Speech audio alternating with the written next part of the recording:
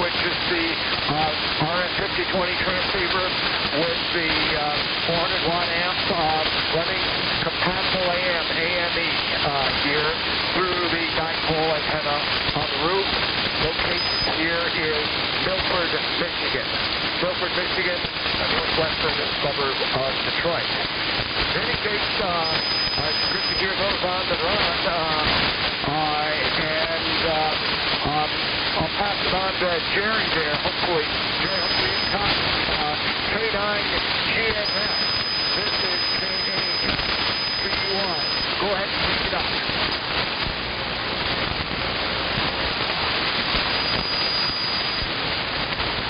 Okay, Ted. Yeah, I'm not hearing KATUR at all. And now hearing Dan. Well, good morning, Dan, if you can hear me. This is Jerry from Greenwood, Indiana. K9GAS. I'm on the Apache Labs and in the Para 3500s. We're in about 375. Closed a 400-foot horizontal loop, about 60 feet balance fed with a homebrew link couple tuner. And yeah, it's a kind of a tough morning for a start. And Perry, you're coming in here pretty good, so about like Ted, which would make sense since Ted, you're about almost 20 over now. So Ted, thanks for picking me up, and I guess I'll send it over to Perry, then I'll relay it back to you. No, you said you wanted to try to pick up Perry.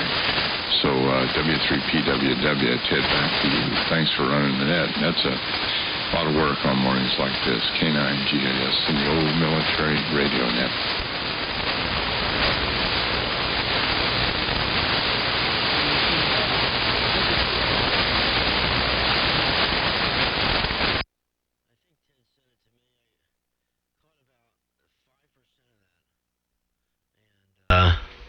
And hold on, why am I sound like I'm coming through something here?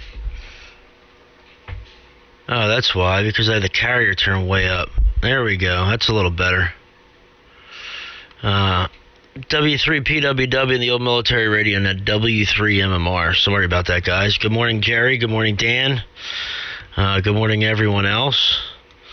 Let me get that in there. Hold on here. All right, sorry about that. And good morning, Jim, out there in Michigan. Not too much to report here this morning, just on my Anon. It's all freshly fixed. I blew out an FET, a FET in the little surface mount FET in the PTT out circuit from a power surge the other night. I guess I had a voltage surge back from the amplifier up into the SDR. I have not checked the diode across the relay in the amplifier yet, which I should probably do. But I am going to create a buffer stage between the Anon and the amplifier, just waiting on some relays to get here in the mail. But everything's back to fixed to normal with the Anon, so which is why I'm on it this morning. Jerry, you're coming in here great, about 20 over this morning. Dan, you're about 20 over. And Jim, you're about 10 to 15 over. And Ted is right at about S9, S8 to S9, right at my noise level, unfortunately, this morning. So with that, I'll keep it moving. I'll send it back to you, Ted, if you can hear me. Mother Nature should hit that light switch here in about 20 minutes, I would say. I'll send it back to you, Ted, and next time, I don't know if I was supposed to turn it to somebody else. I apologize. But Ted, here it comes, and it may need a relay. W3PWW in the old military radio net. This is W3MMR. Over. Back to you, Ted, and I think Jeep may have been in there, HVG.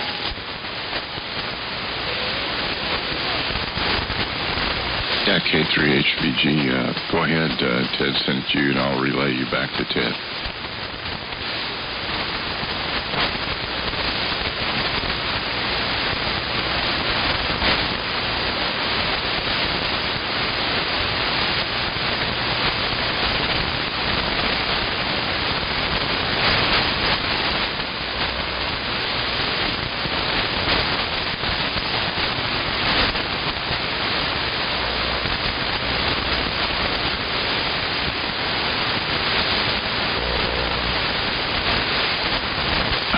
Jeep, yeah.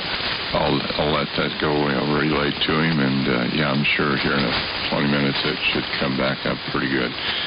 Ted, DPA3HBG is on frequency monitoring, but even on the web SDO, I think he said he's just not catching you. So back to you, Ted, W3PWW, and I can relay for him at his turn when you need me to if it doesn't improve. K9GAS in the old military radio net.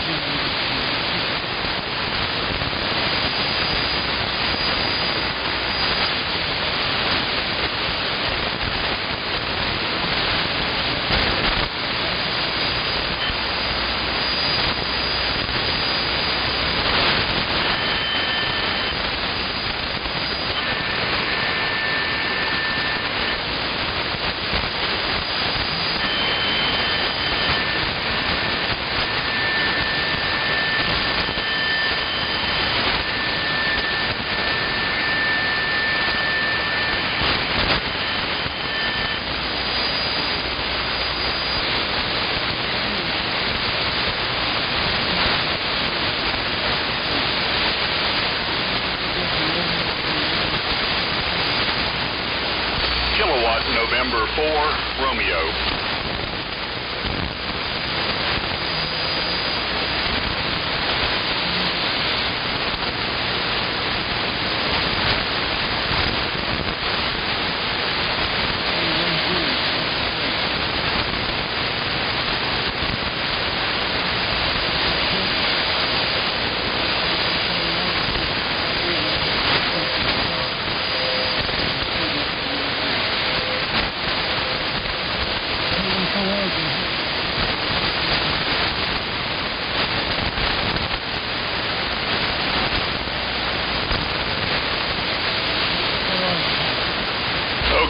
Ted, very good. Sorry you took a dip and somebody was tuning up. W3PWW and the old military radio net.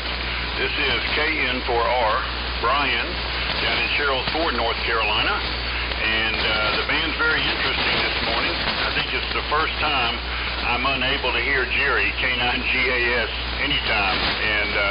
But good morning to you, Ted. You're coming through better now. I've been listening since before 5 o'clock, but good morning to you, Ted. Also, Jim, been listening to your signal down here. You're coming through great. Jerry, I haven't heard you yet, but good morning. And Perry, I've heard you a couple of times. And Dan, good morning to you. I heard you once or twice. Have not heard Jeep yet, but good morning, Jeep.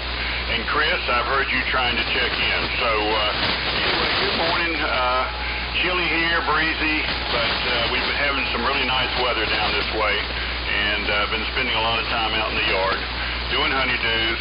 And let's see, I'm using the Globe Champ 350 and an old World War II Navy HRO. So Anyway, I hope someone's copying me, but great to be a part of this morning, Ted. And Chris, go ahead and take it. AJ1G and the old military radio net. This is KN4R. Over.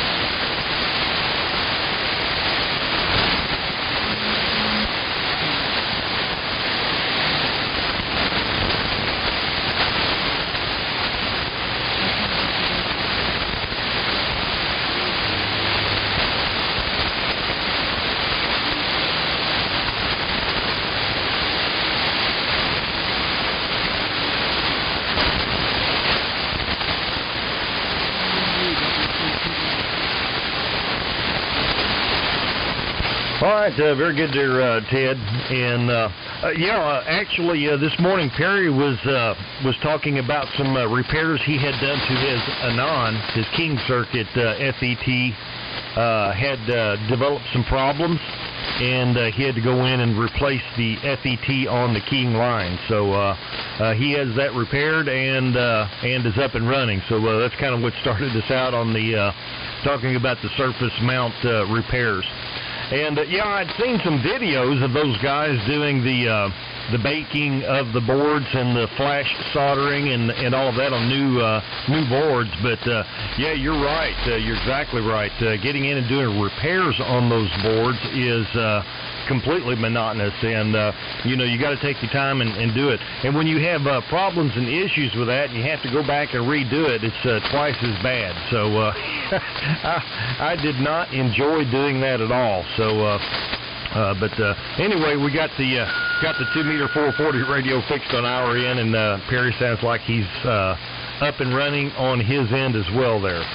Well, other than that, really not a whole lot going on. Just enjoying actually being home on the weekend. I know not everyone else is in that same ball game, but like I said, we've been working the whole time on this end. So I do enjoy the time off anyway. Anyway, with that, around 2, K8TUR, and Ted, you may have to relay us again. KD4UMU.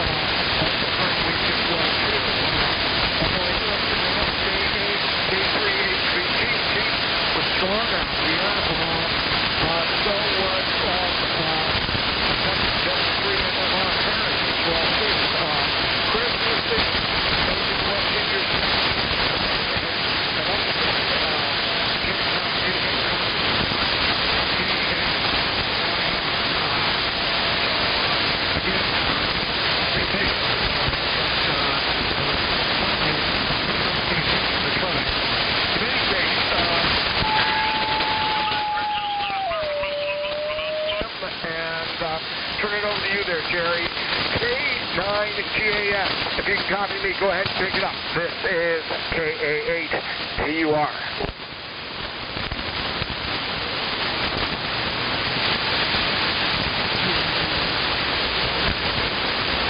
Okay, Ted, sorry that.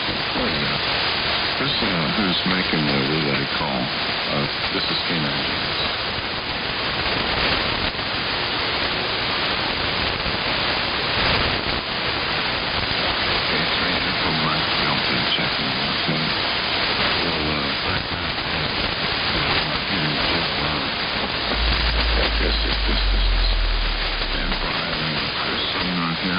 Good morning to you two. If you're hearing me, Jeep, good morning to you. We've got a nice signal here.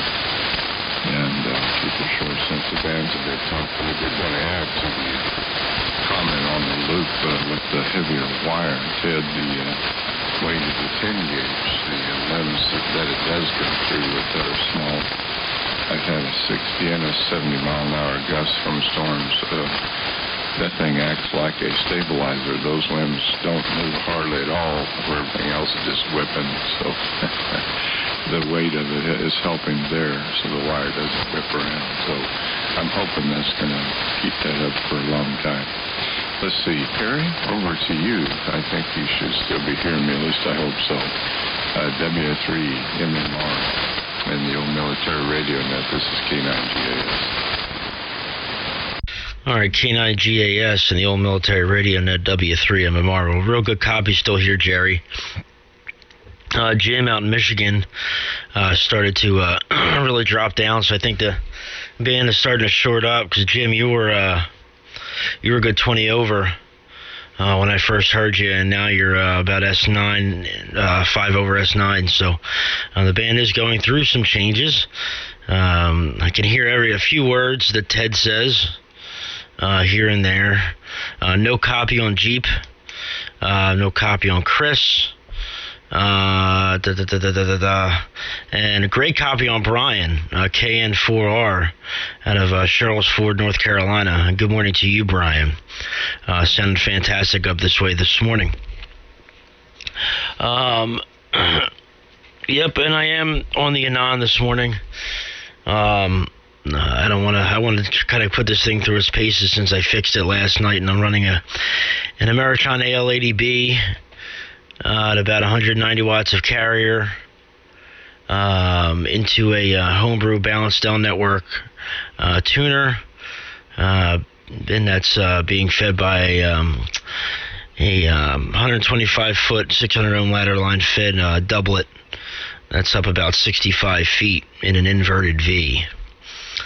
So that's the operating conditions, excuse me, here this morning. Hopefully everyone's hearing me okay.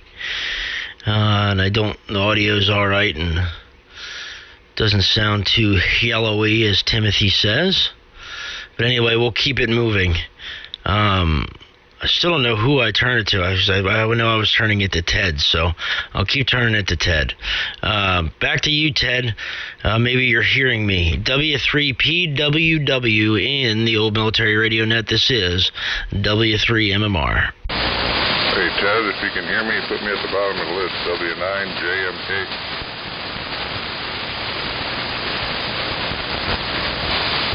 Perry turned it back to you, Ted.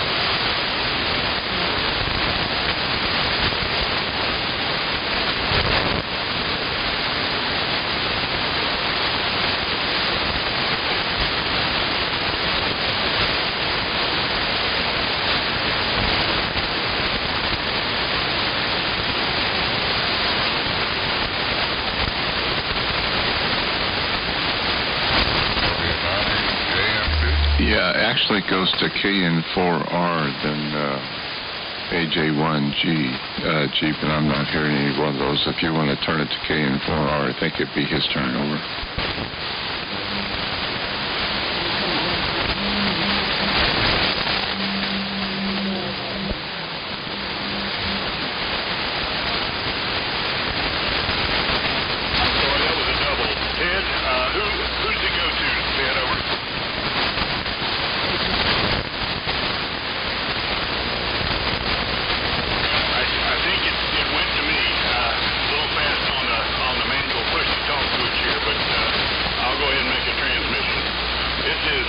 Good morning again. This is KN4R, Brian. The band is definitely changing. Perry, you just boomed in that time. Difference between night and day. And I heard you that time too. Not real strong yet, but you're coming up. And I'll say good morning to Jim, W3EMD, copying him down here in North Carolina as well. So anyway, just having a second cup of coffee and enjoying listening to the net. We'll just keep it moving, and hopefully the band will shorten up and shape up. So go ahead, Chris, AJ1G in the old military radio net. This is KN4R, over. Looking very good, Brian, KN4R, AJ1G. Holy crap, I can hear Chris now. I hear everybody now, pretty much. All the northeastern stations, mid-Atlantic stations are booming in. Perry, you're booming in now. Heard Chief, heard everybody.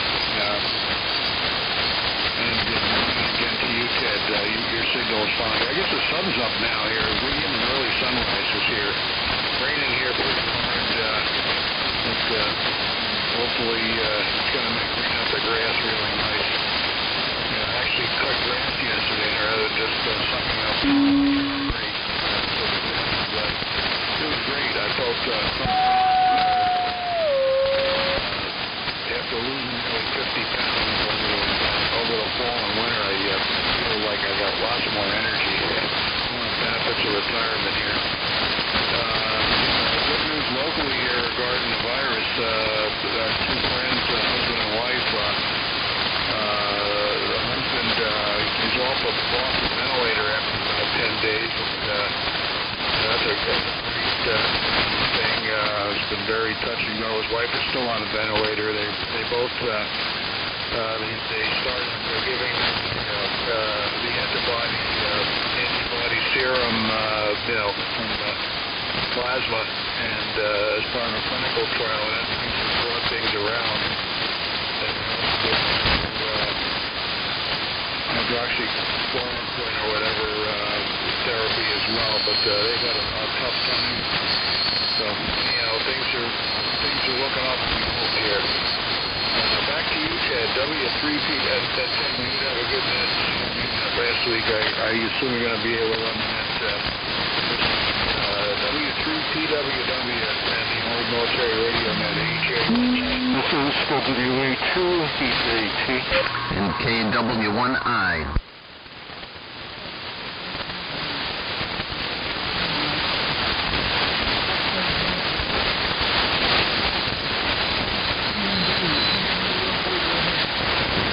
Roger, good morning. This is W3EMD. Good morning to all. Signals have just come up locally. My name is Buzz, B-U-Z-Z, and again I'm near Rhinebeck, New York, 100 miles up the Hudson River from New York City. And we have quite a surprise here. Woke up and there's half an inch of snow. Half an inch of snow on all the unpaved surfaces. And the trees are all weighed down, and my antenna is tuning completely differently. So, made a great leap forward this week with, this is the AR-213 with the dynamotor. Got the auto-tune system working for the first time, and set up a number of different frequencies on this band and on 20 meters. And it appears to work quite well. Again, thanks to the work that Jeep did on this particular AR-213. So, glad to check in this morning on the again. We're up here in Rhinebeck.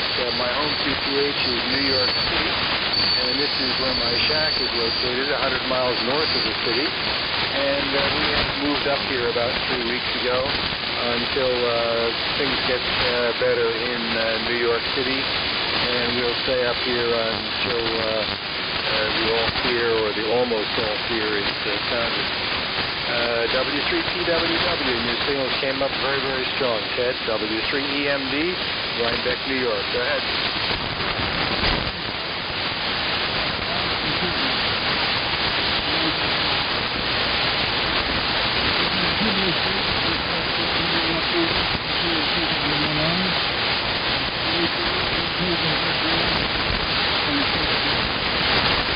Okay, Ted, this is WA2EJT.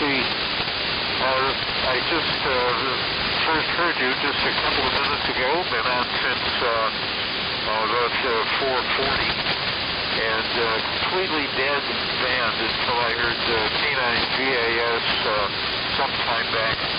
Anyway, I'm on with the usual equipment here, and anyway, I'll just leave it as the new equipment here. I don't know how many stations you have actually checked in, but I'll make this my one and only transmission. Great to be able to hear you, Ted, and I also heard Chief. Great finally to be able to hear both of you. And wish the band had opened up, of course, an hour earlier. But, that's the way things are. Anyway, again, great to hear you, Ted. Glad that you're on this morning, and then we finally got a little propagation. So, I'll make, as I said again, this is my one and only transmission, Ted, and hope for better conditions next week. Dale, I think you will be able to hear me because I heard you when you checked in just behind me. KW1I in the old military net, WA2EJT. WA2EJT in the old military radio net. This is KW1I, and it's snowing here in Bow, New Hampshire. Temperature is about 32 degrees, and the trees are covered, sticking to the hemlocks and the pines, and I think we're supposed to get plowable snow today. So good morning to Buzz, who's got a half-inch down there in the Rhinebeck area. And good morning to you, Chris, and good morning, Joe, and good morning, Ted. We just tuned in. We built a fire for the first time in about a week, warm up the shack area and the rest of the house on a snowy day. And we're using the GPT 750, or the military designation URT-17 this morning with the GPR 90 receiver. So Ted, back to you, and good to hear you coming in as well as you are. Much earlier this morning on the bedside radio, propagation was spotty, and we didn't hear you for a while. Perry was coming through great, and some of the other stations, but you're rolling right in now.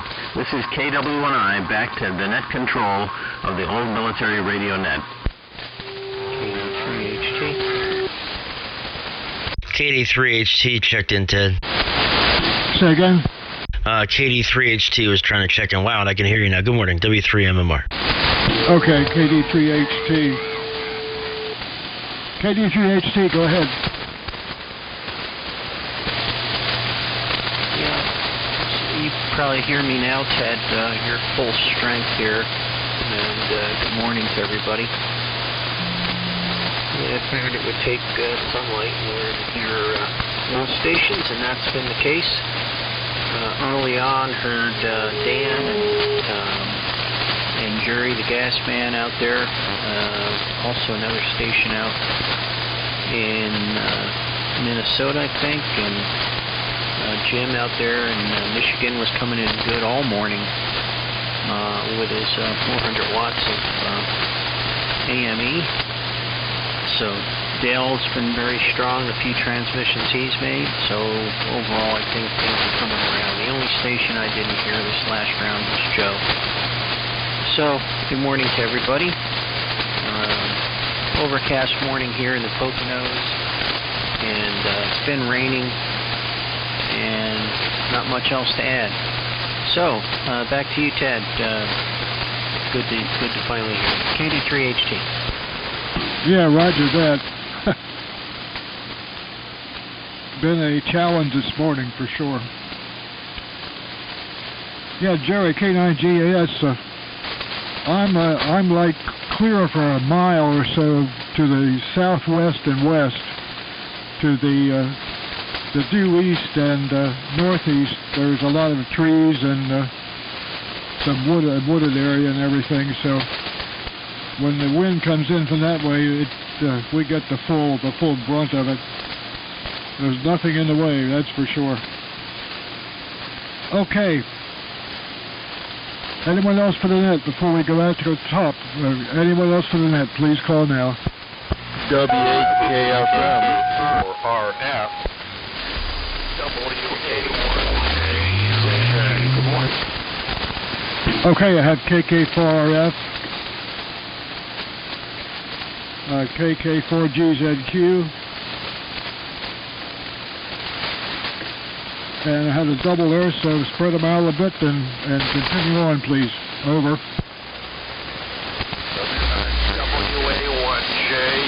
WA1JUJ. Okay, I got JUJ. Anyone else? Over. W8KFM. And WU2D. W8KFM. Anyone else? WU2D. Okay, got WU2D. Anyone else? Here's a station that's been trying to check in from, I think, Minnesota. What was the call? The W9 or K9, go ahead. Double. The 9 station, go ahead.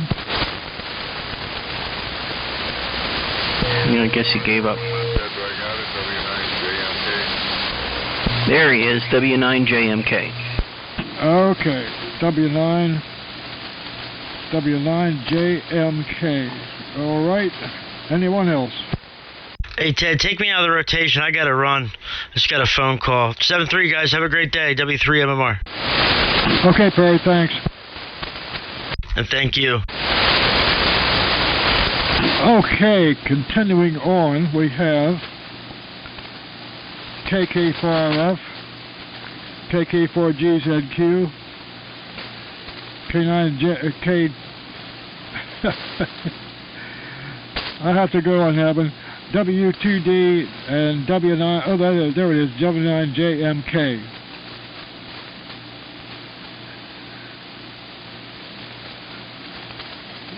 KK4F, go ahead and pass it to KK4GZQ.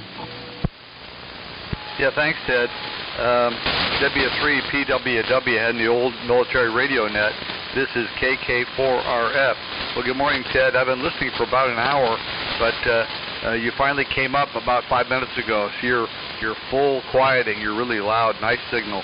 And good morning to everybody on the net. I hope people can copy me. I'm only running about 45 watts this morning. 45 watts from an old Viking Ranger, a Viking Ranger that I worked on this winter. And we're receiving with an old National NC57 receiver that I've been working on this winter also.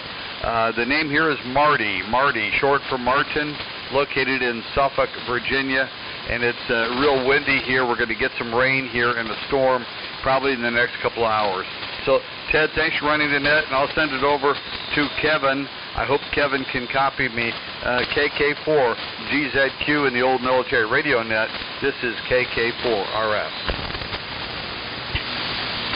KK4RF with the old military radio net. Good morning from KK4GZQ, Kevin, located 16 miles southwest of Lexington, Kentucky, in the farming community of Nonsuch, Kentucky, backed up to the Kentucky River here to our west. Running VC610 this morning, VC610G that is, VC614D speech amplifier, D104, and listed you guys on HQ180. Here at about 300 watts of carrier. Ted, I think you sound especially good this morning. Don't know what you're running, but it sounds great, and you've got me almost pegged out down here. And Martin, you have your 45 watts made a good copy in here. It was Q5 copy. Not super strong, but I had you in here at about 10 over here and 100%. I heard KW1I saying that it's snowing up in New Hampshire. Good morning up there. It looks like, I guess winter is still trying to show her face. Down here in Kentucky, we're expecting about 55 degrees for high today. And I run my own pressure washing business, and I've got to take advantage of the weather. So we're going to go out and try to knock 2 more off of the list we have. So we're blessed and lucky to have the business that I do with what's going on with the times. So with that, and I heard Perry sign out. Good morning to Perry if you're still listening. And I heard Steve. Good morning, Steve. Down here from PA. And that's about it, Ted. And Ted, I get a little confused on where to turn it to, so I'm going to turn it back to you and let you look at your list and see where it goes. I thought you said you went to JMK, but I didn't know. So back to you, Ted, and good morning to the whole old military radio net. I'm glad to be here with you.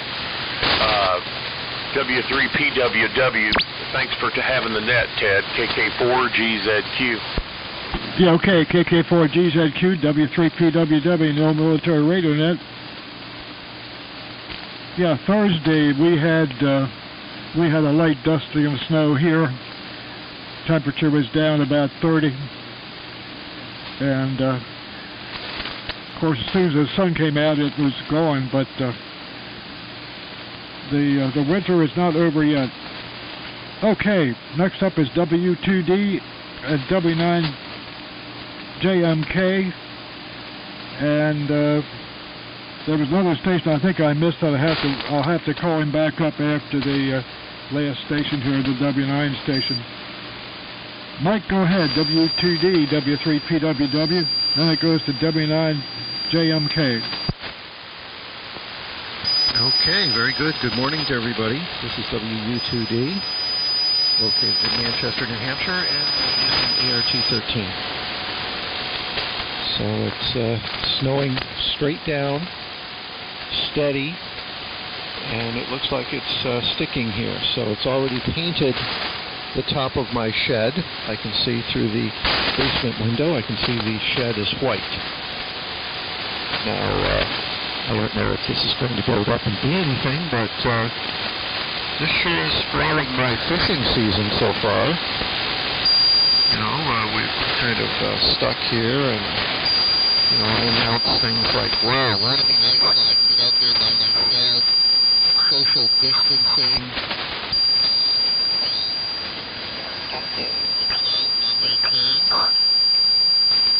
And, of course, this is what you get, this kind of weather.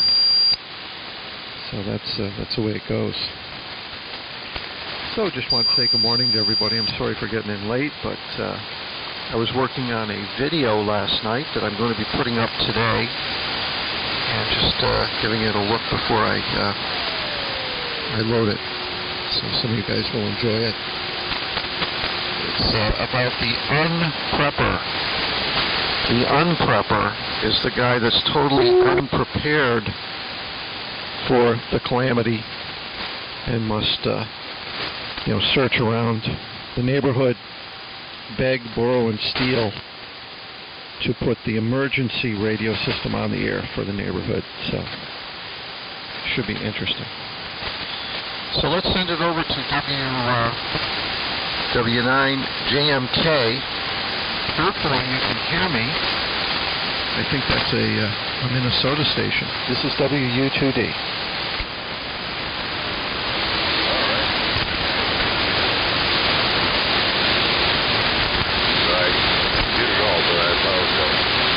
Good morning to all on the old military radio net.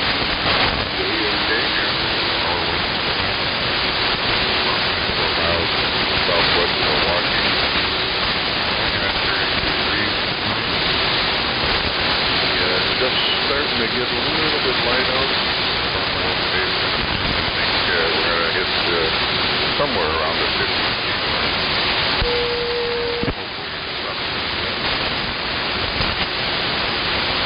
Talking on the helicopter setup this morning.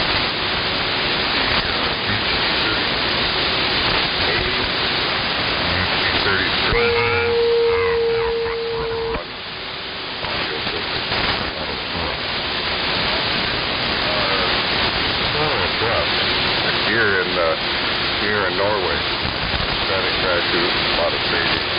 Didn't hear much of anybody. The big summer house will normally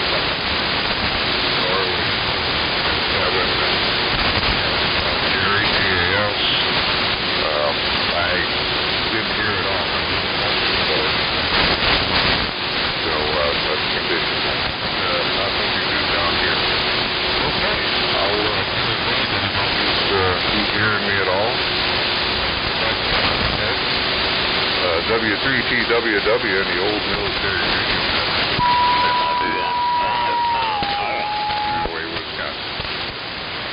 Okay. W9JMK, W3PWW. Thanks for checking in this morning.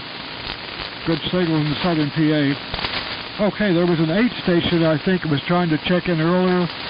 The 8 station, give me your call again, please, over. W8KFM. Okay, W8KFM, go ahead. Yeah, okay, thanks, Ted. Good morning to everyone. I'm hearing most everyone right now. I wasn't earlier. I've been up since a little after 4, and I wasn't hearing anything at that point except static crashes. Name here is Larry. I'm near Dover, Ohio. I'm transmitting on a T368, listening on an HQ170, and kind of a makeshift dipole up about 40 feet fed with ladder line to a Johnson matchbox. 34 degrees. It's supposed to warm up. I hope it does, because I'm going to cement my tower base in today. So that's my project. So anyhow, I'll say 7-3 and just make this one transmission. Now back to you, Ted. Appreciate you picking me up. W8KFM. Okay, Larry, very good. W8KFM, W3PWW. This is also a T368, the T368C model, and receivers an R398. Okay, anyone else out there for the net, please call now. WA1JUJ. Okay, I think I missed you. Yeah, WA1JUJ, go ahead. WW for WA1JUJ. Good morning, Ted. For the net. It's about 34 degrees here in western Massachusetts, and we've got heavy wet snow coming down. And we've got about 3 inches out there.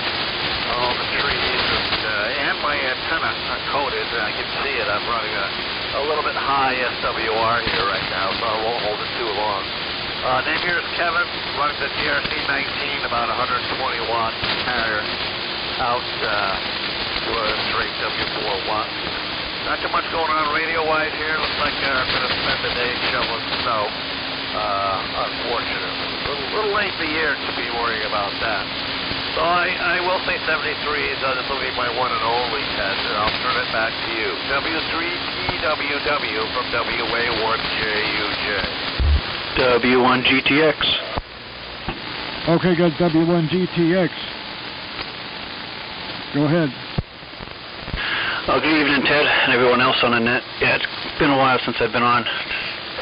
You know, this whole virus thing, I've been sleeping a little bit later because I haven't had to work since March 16th. It's when Marty Walsh shut down the city of Boston, so I have no construction. So it is what it is. I figured I'd throw this out there where everybody's got the old military radio stuff. So at some point soon, I'll be in the market. I'm looking for a VC610, preferably in nice shape. You know, complete and everything else like that. So, but see where it is and if I'm willing to travel. So I figured I'd throw that out there if anybody's looking to, or knows anybody that's looking to sell one.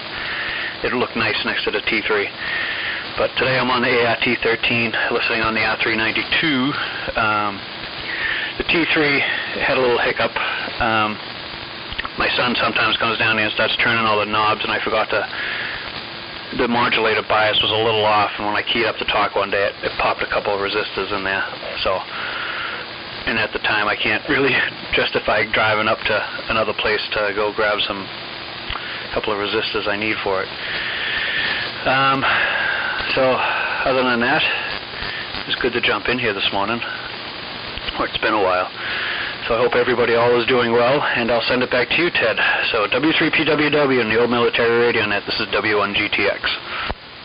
Okay, W1GTX, W3PWW, very good. Nice signal here this morning. Okay, I think we better go back up to the top and see if we can make one round here. I'm sure probably a lot of folks have checked out, but we'll see anyway. So the first station up will be KD4UMU, KA8TUR, K9GAS, K3HBG, KN4R, AJ1G. Then we'll take a little break there and continue on. KD4UMU, W3PWW, and the old military radio, and this will probably be the last round. Go ahead. All right, very good, Ted. And, yeah, it sounds like the band has finally come around. Initially we wasn't getting anybody outside of 300 miles. And, if they were 300 plus, I could hear them fine.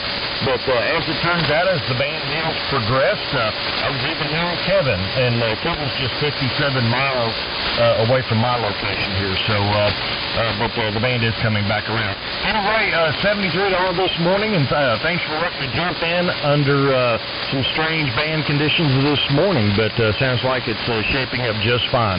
All right, 73 to everyone, and like I say, here in most stations, just fine here in Kentucky. So with that, I'll send it around to Joe there, K8TUR from KD4UMU. KA8TUR, go ahead.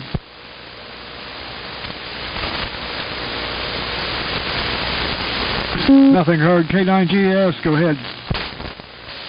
Okay, Ted. I'm at 3PWW, KYNGAS steering here on the old military radio net. Good morning to all the check-ins out there.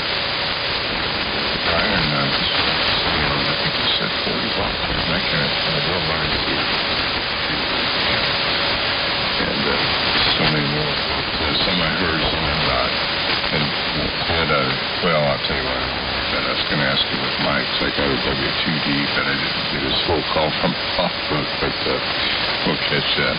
Anyway, thanks for rolling that. I think you're going to end up with 20 check-ins or something like that. It's not bad for a tough morning. And anyway, it's good to hear everyone's Chief. I'm going to send it your way, and I'm going to say my 73s. I think this is last round of daylight to here, so I'm going to get out, get some work done. I think it's finally not raining today, about 60, so it's a perfect day for outdoor activity. K3HBG, military radio net, here it comes, K9. I'm Jerry from Hollywood, Indiana, 755. Okay, Jerry, very good. Nice signal, K9GAS and the old military radio net. K3HBG, Jeep in Frederick, Maryland. Okay, well, finally I'm copying stations. Well, Ted, you're about 30 over 9. It was about 20 minutes ago that all of a sudden I could crank down the SDR on my laptop and hear you direct, so that's good. But a nice signal from Mike in the ART-13, JUJ Kevin in the GRC-19. Nice signal here. And also Marty's Ranger sounded good. So there you go. Only thing to report here just briefly, out of a whim I picked up a small SDR receiver from HRO. SDR Play, their RSPDX, and I cranked it up last evening. I'm new to a lot of that stuff, but by God, that thing works. It's DC to light, and I hooked up a couple antennas on the HF and VHF and UHF, and it's all there. Apparently, in reading, it's a whole technology people are getting into, trying to decode all the aircraft and aviation digital stuff and that. But that's a different story. A very cute little box. Again, on the FT1000D into an L4B and a dipole up about 60 feet. Okay, let's see here. Brian, down to you. KN4R and the old military radio net, K3HVG. Go ahead, sir. Very good, K3HVG, the old military radio net. This is Brian, KN4R returning. Very good. The switch has switched. It's your Very, signal now, and 73 to you. Always great stuff. Anyway, very interested about the in Bow, New Hampshire, and with Buzz there. So, anyway, I'm using the Globe 350 here, and receiving on a World War II black HRO. Anyway, everybody's coming through great. Pleasure being here, especially when the propagation goes down. So, take it away, AJ1G, the old military radio net. 4R, over.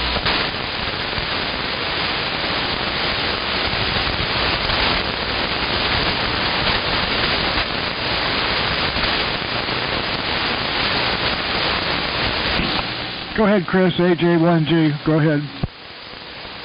Okay, I had thought maybe Brian was gone and Jeep turned it to me, but I did hear Brian in there weekly. Okay. Very good all around, great signals. Surprised about the snow. I guess Buzz and Mike and Dale are all getting snow. I'll have to check with my son Dave up in Bolton. I bet you they're far enough inland, they're getting snow too. Yeah, it's kind of weird. We got green grass and all our flowers are coming up, and people are still dealing with snow. That's too bad. We're gonna miss Nearfest. That'd be that's what, 2 weeks away now. It would have been 2 weeks away, and well, there'll be other ones, and we'll be looking forward to them. I guess even Dayton is off the charts. I don't know what happened to Boxborough. I don't know if Boxborough is still on or not in July. It'll be interesting to see if that happens. It'll be, it should be immensely popular. I guess it's Marlboro now. It's Marlboro box down in Marlboro, a little closer to us here. So everyone is coming in nicely. Mike, I'll have to look for your prepper thing. I mentioned it's on YouTube, or the anti-prepper. A lot of people like that. I talked to one of the younger guys in my office, my old group, and he said that a lot of people didn't really stock up on stuff ahead of time, and now they're feeling the pain. So, although I had good news, I mean there is plenty of toilet paper in southeastern Connecticut and Rhode Island. I was over in Walmart in Westerly yesterday, and they had plenty of toilet paper. What they don't have is the sanitary wipes. Those seem to be the most unobtainium thing around here, along with gloves and things like that. But there's workarounds for that. And plenty of paper towels are back. Food supply's been good. Things are shaping up. I got to see if I can go fishing over in Rhode Island. I know they're not letting out-of-state boaters come into Rhode Island waters. Which is unfortunate, because there's an awful lot of that. We're in a big confluence of New York, Connecticut, and Rhode Island waters just offshore here, and everyone, crosses over, and everyone gave a thought of that. But right now, the Rhode Island does not want out-of-state boaters in their waters. So I don't know how that applies to if I wanted to go over there and surf cast off the beach. We'll have to see how that goes. I'll have to start checking some of the DEM websites, Department of Environmental Management. Also got to renew my license for the year. It doesn't cost me anything. In Connecticut, over 65, your licenses for both fresh and salt water are free. but you got to renew them every year. I'm going to do that today, and the shad and herring are starting to run, so the stripers shouldn't be too far behind. And it's a nice spot, within a quarter mile here on the river. I'll start fishing. And this ain't Connecticut to be any issues. I don't know if I can cast over in the inland waters. I've probably been close enough, but I don't think they're going to catch them. Anyhow, back to you, Ted. I think you wanted me to turn it back to you and maybe do another call-up. PWW, if we don't have another round here, everyone stay safe. Have a good weekend. God bless you, your family, your towns, and your states. W3PWW in the old NORAD net, AJ1G. Yeah, AJ1G, W3PWW, yeah. One of these states said you could get in the boat, but you couldn't fish. So I don't know which one that was. I heard about that on the TV. So, okay, continuing on, we have W3EMD, KW1I, KD3HT, KK4RF, and KK4GZQ. And then we'll take a little pause there and continue on. W3EMD, W3PWW, go ahead. Fine, Ted. W3PWW and the net, W3EMD. I'm hearing everybody in close now, and signals have come way up.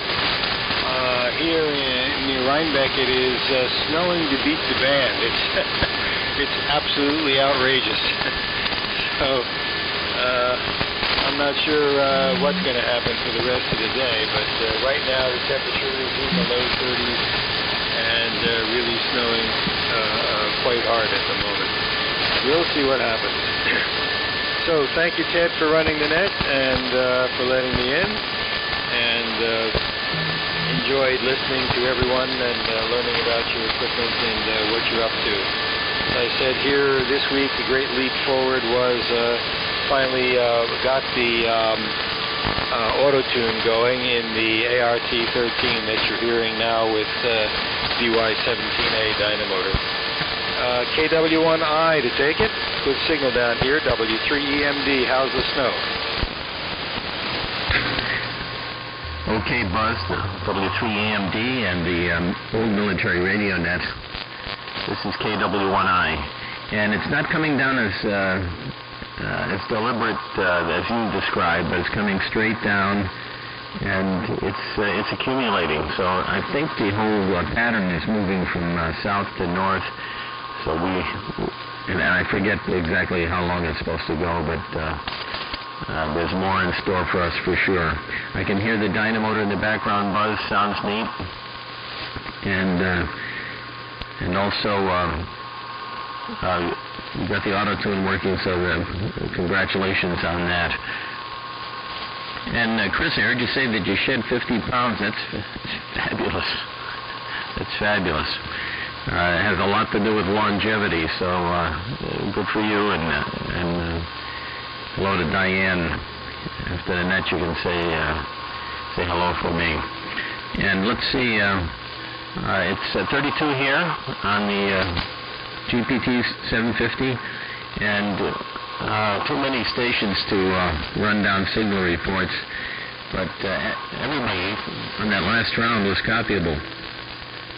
And want to say hello to WA1JUJ. Maybe we'll hear Kevin on the 60-meter net at noon. And I heard Marty in there. And Mike, my neighbor down here in Hooksett. So I think I'll send it down to you, Steve. You've got a great signal.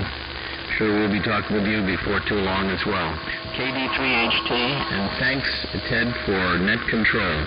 Great signal throughout. This is KW1I.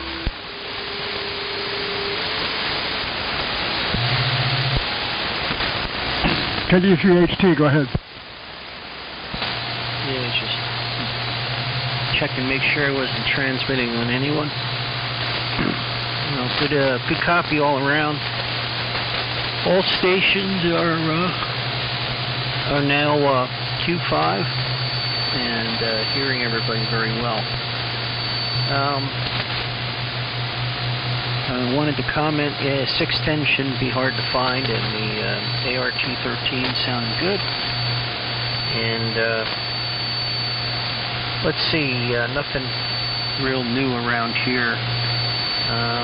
I think we can go fishing here, and actually, you can go fishing anywhere you want. You just got to bring a copy of the Constitution and a Bill of Rights, and that should suffice. But it is raining here, and I still have to replace the battery on the power station, so I don't have a tally on the rain, but probably a couple tenths of an inch, just enough to make things muddy and yucky again. But this week looks like we're going to have some consistent days of sun, so hopefully things will dry out a little bit. And who knows what the weather will bring to band conditions next weekend. But good to hear everybody this round and last round, at least. And we'll look for everybody down the log. Thanks for running the net, Ted. I think Marty was after me, and if that's wrong, please correct me. So down to you, Marty. KK4RF and the group KD3HT. Yes, thanks, Steve. KD3HT in the old military radio net. This is KK4RF. Steve, you've got a great signal, really loud, good audio, and I want to say good morning once again to everybody on the net. Too many people to mention, but anyway, we're just running about 40 to 45 watts with an old Viking Ranger and receiving with an old National NC57. I've been working on both of those radios this winter. So anyway, Ted, thanks for running the net. And I think it goes to Kevin, KK4GZQ, but I'm not sure if Kevin is still in there or not. Kevin had a good signal last time also. So 73 is all the way around. Over to Kevin, KK4GZQ in the old military radio net. This is KK4RF. KK4RF with the old military radio net, KK4GZQ here on a final. I've got to get going. It's almost 7 o'clock, and here we've got a good day to get some of that four-letter word done. So I'm going to keep going, Ted. You had a long-range listening station from WW9W Robert down in Texas trying to check in, and I'm going to send it back to you, Marty. Thanks for sending it to me. I hope you and your family are well through this crisis that we're going through right now. Good to hear you, and it's great to hear everybody here on the net, and thank you again for running it. And I'll go ahead and send it back to you, Ted, and see if I can stand by to relay Robert in if need be. WWW with the old military radio net. Great net this morning, guys. KK4GZQ. Okay, KK4GZQ, W3PWW, stand by a minute. WW9W, go ahead.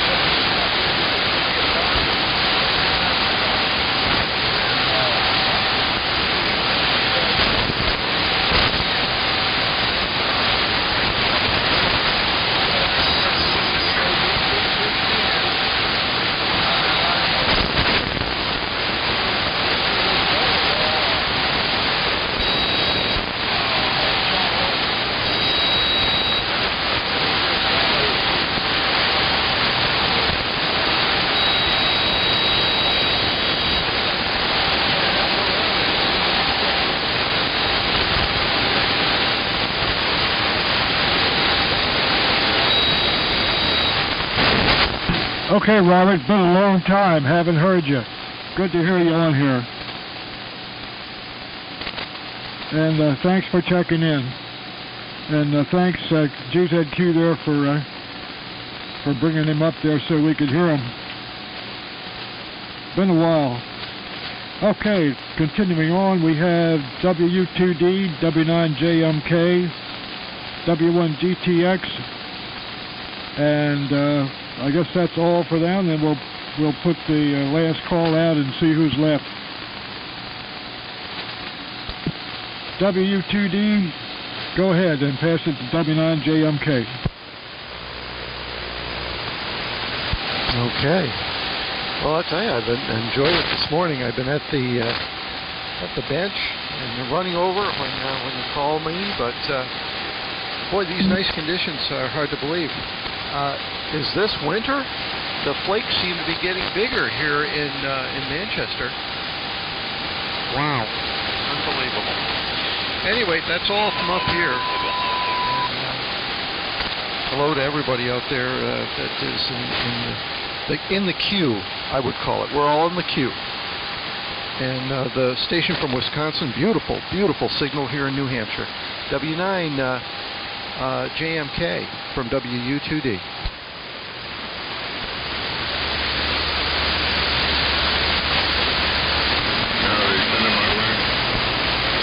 W9JMK, go ahead. Alright, thank you, Deb.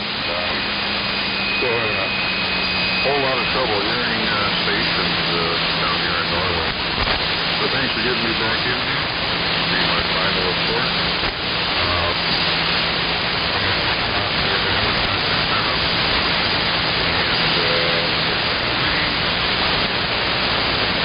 What today's going to bring, those plans, of course.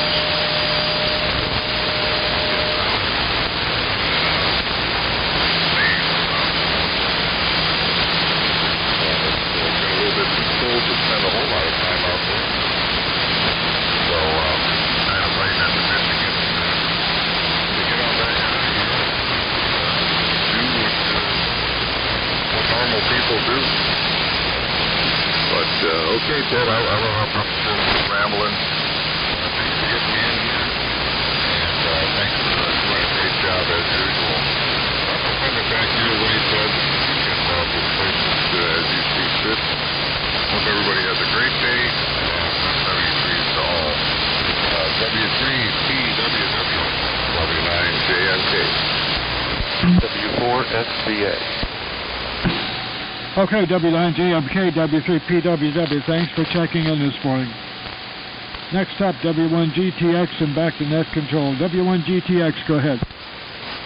All right, Ted. Yeah, pretty much. I think I copied everybody quite well. I think it's a couple of the last one was a little tough, and then the Texas station was obviously really hard up here in Massachusetts. So, yeah, no, it's about 35 here, and it's snowing here as well. So, yeah, it's funny with the whole SWR thing. I was looking at the let me adjust this real quick. Nope, there we go. This figure was just going to be a quick dusting, and we ended up got about an inch here, so pretty interesting for the end of April. I kind of figured, WNEKG told me, says, BC610s will jump out of the woodwork for you. Don't worry about it. So, no rush, but I figured while I was on here, I'd throw it out. And I think I heard a while back, someone had a T195 that they were going to sell or something like that, so, and who knows, I'd go for one of them too. There's a couple of them I'll go for, but who knows, we'll see what pops up at, hopefully Nearfest happens down in October. But Chris, I believe Marlboro's got postponed, and I think it's going to be in November, so double check on that one. I heard that from a guy up here, I think Thursday. So, all right, everybody, be safe. I hope everyone stays healthy, and 73 is from W1GTX. So back to you, Ted, in the old military radio net. W1GTX, W3PWW. Yeah, thanks for checking in. And I think the only GRC 19 I've heard on is W1JUJ list on this net. I think Dale has one that's operational. I've got 2 transmitters here, but neither one of them are working right now, so another job for the future. Okay, down the end of the list is the last call for the net. Anyone left, please call now. WB3CTC. Okay, I got CTC. Anyone else? W4SBA. W4SBA. Anyone else? Kilo Alpha 1, Foxtrot X-ray Kilo. The KA1 station again. Kilo Alpha 1, Foxtrot X-ray Kilo. Okay, KA1 FXK. Anyone else?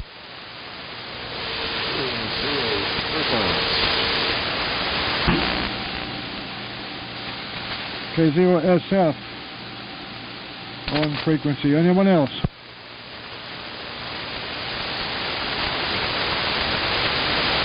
I think that's it. So we have WB3CTC, W4SBA, KA1 FXQ, K0SF. WB3CTC, go ahead, Mike. Yeah, hi, Ted, and everybody else in the net. Hope everybody's getting through this virus. Everybody out there stay safe.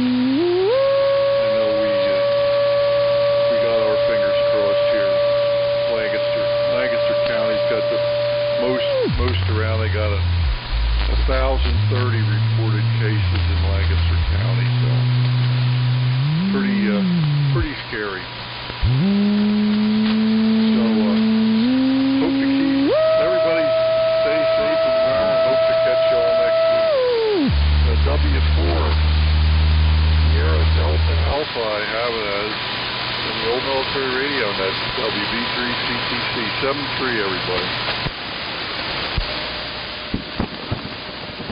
Yeah, WB3CTC in the old military radio net. W4SVA, Sierra Victor Alpha. Sierra Victor Alpha. Name is Chris. I'm located in the Shenandoah Valley of Virginia, a little bit south of Harrisonburg. Running an old Coast Guard transmitter, URC-34. Transmitter receiver, carbon microphone, so I'm sure it sounds pretty rough. Finally hearing most people on the net here. There was almost nobody audible here for an hour or two. And now everyone's coming in nicely. So I figure I fire this thing up. It's probably been, well, who knows when, since the last time it was used, probably in the 70s in Coast Guard service. So this will probably be my only transmission before I have to get out of here and get some things done. So I don't know if I'll be in here for the next round, if there is a next round. So I think it goes over to KA1FXQ. This is W4SVA. Hey, good morning, gentlemen. This is Kilo Alpha 1, Foxtrot X-ray Kilo. Kilo Alpha 1, feeble xenophobic kook.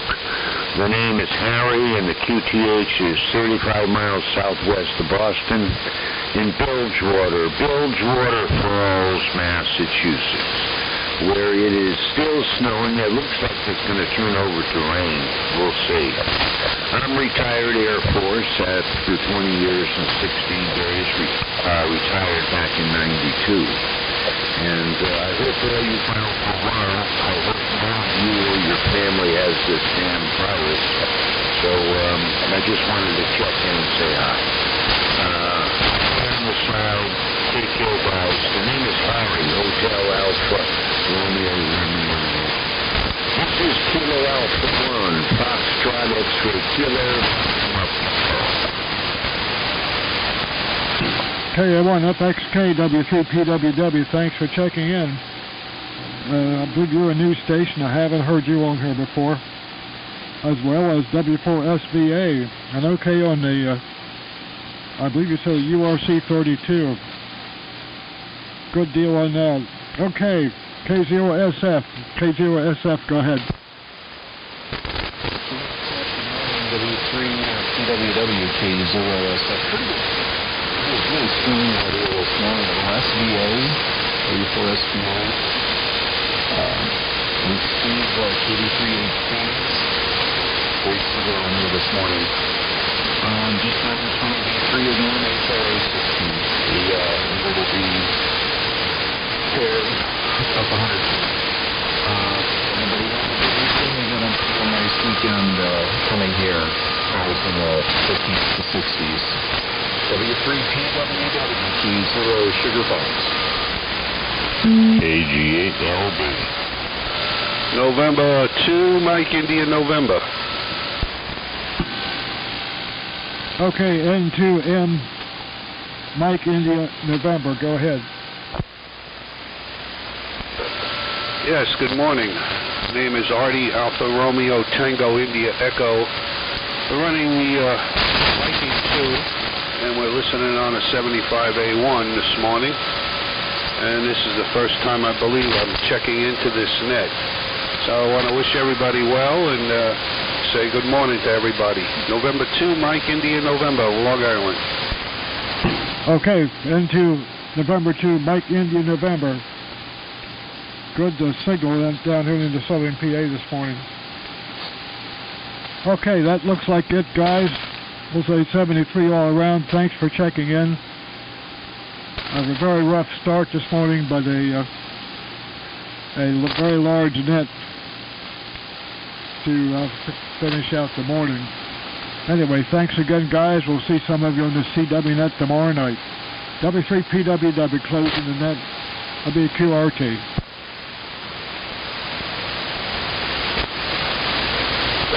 W3MMR, are you out there, Perry? I think he checked out. Oh, thank you. How are you copying this, Viking 2? Very loud, very strong.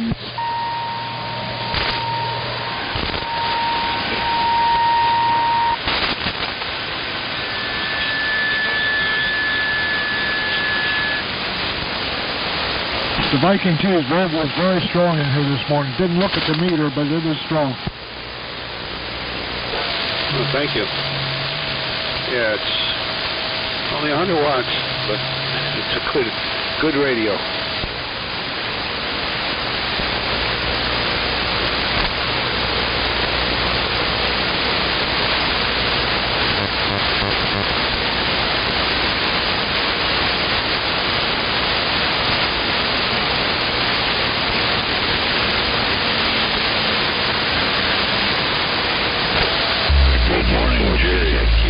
There, Kevin. Not real strong yet, but you're in there, KG8LB.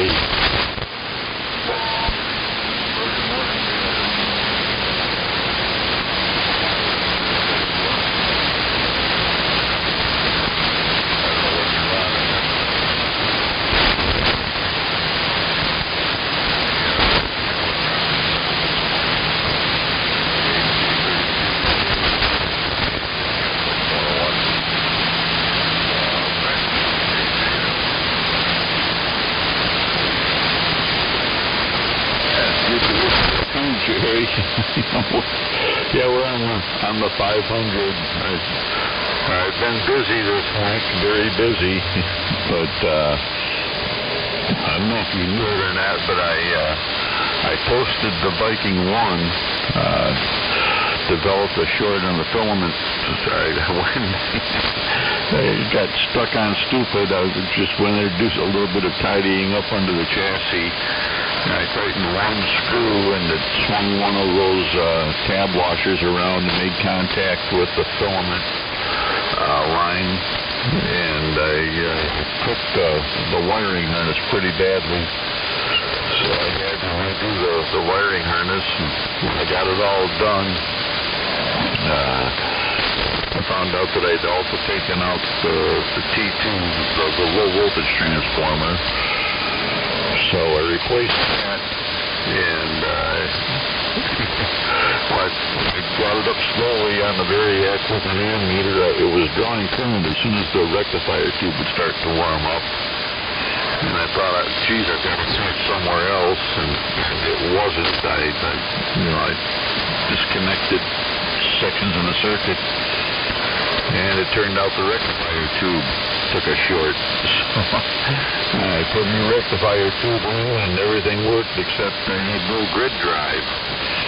So I just let it sit there for about a week, and I finally went at it yesterday and found out that in the whole conflagration, I also took out the doggone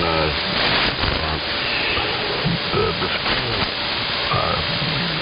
choke on 4D32. They got a little it's a good sized choke. I replaced that yesterday, and now the Viking one is working again. So, boy, almost lost it there, Jerry. KG-RV.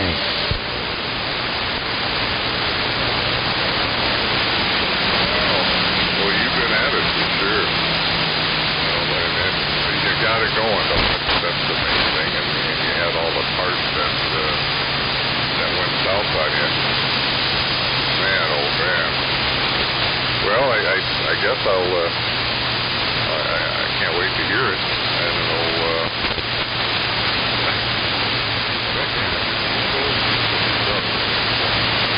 Yeah, I haven't been doing much so far. Everything.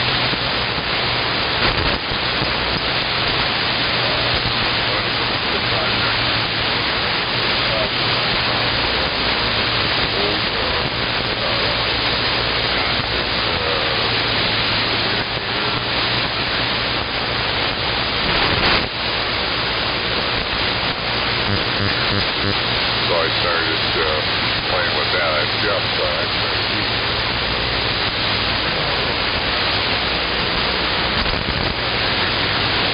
and put them in the closet and got them things to do. So now I got that all this.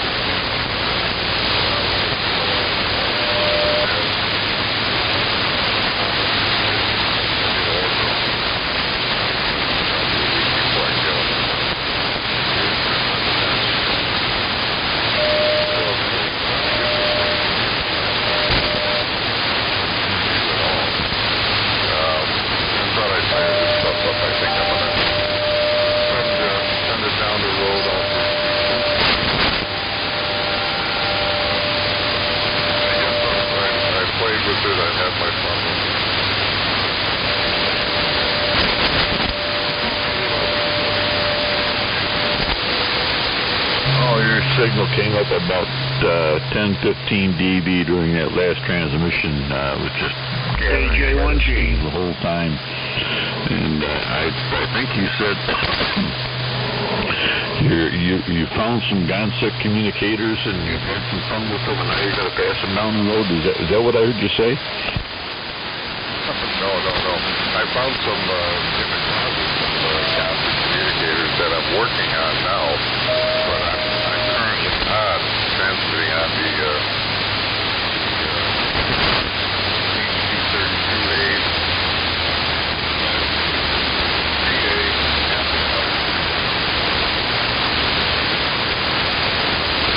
I'm thinking about putting those on the chopping block.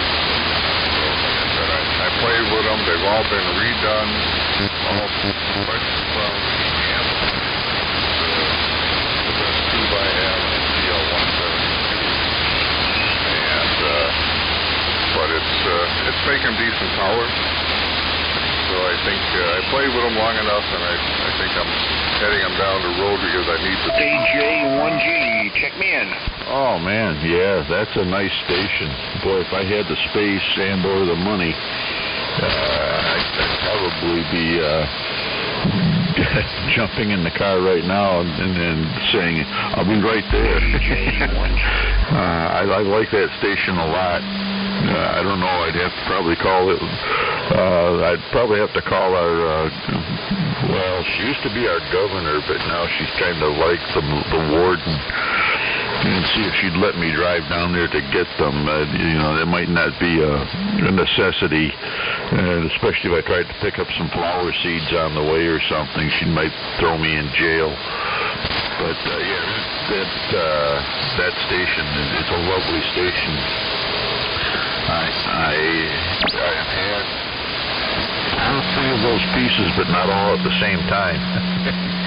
And the HT32A I ran one of those on AM for a couple of years with an amplifier, and that was my main AM transmitter for a long time, and it was a great AM transmitter. I found the audio on yours, it got a little,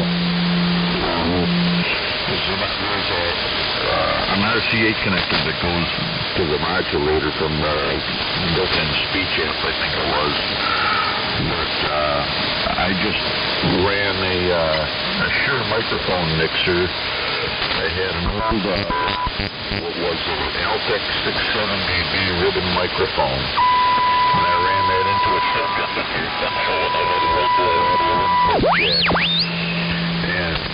Good morning, AJ1G. Very good transmitters. I don't know, Jerry, how bad the room, but boy, having those three pieces,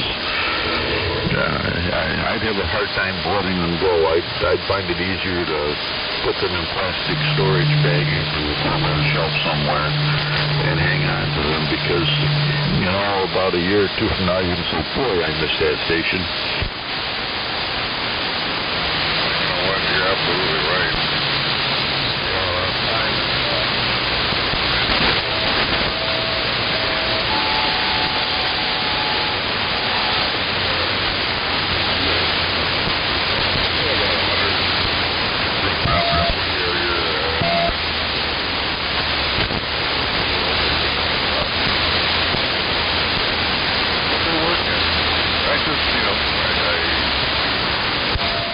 Kilo 3, Mike Juliet Zoo.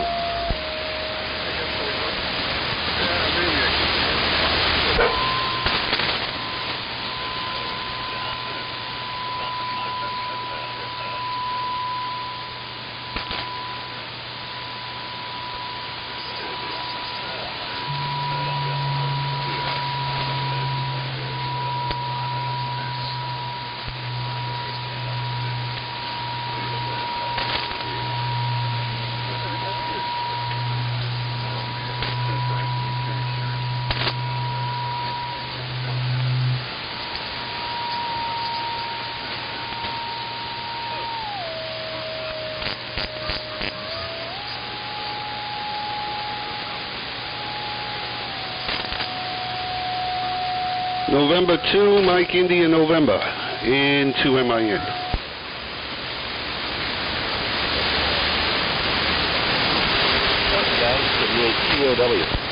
Hey, good morning, Stan. There you go. Here's another guy that'll testify to what I'm talking about. You know, I've had so many pieces of gear that I thought, boy, that's a pretty slick piece of gear. And I let it go, and I got this stuff called money, you know, and money is kind of universal. It's all the same. And it's just that sometimes when you go to report something nice like that, and you say, well, I've got some money, maybe I can find one. And then you look and you look and you look and you look and you don't find any. You've got the money, but you can't find that treasure. And I don't know, that'd be a hard one for me to let go of once I had it in my own books. And yeah, you hate to see it sitting on a shelf, but you know what? It's actually pretty cool sitting on the shelf, because anytime you want to take it off the shelf, you can take it off the shelf and put it on the air. But I'd think about it, Jerry. I really would. You got the three pieces, great receiver, great transmitter, and a real good amplifier. The one shortcoming is that PL172 tube, but you know, you're careful. The tube will last you a long time. Hey, go ahead, Steve. WKGAW59JMK. Hello, Dan.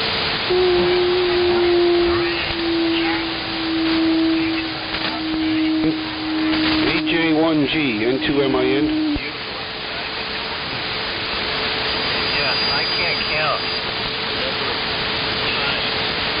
that I I decided to go for money as opposed to just going on the rig. And one of two things happens to me, Gary. Either A, I wind up paying twice as much to get the version back because I'll realize 5 minutes after I let it go that I wish I wouldn't take it. Or, like you said, you'll look and look and look in eternity and never find it again. So, yeah, I am way too open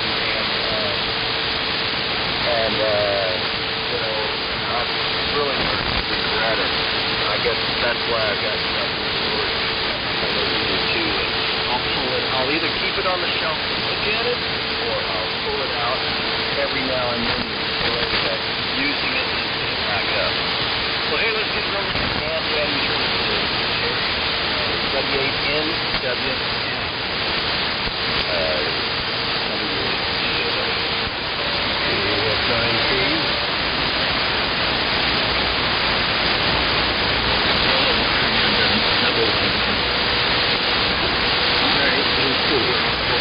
He's working. We'll take him up. But on the list,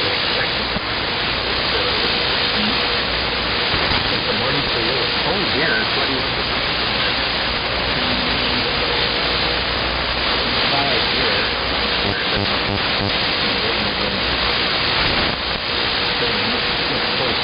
That's now going to put 3-4 feet above the ground. Anyway, nothing new in the LMAX station. So, let's turn over to Jerry. Go ahead. Are you trying to send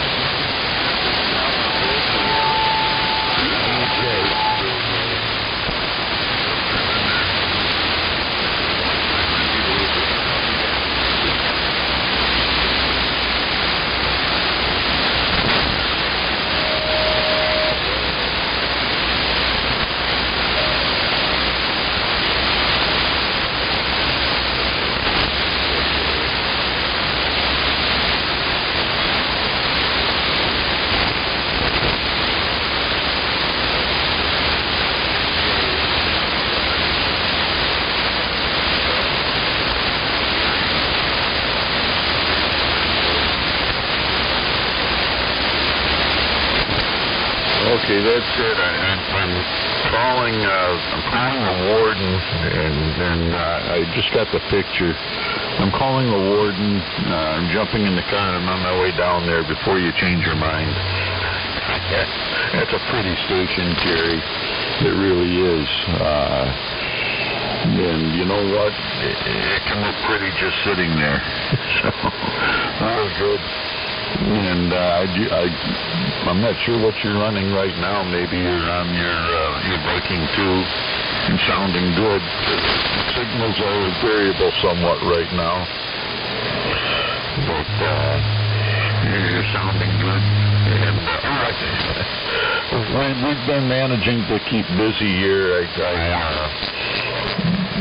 I went through a DX100 yesterday. The fellow gave it to me. He said it would just, it would work, and it worked okay, and seemed to be functioning well, and then out of the clear blue sky, it was, and he'd put a fuse in and run for a while, and then it would blow a fuse. I put an ammeter on the primary and watched it, and it was drawing about the right amp, about 1.2 amps on standby, and then it went up to 4.5, 4.6, 4.8, 5 amps on modulation. And so I'd let it sit there, and I'd come back, and the fuse would be blown. And, what's going on here? Well, they've got those two electrolytic capacitors in the series for the high voltage power supply. And I just checked the voltage drop across the two capacitors. It's, a total of about 800 volts. And this thing had a couple of 450 volt capacitors. And one of the capacitors had a 450 volt drop across it, and the other one had about a 350 volt drop. So what was going on was every now and then the one capacitor, I guess, would decide to short out and bang, it'd pop a fuse, and next time you put it in, it would hold. So I replaced the capacitors with a better matched pair of capacitors, and I left it sit on one day for 18 hours straight and on transmit, and no problem. So I decided at that point, well, so it's got a few other things, some mismatched knobs, you know, that didn't have the knobs to the front, so I took the standard knobs and bored them out and put knobs on them like the original knobs, and stuck a 12 volt power supply in it and put a push-to-talk system with, I use the Johnson plate connector on everything now, just so I don't have 10 different microphone connectors, but anyhow, we got that one all dialed up and back in the cabinet and listen to it. It sounds pretty good, you know, in the shack, so if I get a chance, if I get a real pesky, I can find some, you know, a good Norwegian fish weight, like maybe mine, to carry down the basement for me. I don't do that anymore, but I get it down here in the basement, and maybe we'll get it on the air. So anyhow, we're managing to find stuff to do. Back to you, Jerry, KGLB. Daily when that starts at 6:30.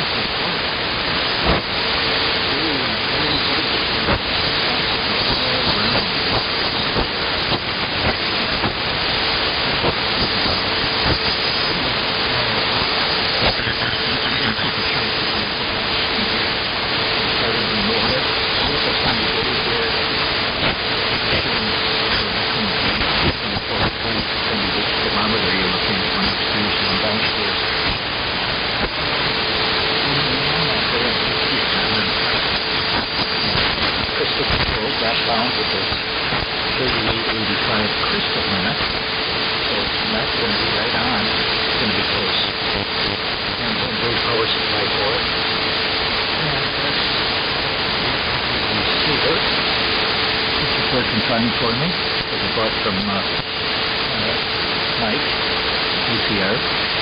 And the D104 microphone with amplifier in the base. Just more reach. That's one of the benefits of it. All right, let's see. Pass it on down to Gary. Put the boom signal here into this side of the state. CGLB, W8NWF. Good morning. Good morning there, Dan, and thank you much for the signal report. I always like doing that kind of signal report from the west side of the state. And it's nice to jump in here this morning and hear some familiar signals, voices. Jerry, Steve, yourself. Boy, the band is picking up very nicely. Nice evenly dispersed signals from all over. We're on the Johnson 500 this morning and listening on the TMC GPR90. And the dipole at about 35 feet. We just added a pair of 40-meter a fan dipole, and Rex and I got on here the other night, and we did loads up on just about all the ham bands. So loads up on 10, 15, 20, 40, and 75, more or less. Made a few contacts on 20, made a few on 10, and those 40, and then 75. So finally we're able to break out and get on some of the other ham bands. Pretty much landlocked here on 75 meters since we set the station at this QTH. And we are using a similar situation here for the microphone. This is a very early D104 microphone, the old metal D104 microphone. And we added an FET 102 preamp on the base of this one as well. It really makes them work. So right now we're looking at power output. It's up to 375 watts here. And like I say, we've got the GPR90 here in front of us. So we're just kind of my favorite station, running the old GPR90 and the 500. KG8LB. All right, Steve.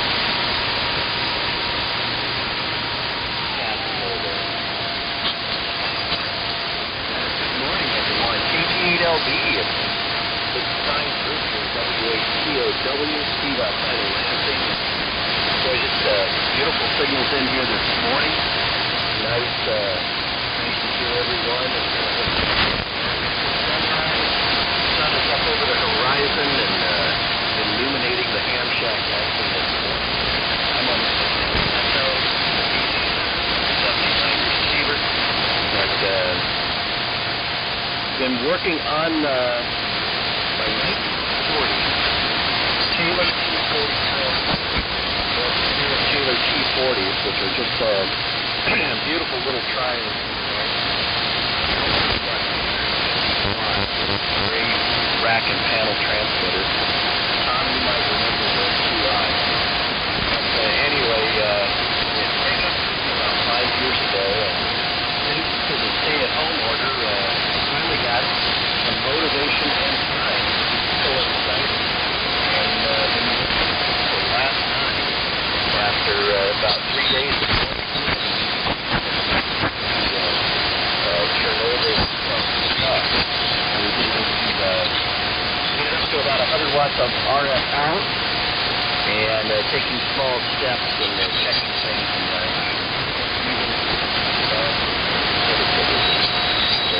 started to like maybe later this week, or even later this weekend, we'll figure out and LB sounding great on the 500.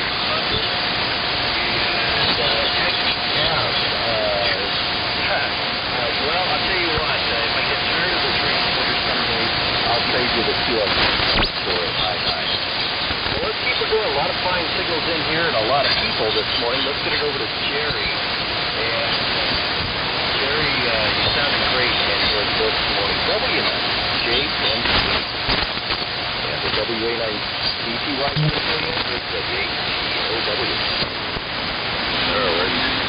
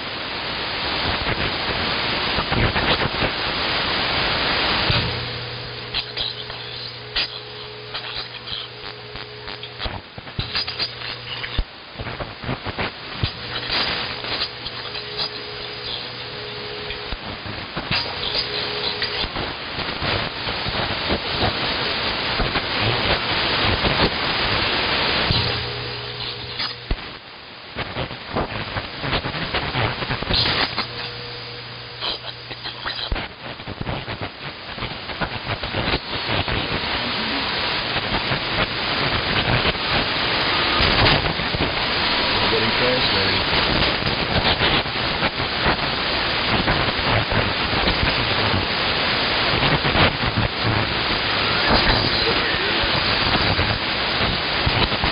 Suggestion of 4 people living so close together.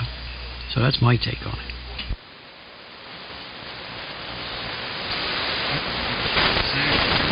I think it's big in New York. You've made it. I guess the coronavirus made it big. I think the coronavirus, COVID-19, was a local option thing. And I do think that it tends to, once you drop thickness concrete, like if you have that, it tends to reside in some form in the body. And as your immune system, when it gets cold, your immune system has muscles of peak. As it is in the summer, meaning it's sufficient or winter, it kind of opens up the door for those things.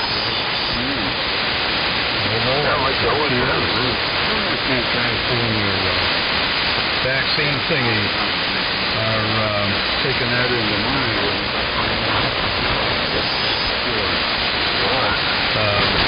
One can actually gets involved in genetics.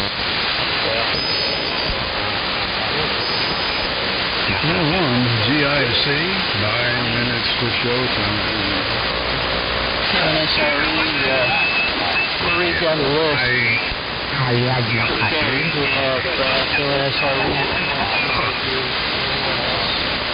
WA1UQM, M1GIC, M1XPM, W1SEX,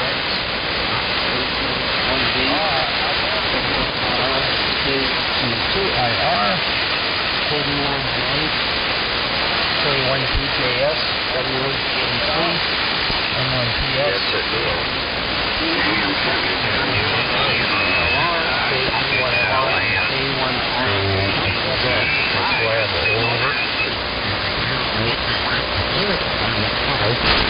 Quite a list already, Mark. Nick, I was just thinking, make sure I have it. Yeah, a little side note on the virus. Okay, my career, I worked in the clinical laboratory for over 55 years, and also worked in graduate school and immunology and what have you. And the virus is a novel virus because it's a serotype. And the only way they're going to control this thing is they have to identify a good antibody test that can do IgM and IgG. IgM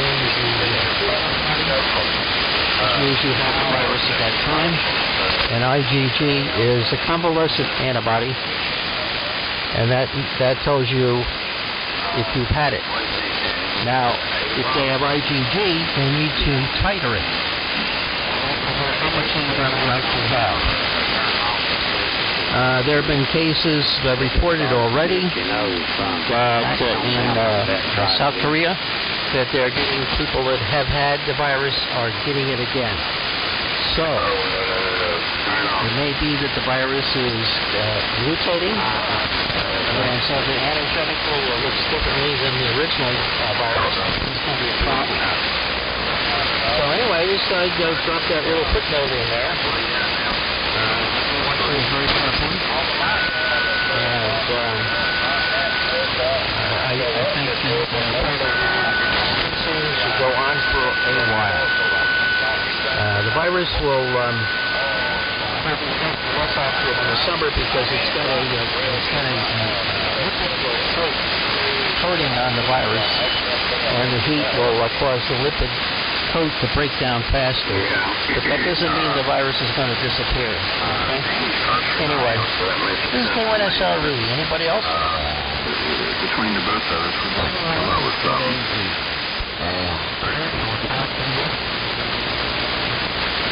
Thought NAV or Z? Victor or Zebra? It's Zebra. Okay, we got you.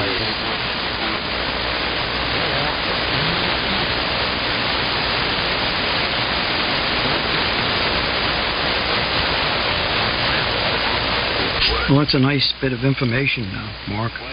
It's nice to have people that have that background and really give us the skinny. It's not coming through news media that has any other ulterior motive but to really educate what's really out there and how it works. But I guess a lot of those viruses have mutated. I mean, the old swine flu and the Asiatic flu. I think it's a natural progression for a lot of these viruses. That's why they have the vaccines every year, because of the mutations. Am I correct in that? Yeah, well, they mutate very easily because they're RNA viruses. All they have to do is pick up the cell that they produce what they call messenger RNA. Template to make the virus, and if there's any changes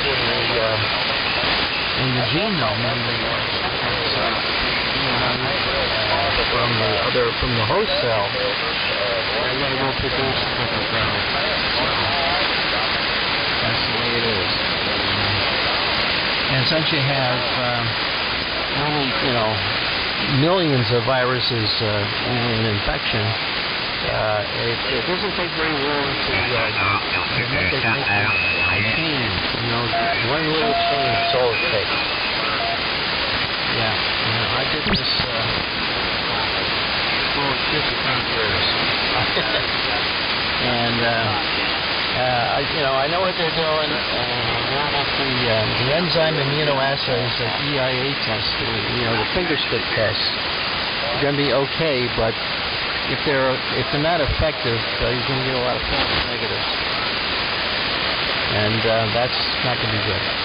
Anyway, let's see here. What do we got? We got 4 minutes. Who's taking the net? Over. I don't know. Al hears more, easily up in one territory than I do. I'm here, so and if there's no topic yet, and if you want to download or upload the list, at least I'll put it on my computer so I have it here. So, what say you, Al? Do you want to start this thing, or you want to? How do you want to work this? Did Sam lose his email? No, he sent me one last night. Let me see what I have here. I think I copied you on this when I answered him. Did you get my email? No, I guess I thought. Well, now you're up. Now you got to wake up the computer. Let's see about. He actually emailed me at 7:13 a.m. said Al never responded, so I don't know if he got the message or not. Better be on standby to start the net. But now I hear you this morning.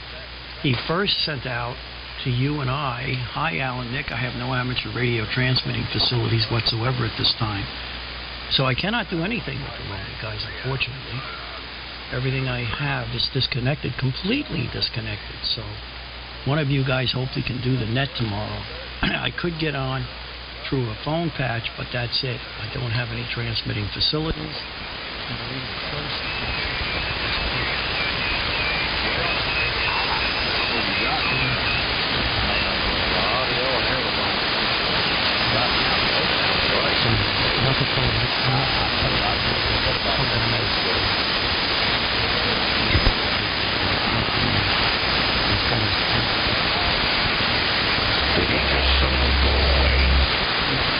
Yep. I thought I heard some barking and fizzing with very discreet signals. Yeah. You're fairly in there. Plus you've got some grunge factor in your audio.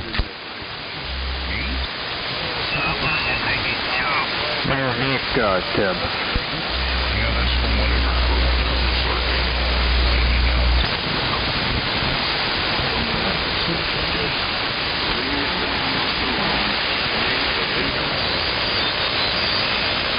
So, Mark, do you have the list uploaded? There was a KC2 trying to check in. Stand here.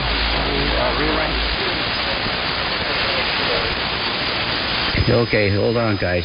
Slow down. I thought I heard somebody, but Mark is keeping the list. Mark, did you hear? I thought I heard anyone else in there. Confirm, Larry? Kilo Charlie 2, Delta Tango, Quebec.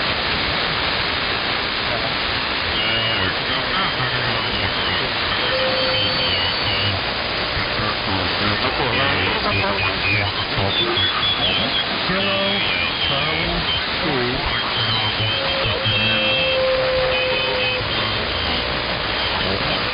Okay, we got it. The question is, how soon are you going to be able to get that uploaded?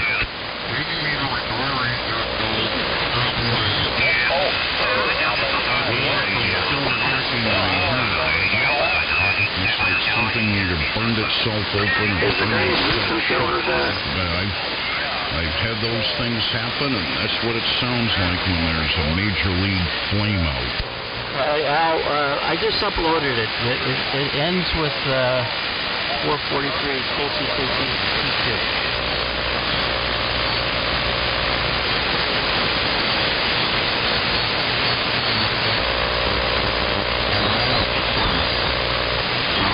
You understand what the when it's already, did you get it? That takes time. I'm going to have to get rid of my modulation monitor. So. All we need is a topic.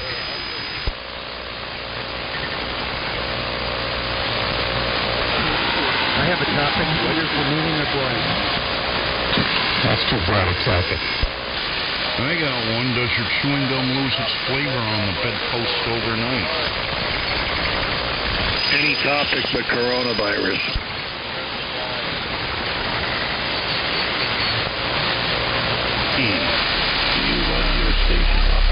Something of a light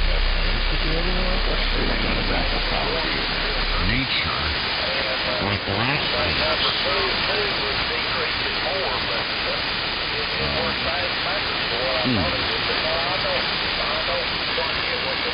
Too much concentration on the forecast of the coronavirus. What little I know about the Something that's not really a human being. Let's talk about it all the time. What they do is they have extremely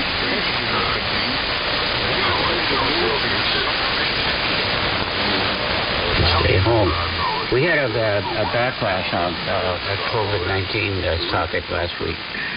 So my thinking is we should probably avoid that. But somebody underneath you said what sort of backup power do you use when you lose the grid? Anybody have a problem with that?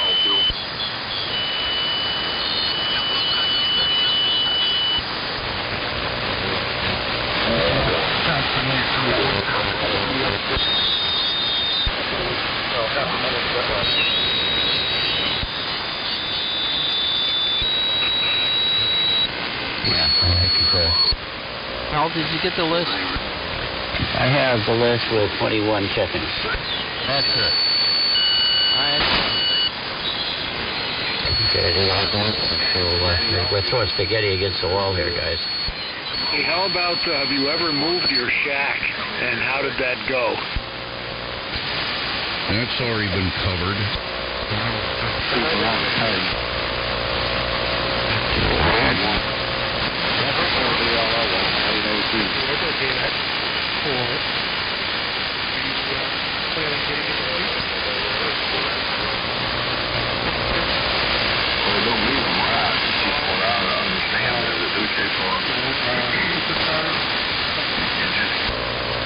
Whatever yard or Larry's restored, I almost unintelligible.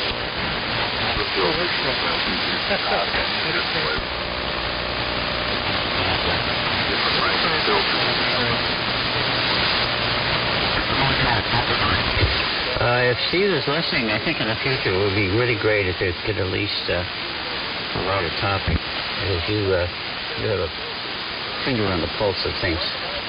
Apparently, Twitter is no longer supplying subject matter. So, And I don't pay attention. I mean, I get to a session, I say you can come out in the same session next week, and I wouldn't know the difference. So that the backup power appeals to me, but it's been discussed already. But doesn't take into account that you might have upgraded. Anyway, still listening for ideas. We're taking up some next time here, but taking up. Let's have some more suggestions, see if anything sticks against the wall.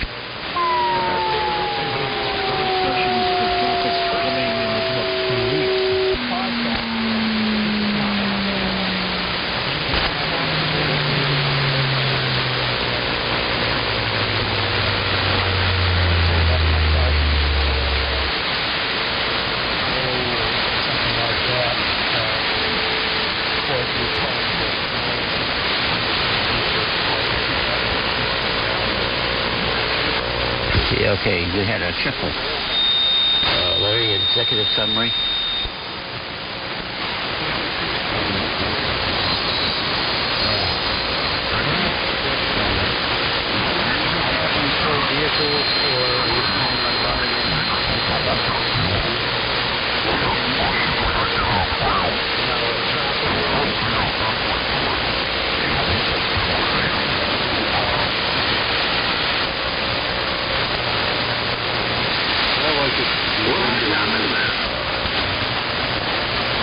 Make a suggestion. I could go either way. All right, let me try this again. Let's see what happens.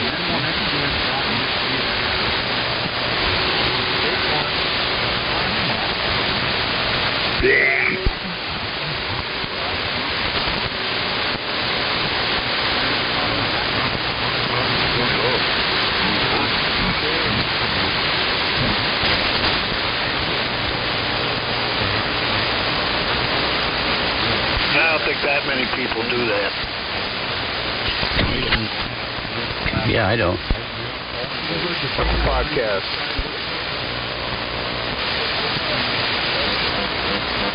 Well, that's the way we can do that. Suggestion would be, or ask for suggestion. It may involve a full letter word, Everything already been covered. But the suggested topic and suggestions for topic. Well, I just came up with one.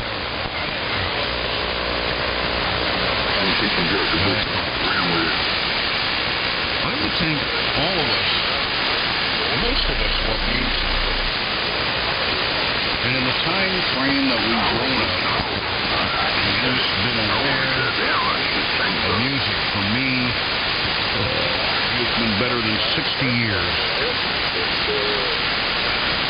when rock and roll started. And how you regard today's music as opposed to yesterday's.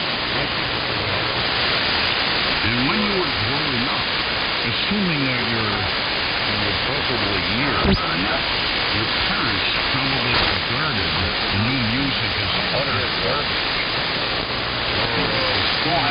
Nowadays, most of our offspring, in many cases, is really into the old rock and roll, the music from the 60s, the music from the 70s. It all had merit. And, of course, there was a lot of garbage. What are your experiences? And I'll leave it at that. Okay, go ahead, Jim. Make a finish. Yeah, I think that's a great topic. I was going to suggest that as well, Tim. HJ1G. First time using this setup, so hopefully a little better.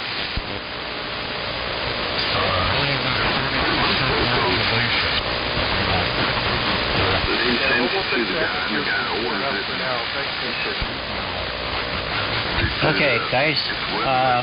In the future, I don't know if Steve is listening or Peter is listening, but I'll be willing to take the net. But we got to have the topics. We can't be doing this. We're 10 minutes into the yard. We haven't even started yet. As far as the music is concerned, that's what the guys want to do. I won't probably be able to relate too much to it, so you won't hear much commentary from me. So I'll be perfectly happy to pick that up. But we need to frame it better. That's too, in my view, too complicated. You're talking about the down through the years. I don't get what you're trying to say. I mean, what is your preference? Has your preference changed over the years, or is it something to do with your parents? I didn't have parents, so I can't relate to that.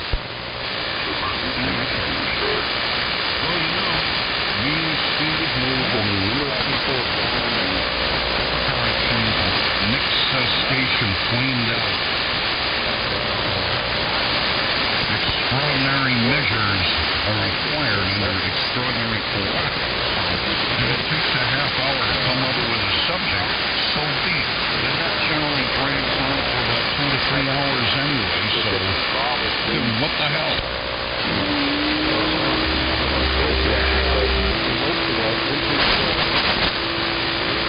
Restoration project.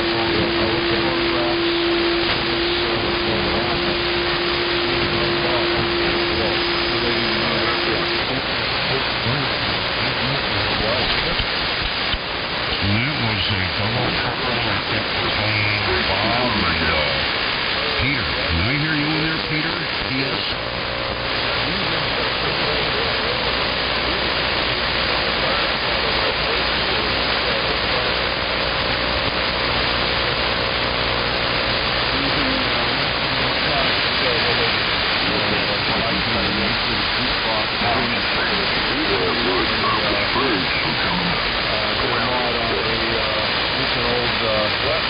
Columbia set record player or something like that, so we can kind of throw that in there.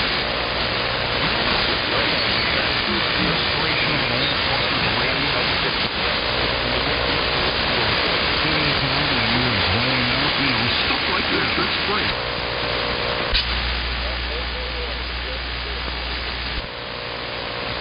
Just so you know, guys, I lost my receiver around 6 months ago, but we got to get cracking here, guys.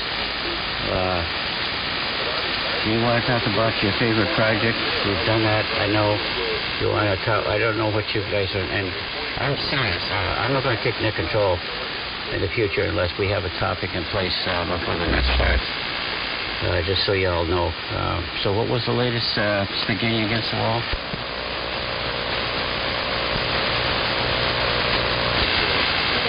Well, Peter suggested relating to the music playing is restoration of interesting radio or musical instrument electronic content. Vintage gift fiddle amplifiers, Peter restored flip-flops, stuff like that where you've been able to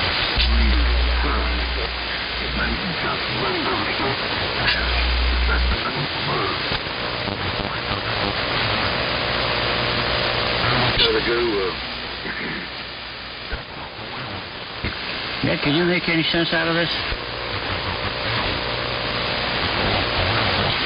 Well, I could take net control of the Lonely Guys for now, but I don't have any list, and I'll have to take it down. Because I don't have the internet on at the moment. Well, I'm back, but I don't know how long. I've got problems with my antenna. My 2 lines off, and I dropped it like a rectangle, a ladder line. Can you guys hear me all right?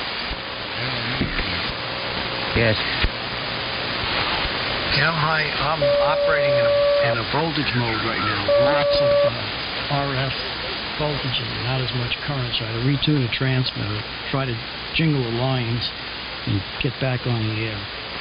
So if we've got a list downloaded, I'll try to start this thing, but I'm not sure how long I'll last there because these, I'm getting a wattage, but I'm probably up around, instead of matching 50 ohms, I'm probably up around 400 or 500 ohms. Nick, go ahead and take it, as I can't deal with this. This is, my view is, I love you guys, but this is all. Go ahead and pick it up. Yeah, a suggestion for a simple monotonic.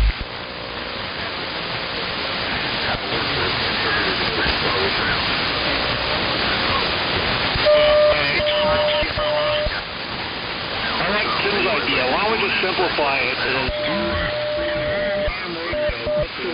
What's your favorite music to listen to when you're not on when you're not playing ham radio? Talk about personalities.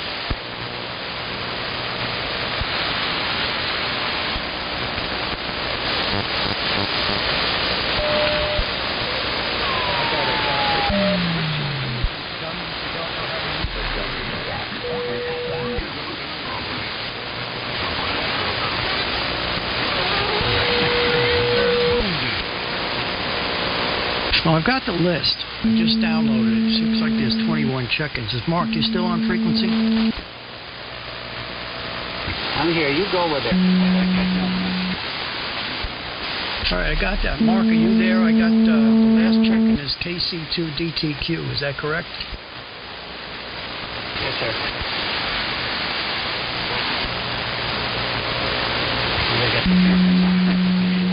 Carry around, but you're taking your.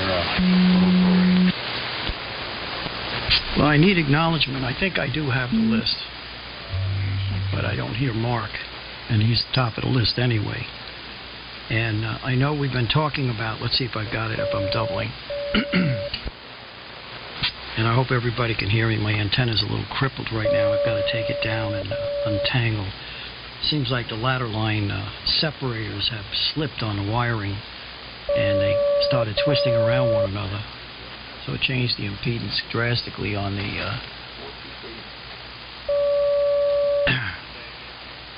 the antenna, so I don't have a match. But at least I'm able to calm the transmitter down where it doesn't mind operating into this load, but very high VISWAR. And, you know, I've got a list here. I'm going to read the list. Mark, are you on frequency before I do that? Is anybody hearing Mark?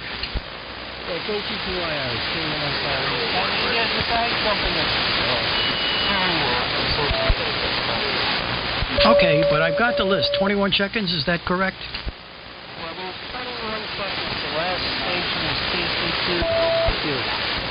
All right, I've got the list. I'll start the net. We'll have to wing it with the subject. And I'm sorry that you're having interference. I hope you guys can hear me because I may be a little bit of, change in signal strength. Who knows? It's the magic of radio. I'm putting out some really high voltages. Thank God for this transmitter. It doesn't seem to mind the antenna transmission lines, which is RG214 on the ground. Anyway, I have K1SRE as the first one up, N1TZU, then NE1S, and of course Jim WA1UQM. So go ahead, Mark. Well, let's see. Before we do that, we seem to be jumping around. There's no subject. We don't have a preamble. Steve's not in touch. But we'll have the net anyway. I'll do the best I can.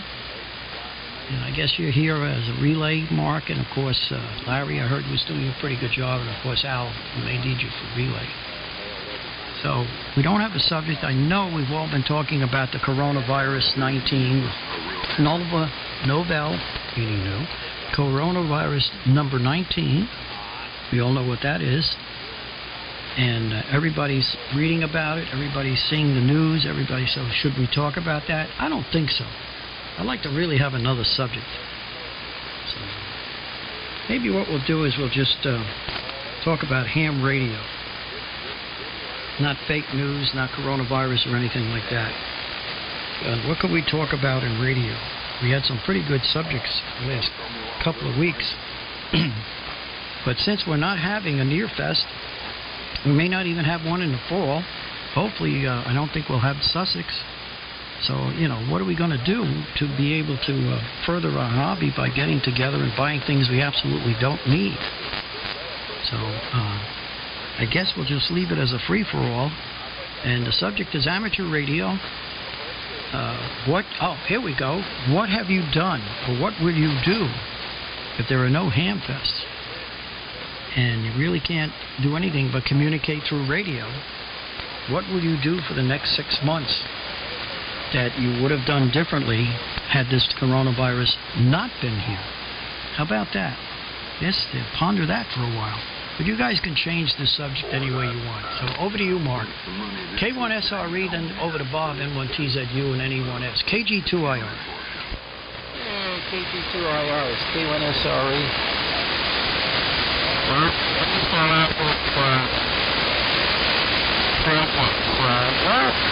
I was totally upset for Redwood on the bench, And my goal is to check into the antique single sideband model. I have one issue in there with the modulator, and I know what it is, and I just have to get in there with my little fat hands and change out the capacitor. Anyway. Yeah, well,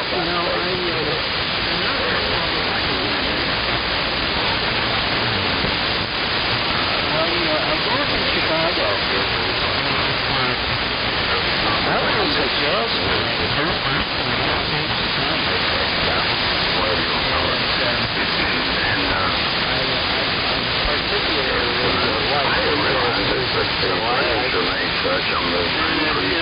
rock and roll is okay, but jazz is much more,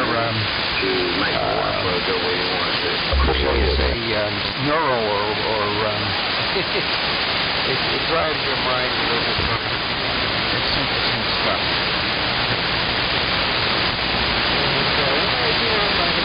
I'm going to go fishing. So that's all from me. I tried to pick all the topics that were kind of like picked out of the blue there. KG2IR, this is K1SRE. I need a vacation.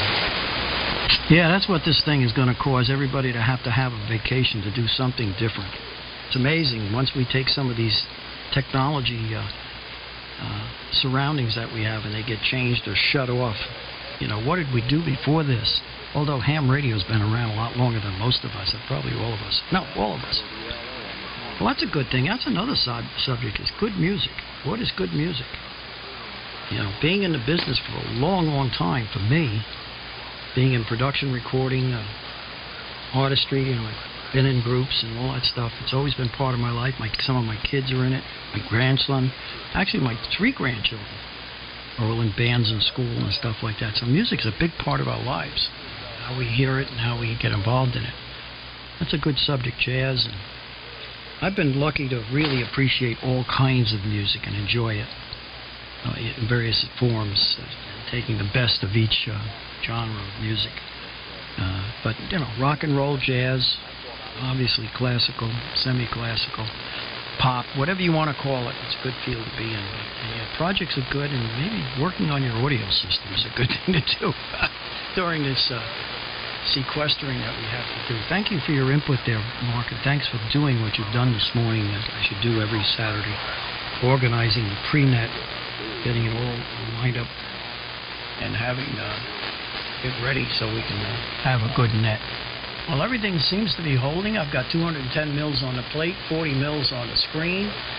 Modulator looks happy with the loading, but the antenna's not, because I can see really high visual. I'm in a voltage mode right now, but it seems to be working. Hope everybody hears me well. Over to Bob, N1TZU. You can talk about what this has done for you and how your lifestyle will change regarding amateur radio, since we are restricted in what we can do in our attendance and getting together and doing swaps and whatnot. Or you can talk about music if you like.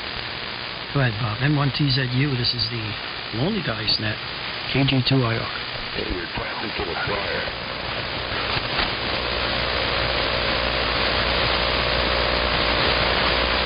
N1TZU, KG2IR. Yeah, just go ahead. I'm not hearing it.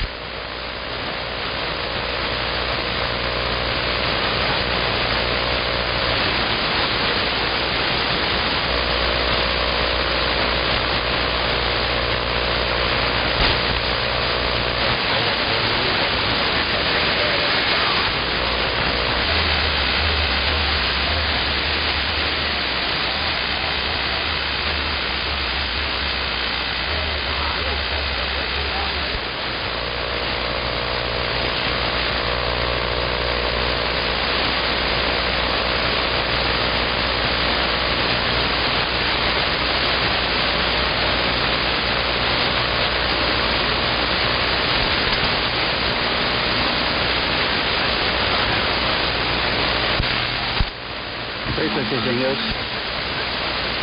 Is he still transmitting now?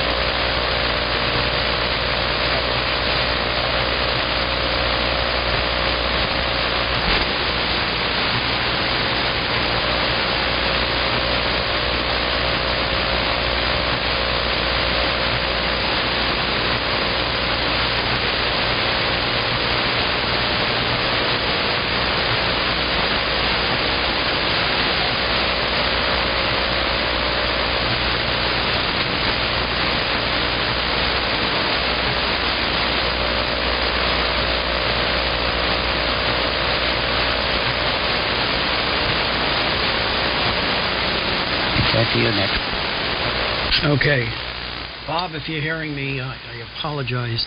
I can hear you in there very faintly, but that's conditions, and I'm south, and I do have some minor problems with the antenna system that I have to correct. So I apologize if I can't comment. Al, do you want to make any statements to Bob or me? Oh, yeah, okay. Only to say good luck with your mold, Bob.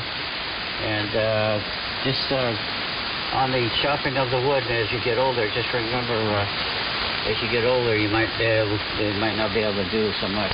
But sure, you've got all the machinery you need. Trust the machinery to do the hard stuff. Back to net. Okay, thanks for your comments. And Bob was hearing me, but thank you for relay, Al. And I guess we'll go over to, we got Larry coming up next, and WA1UQMGM, N1GIC, N1XBM, and then W1SCX. Wow, what great call that is. Over to you, Larry, if you're still hearing me. N1S and the AM carrying at KG2IR.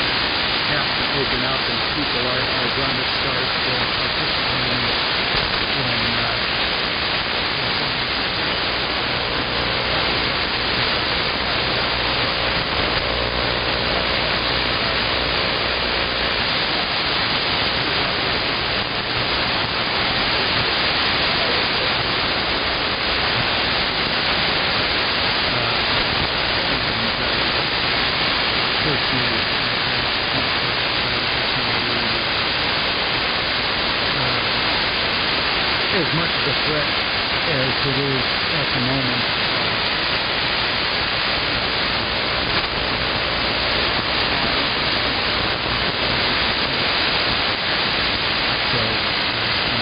winds, waxing winds.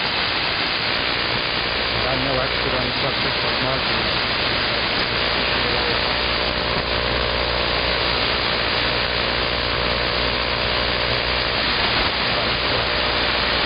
People aren't going to stay pulled up in their houses forever regardless.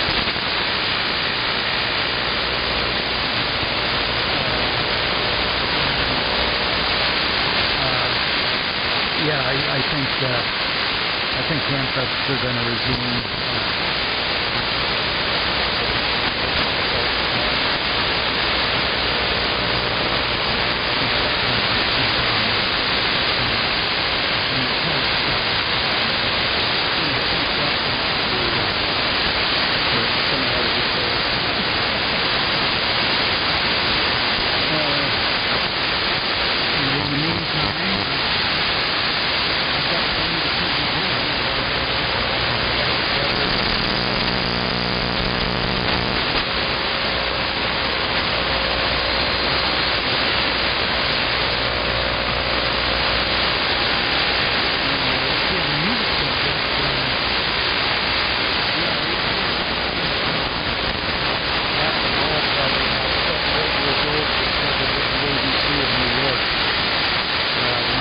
grandparents lived outside of New York City in New Jersey, a town called Chatham.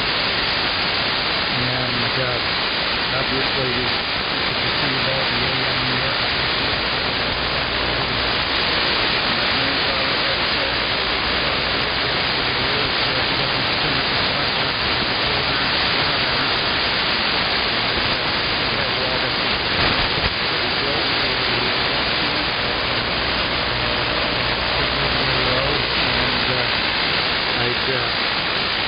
Cycle through and listening to WABC and getting acquainted with rock and roll.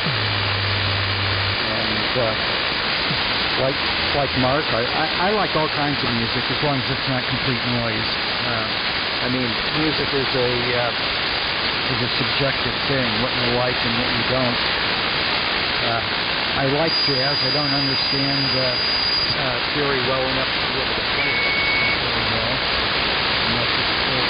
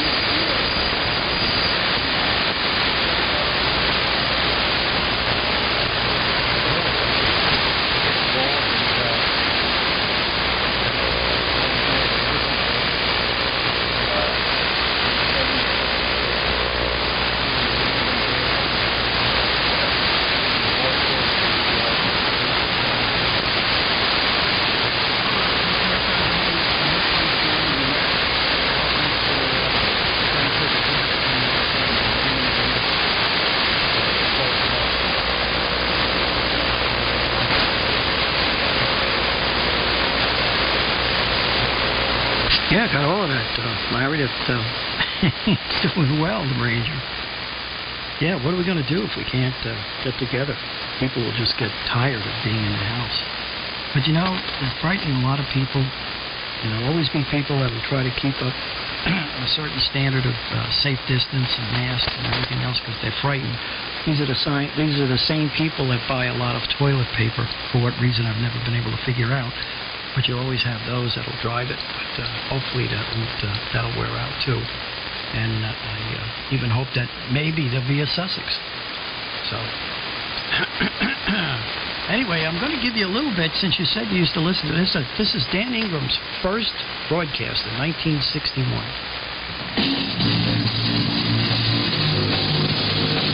This is WABC, the station New York is twisting to. Channel 77. There you go. There's a little taste of blast from the past with Fisher Space Expander reverb units. They were noted for that. Thanks for your comments, Larry. Now we'll go over to Jim, WA1UQM. Boy, it's got a lot of voltage on this antenna. Holy mackerel. Your comments, Jim. It's always good to hear you. I hope you're still hearing me okay. This is KG2IR with the Lonely Guys Net. Yeah, let me readjust my antenna real quick because things are changing.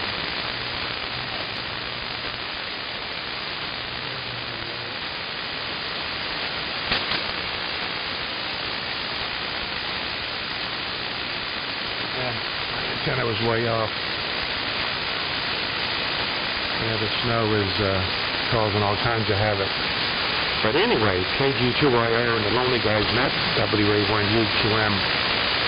In smelly downtown Singapore, Asia. A very good morning to everybody, guys out there. Rick, thanks for your feedback, support, and help, and Al and Nick for running the net. And Steve, if you're listening, thinking about you, and hopefully the move is going well, and you and Jerry are making 100% recuperation. Yeah, very interesting. Music. Well, first, let's go to the Handfest. Well, my whole purpose of Handfest, anyway, is the camaraderie and just the social aspect more than looking at stuff. And I miss that. I miss the days of going up with you and Nick up to Nearfest, those long rides, beautiful scenery, and Howie. Lord rest his soul, and all of the others. So that's a wonderful thing. So we compromise and do other things. And I'm saying how blessed we all are to have hobbies.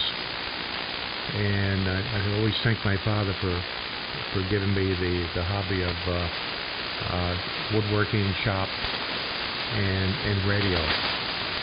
What a legacy he left me. I'll forever be grateful for that. But as amateurs, it's a big family, and I really respect and appreciate that. You get up in the morning and you know that your friends and your radio buddies are out there someplace on some frequency or some band, and it's a wonderful thing. Music, I love music. I always wished I had the talent to play piano. That would be my instrument of choice. I had a guitar, 3 of them, and never had the patience to do it. I love the sound of piano. It's a wonderful thing. But what I'm into lately is vinyl. As you know, I've been working on this Electro Home AM/FM stereo phonograph and pretty much rebuilt the whole thing. I'm very disappointed the audio quality is not what I wanted, and I come to the conclusion through several testing that the power transformer is just grossly overheating after an hour or so. And I checked it. I don't see any shorts with the PWM or anything I checked, but there's got to be an internal something going on there because another story for another day, but I'll figure that out. But what comes to mind, because I really want to get into Brenner, I read the mechanism and seeing that arm go over in that record and hearing some good quality. I'm going to build myself a amp, and it's going to be surrounded by a mahogany or walnut cabinet all finger jointed, and all of the knobs and everything recessed. And I'm going to build a matching amplifier and a matching phonograph, a console to match, same size, and it'll be earmarked for the phonograph, pretty much. So I have this vision in mind, and I think we need these visions to keep us going, especially in times of that we're going through right now. So we always need a project, we always need a goal. And of course I have my car, and I'm taking my classic car out every day, and having it with hot coffee and a cup to go, and I'll park in my normal spot and watch the cars and the traffic, enjoy a couple of cups of coffee, and head back. Notwithstanding, I've been on the bike almost every day, so keeping busy is a wonderful thing. And I honestly believe that something positive will come out of this, although it's been a painful exercise, and one death is too many. But I think there's something that will be learned from this.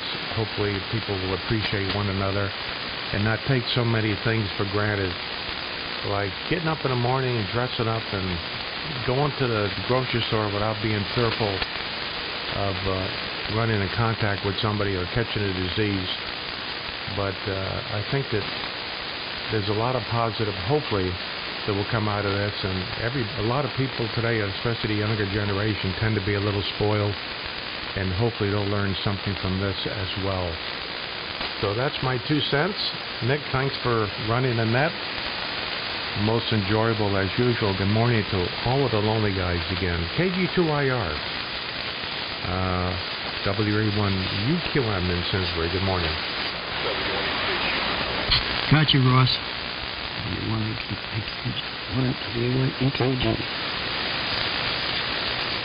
Well, thanks for your comments, Jim. Always appreciated. Wide and varied, and you've got a lot of interest. Boy, I could just picture you building that console or a series of modules with the great woodworking skills that you have.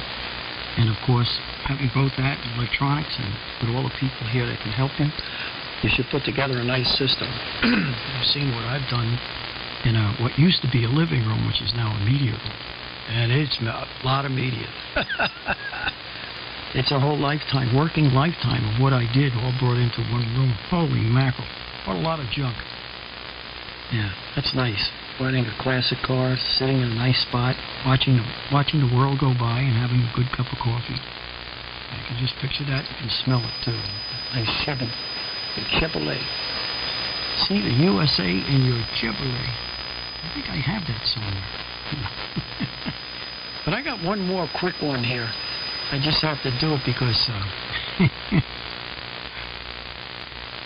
Larry mentioning listening to WABC Radio New York. And Dan Ingram, here he is.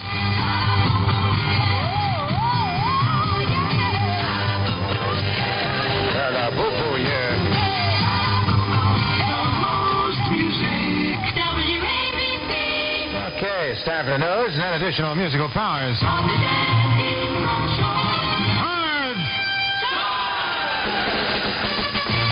Anyway, I figured you'd get a kick out of that, Larry. Probably bring, and anybody else that could dial in those shows from back then. They're on the internet, easy to find. But it's a great thing. Some good subjects, some good comments, as always with the crew we have in here on the Lonely Guys. And Ross, again, you're in. I'll get you in the sequence. Down a list of it. We got now 22 check-ins. And I'll try to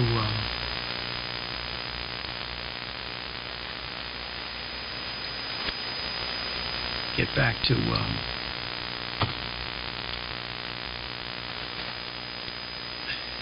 I gotta do this while watching my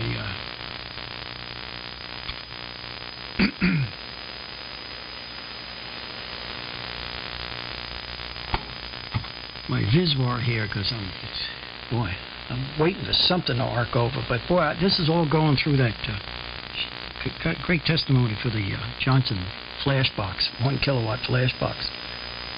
I got about 4 times the voltage across the the output of that flash box than normal.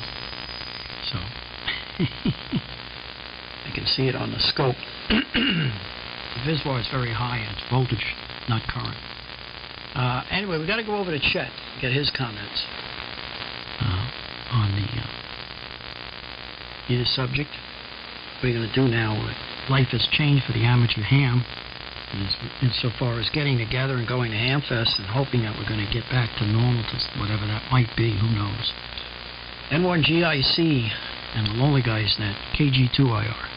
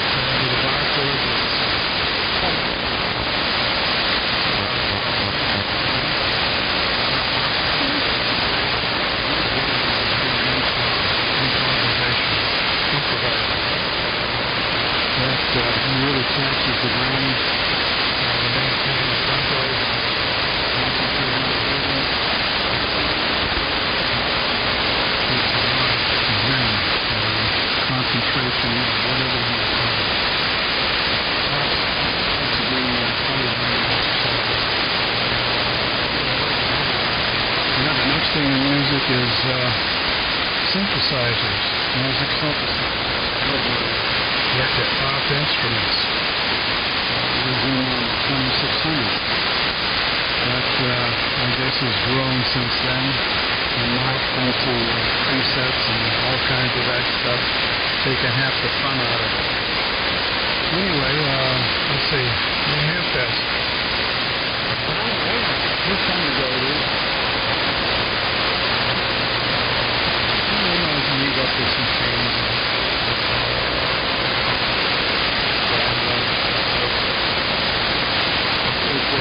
That's about it. Probably going to cancel a follow. Just in case. Anyway, thank you. I haven't heard of anything. Getting the ball rolling. K1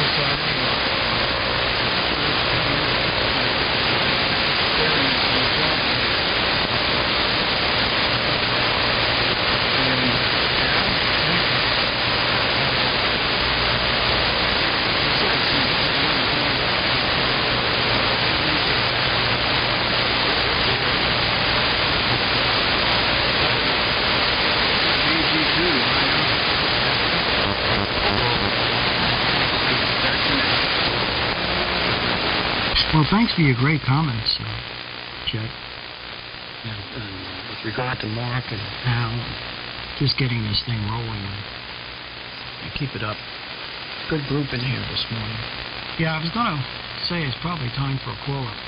Al, stick in here, maybe write some stuff down if I can't hear the check-ins, if they're far enough north. Conditions have changed. My noise level is this, 0. And most people I'm hearing between S2 and S4. Now, part of it's probably due to my antenna not working properly, but I'm able to load into it. And the other part is somehow conditions are just not quite fine. I noticed the last couple of days it's been like that in the morning. Excuse me. So, let's have another call up. This is the Lonely Guys Net. The subject is since we've had this setback of not being able to go to Hamfest and do our social gathering and enjoying each other's company in person and buying stuff we absolutely don't need, or other interests such as music, especially in this time of having idle time, not being able to do what we want to do and go out and do the things we do. A lot of us are working still, and we're not doing that either. So, anyone want to check into the Lonely Guys net, come now. WA2 WNY. I didn't get that one. KC2 CKO.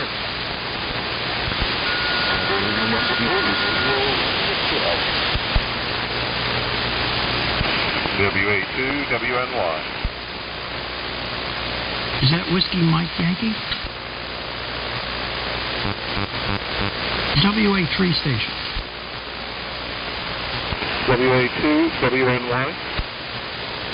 Whiskey November Yankee? Whiskey November Yankee. They got you anymore?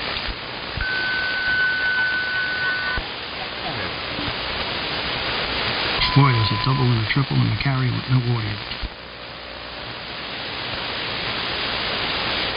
All right, so far I got KC2CKO, N3RIK, and WA2WNY. Anybody else?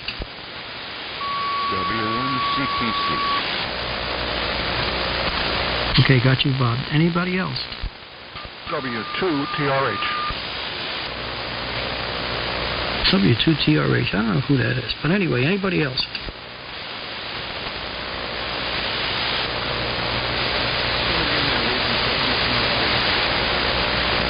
Well, if you can copy them, I'll put them down, but I can't. I'm not even hearing this carrier. N1EKO, Echo Kilo Oscar. All right, got you, Steve, TRH, and N1EKO. Anybody else?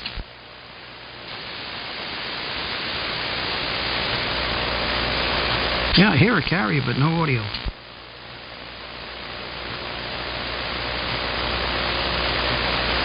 All right, if you get it fixed, come back. We'll have another call up later. But right now, we'll be adding KC2, CKO, N3RIK, WA2WNY, W1CTC, W2TRH, and N1EKO. So we're adding more people to the list. Next up, we've got Bob. You can hear me down here, Bob? I'll try to hear you up there. N1XBM. And the Lonely Guys. This is KG2IR. Your comments.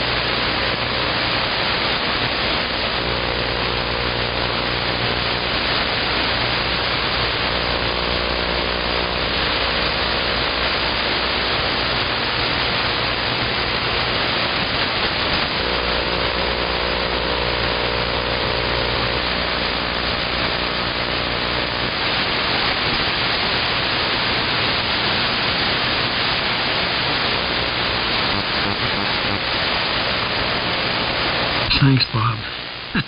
Good comments. Sometimes, yeah, you got to go. Don't. Maybe you shouldn't ask. Just drive somewhere and say, "This is where we're having breakfast."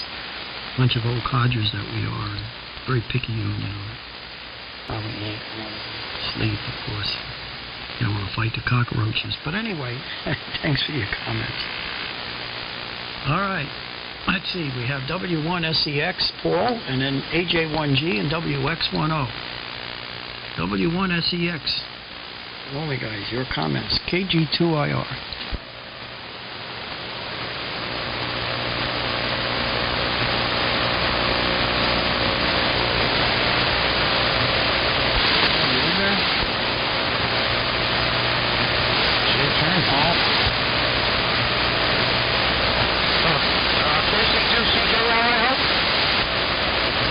No, we're not down that far yet. But anyway, W1SEX, KG2IR. You hearing the station?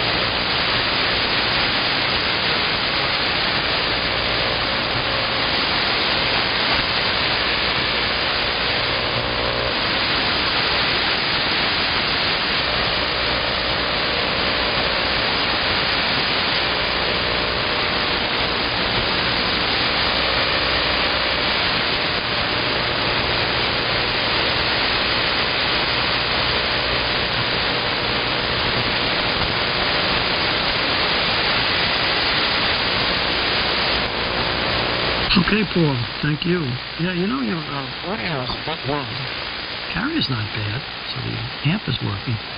And there's a little bit of distortion, but don't take that verbatim because your signal totally is not that strong, because I notice a lot of signals are getting weaker due to band conditions, and I'm having a little difficulty with my antenna. So, but I guess you guys are hearing me. Well, welcome again to the Lonely Guys at number 469. I think I was the one that signed you in, too. Okay, they're in Gardner, Mass. Next, we go over to Chris up in Stonington, Connecticut. AJ1G. Please appreciate your comments. KG2IR and the Lonely Guys.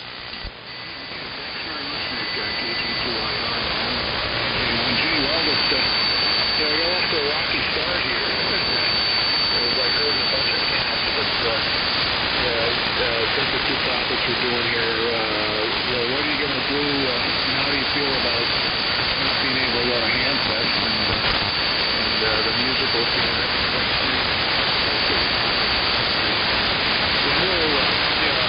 This time of year, it's always, I got my taxes done, I can look forward to going a handset to Nearfest.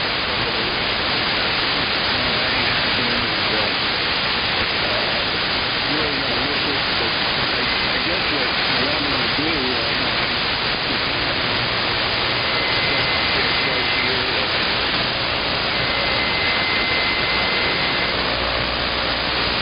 support a particular project I'm working on. I guess I'm going to have to start looking online more, and that would be it. Suppliers, like HRO and other places, dealing over the internet. I've got some things I need, like some fresh coax and kind of thing. the excitement and, hey, what am I going to come home with next?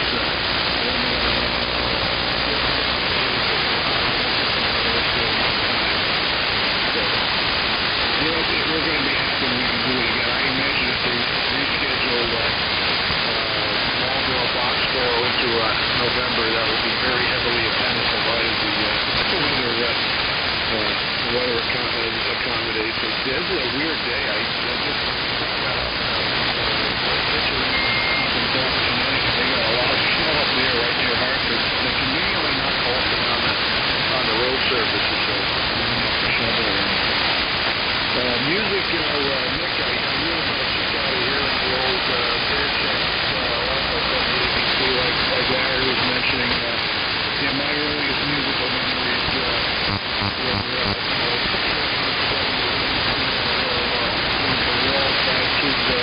All-American my grandfather gave me. And I don't even remember some of the particular songs. I hear them as, oh man, that was one of the first songs I ever heard on WABC. And, and I guess my musical taste has evolved around how I was able to, the way I could be made aware of them. It started out with ABC on the 5 through All-American, and then later in high school and college, album-oriented rock came around. WNEW-FM, that was one of the bigger stations in New York where I was in high school and during my college years. Listening to a lot of college stations, interested in things like folk music and bluegrass and things like that. Strong listeners to some of the classic rock musicians who've been doing Bruce Springsteen. A lot of them we play together. I really enjoy going on YouTube now and watching some of the. You just look for them. You see various people getting on.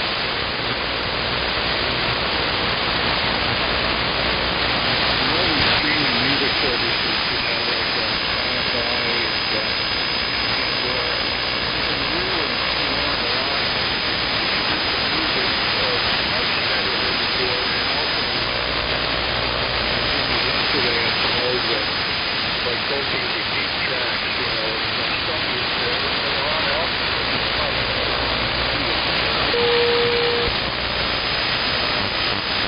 And traveling too, I was out in a couple of times a few years ago and started visiting out there. And there's a really beautiful, a very rich musical heritage out there, and some great stuff. One of my favorites is Hawaiian flat key guitar, which is very close to like Mexican and Spanish classical guitar, because music came to Hawaii with the guitars of the Paniolos, the Mexican cowboys.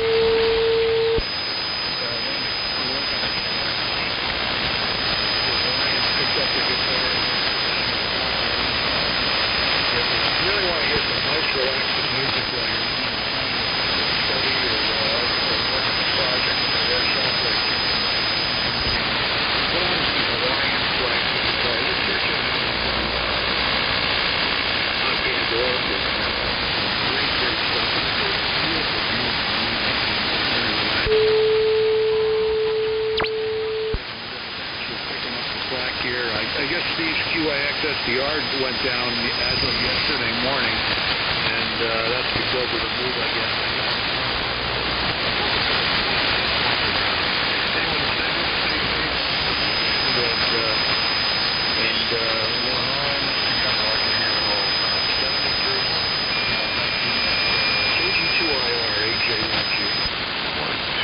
Okay, Chris, thanks for your comments. Yes, I've heard some of that music. I often wondered how the Caballeros Mexicanos, the Mexican cowboys, how they got that far west on a horse, 3,000 miles over ocean to get to Hawaii. But there's a lot of that influence, you're right. It's nice when you see a mixture of music like that.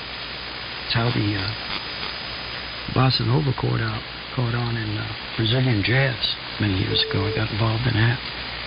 But music is a great subject. You know, it's part of my life for a lot of years.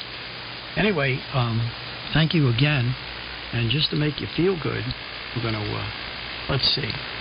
I think I have something here that you'll remember. And all you guys who were able to hear WABC Radio, here it is. Oh, yeah. 18 minutes before 5 o'clock, 71 WABC degrees. Let's twist right now with a peppermint twist. Mr. Joey D and the Starlighters doing it for you right here on your Dan Ingram Flanger. How you, Key Wasabi? Let's go, baby. Ah, yes. Boneless Chuck. It was great. He had some great line. Lived right over here in Syosset, which is a town over from me. Actually, it's two towns, but they're kind of close to one another. And he has a production company, and we did some recording for him for some voiceover work. And he calls this company Kimosabi Productions, because he was always imitating a Lone Ranger in his bunch of guys. Tonto, all those people. Anyway, next we go over to Bruce in Middlebury, Vermont, to the X10. And I'm supposed to go next. I think I've taken up too much time. KD1NA, Dave, and of course K1PJS, Peter. So over to you, WX10, Bruce, take it. KG2IR and the Lonely Guys. Okay, Nick. Here we are. Be a little bit low in frequency, I think. Hope you can hear me. We're still down in Maryland on the eastern shore. So I'm hearing you fine. I'm having quite a bit of difficulty hearing the New England stations today because QIX's SDR is gone. So I'm attempting to listen on the K3FEF rig this morning. Well, good morning. I'll confine my comments to Hamfest. Too bad that we won't see any this year. I predict that they will be gone. However, there are a few online outlets to be able to make transactions. What's missing there are the face-to-face interviews and conversations. In that regard, recently, as of last Thursday, 2 days ago, the New England Vintage Electronics Club introduced an option for its members, and there's a small contingent of those members who are hams, to get together on this thing called Zoom, where you can actually use your laptop or your computer and see faces of the people that you're talking to. Well, that's the next step, I suppose, up from something you can't talk to. And, you know, remember there used to be the AM SwapNet on Thursday evenings about 20 years ago? I always tuned into that. But, of course, you couldn't see anybody. But this opportunity that the New England Vintage Electronics Club presented with Zoom seems to be a contemporary solution. So I'm going to keep it short. Good morning to everyone. And thank you for jumping in there as Net Control Nick. KG2IR from WX10. Okay, Bruce, I keep making that mistake because Montgomery, Vermont shows up as a QTH.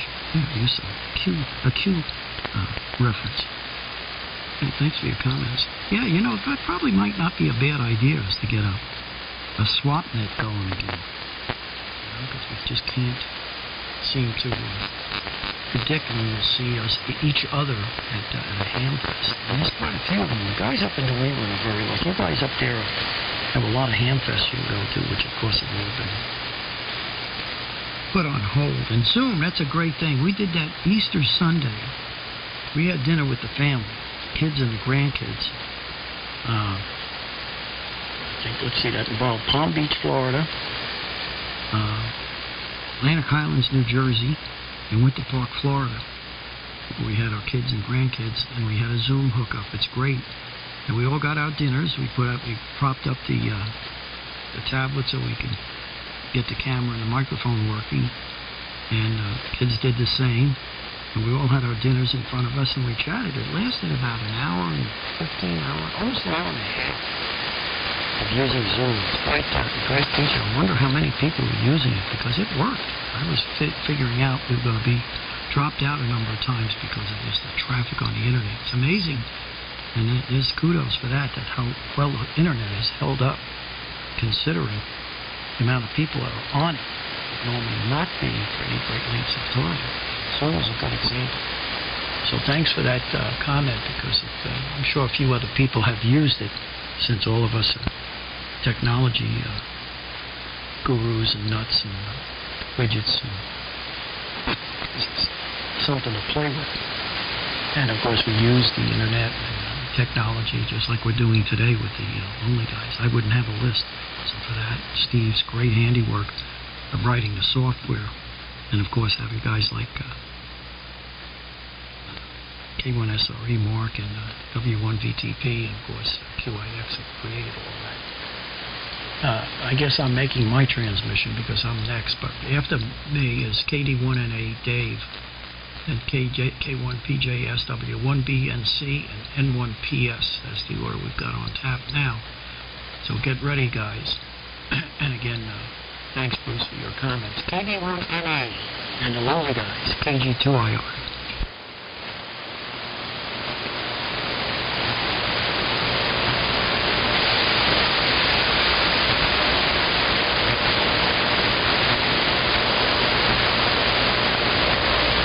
KD1A, you're there too. Wait, there was another station. Did I get who?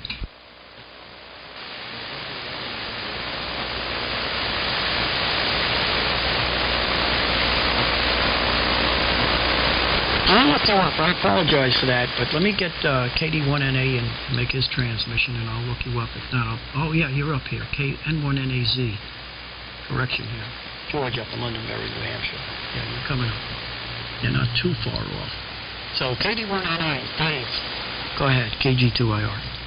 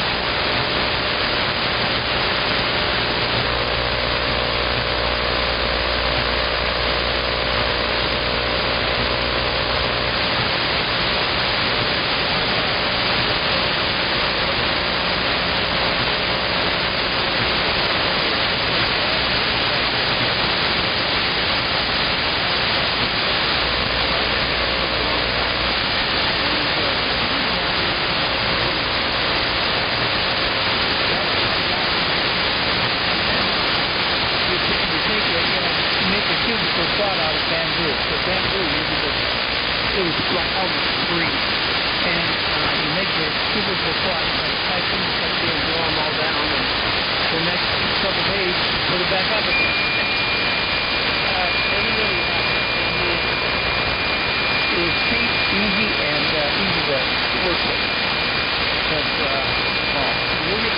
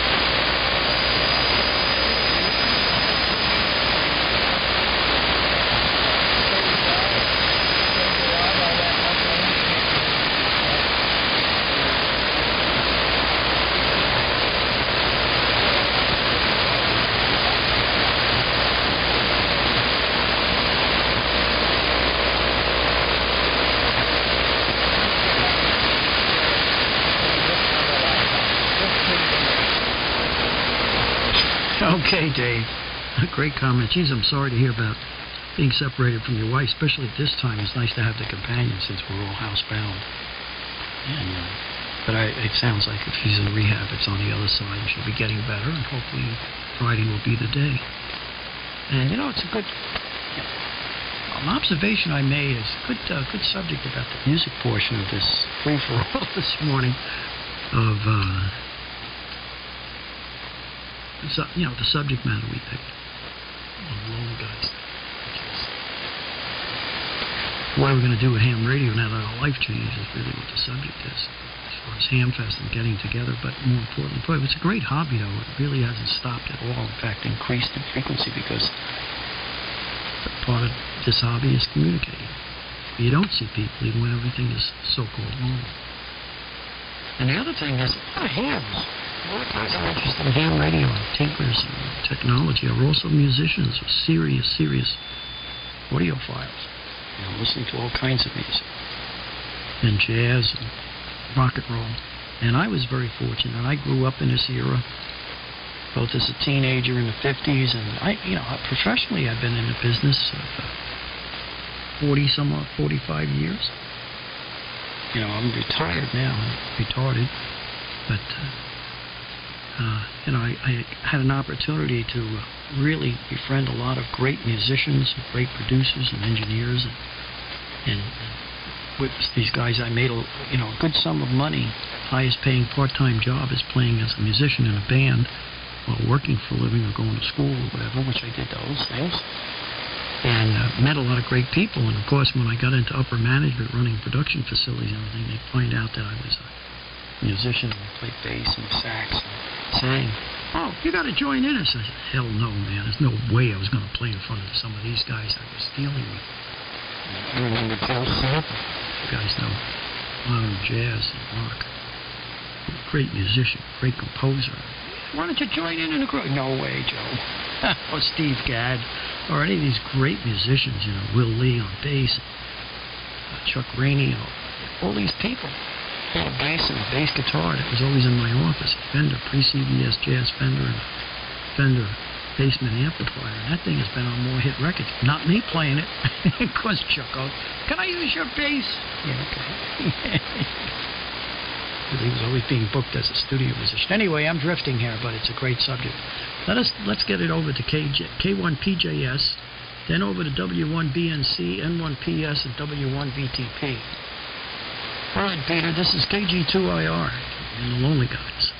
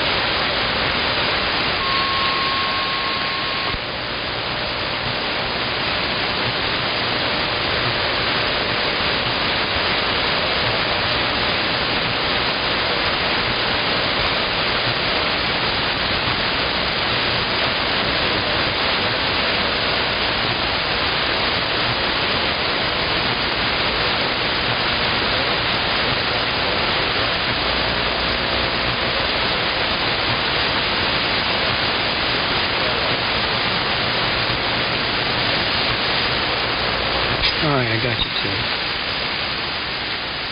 Mysterious chicken. Well, thanks, Peter. Good comments. It's amazing how many of the New Englanders know about ABC Radio in the North. Of course, 1010 wins New York. And it will. BBC radio, 772 hertz.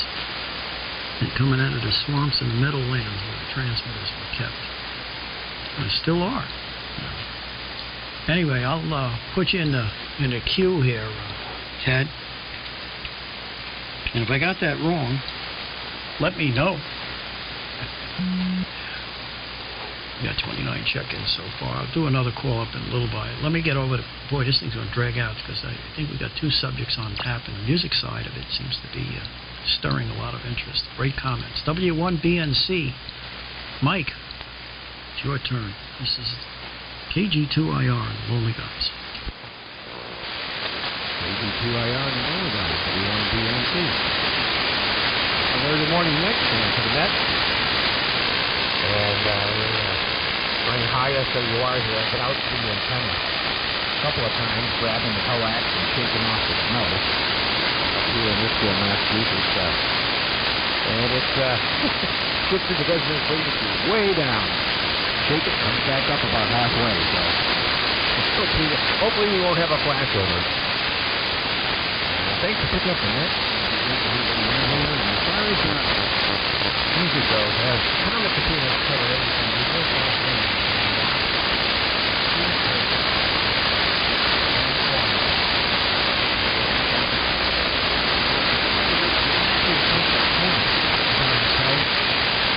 And about the art, the industry, and the reason to COVID-19. I don't know. Whenever I hear people think it's a hoax, shake my head. I think many years ago I got the people.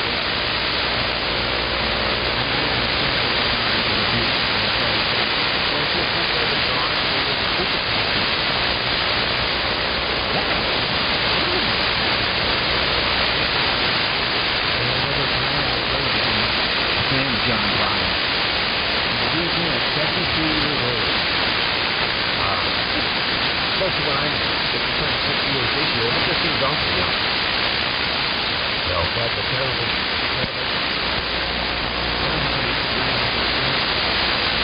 Where you hear all kinds of testimony.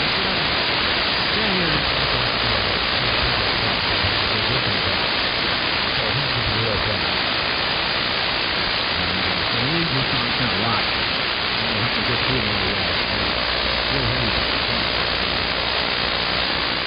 now, as far as the effect on manifest and such, well, there's been a big question in some ways. Our club, the Central Amateur Radio Association, has had you get on the big trip on every morning. Now it's 10 o'clock. 3092, a bunch of us get on. More activity than we've ever had. And it's a lot of fun. There's really good for everybody else, but it's great to know that everybody's doing well. That means a lot. Yeah, I'm going to miss the spring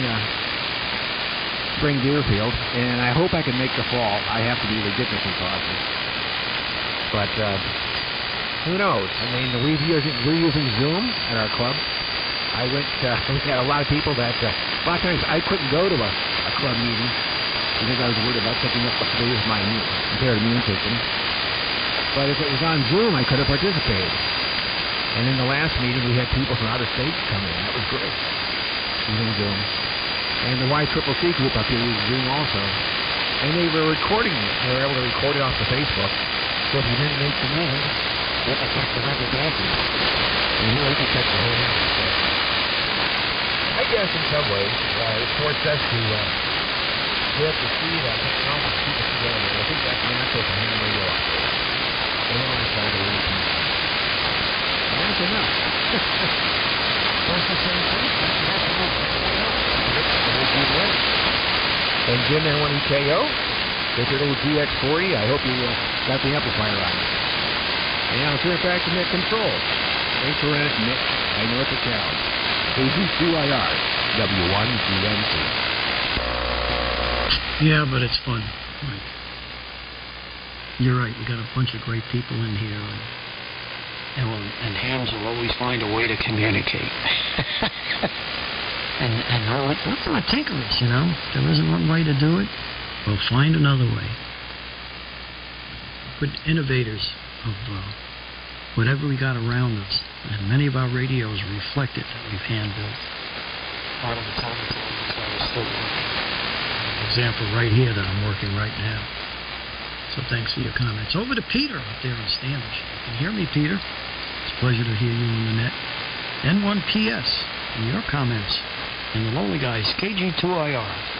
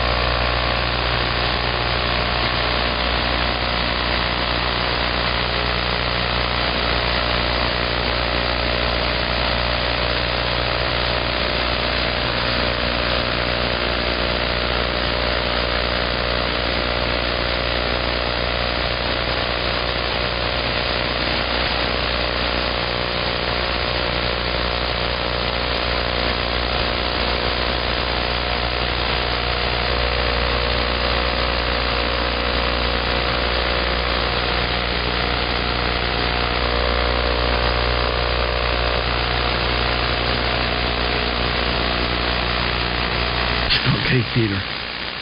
Yeah, you're right. The baby boomer generation and slightly before, really, and the companies making the kits. Plus all those parts becoming available as TVs were trying to capture the market, and they were ending up in the trash because they didn't work very well, and you had to get another one, and made a lot of parts available. I can't tell you how many power transformers I stole off old TV chassis, tube sockets, everything I could find, of course, components. Thanks for your comments. Yeah, I guess we'll get this too, we'll pass. Well, anyway, let's get on with this thing because, boy, a lot of interesting comments, which is making lengthy transmissions. So coming up, we got Al next, WA1HLR after him, K1MI, and K1RJZ. W1VTP, and thanks for your help this morning. One of our illustrious net controllers. It keeps this thing going. And all the great help you've offered. The great job you do when you handle this. W1VTP and the Lonely Guys, KG2IR.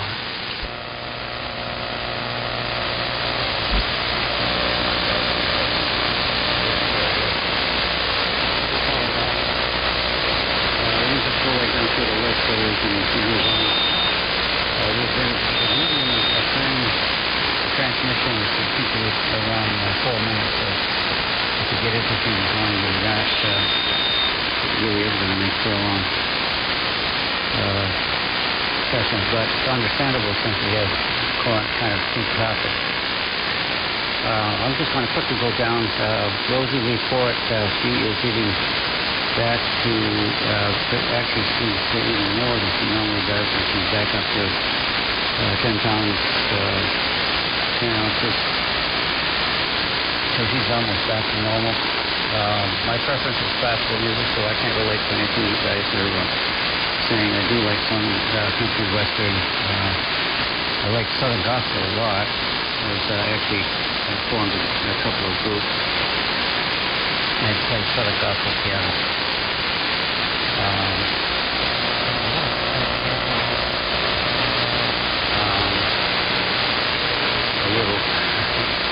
One gal, I think her name is Osmer, I particularly like. I followed her career up from pre-teen up to where she is now. As far as if we get into some sort of new normal, there's probably going to be more traffic on these A82RZ. And on another side, did you know that Elvis came from the Southern Gospel background? Cherokee, but I don't care for him, apparently. He started to tell a lot of stories about career. Some movies that wasn't bad. I mean, he's kind of okay. He's definitely had his personality. Hasn't been the movie that he made, but it's favorite.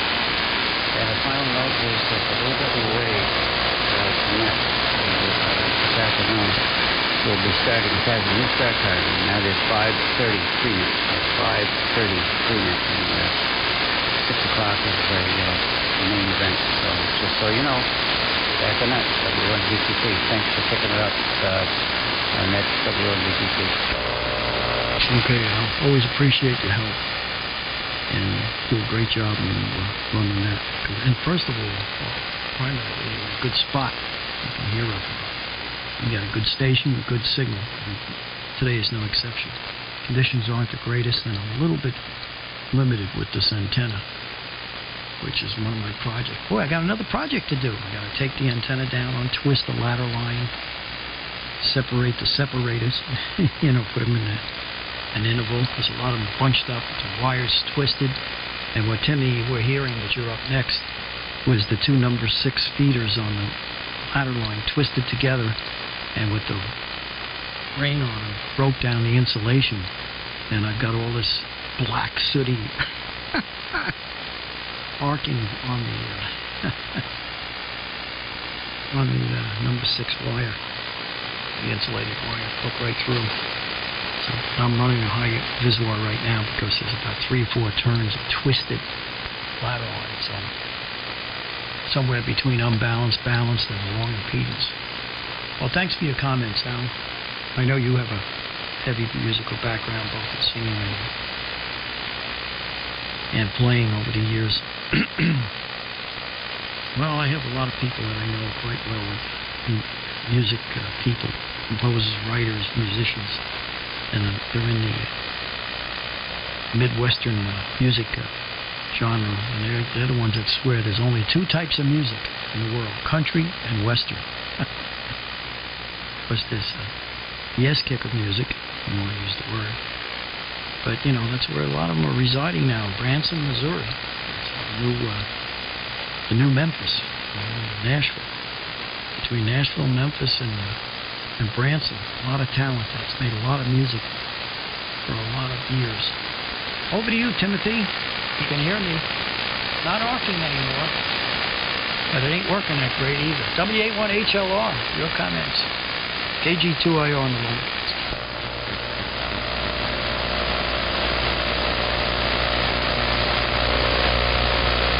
Oh, Timmy, are you there?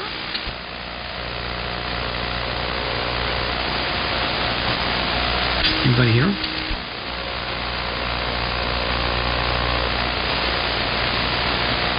Yeah, I can barely hear you. Go ahead and make your transmission.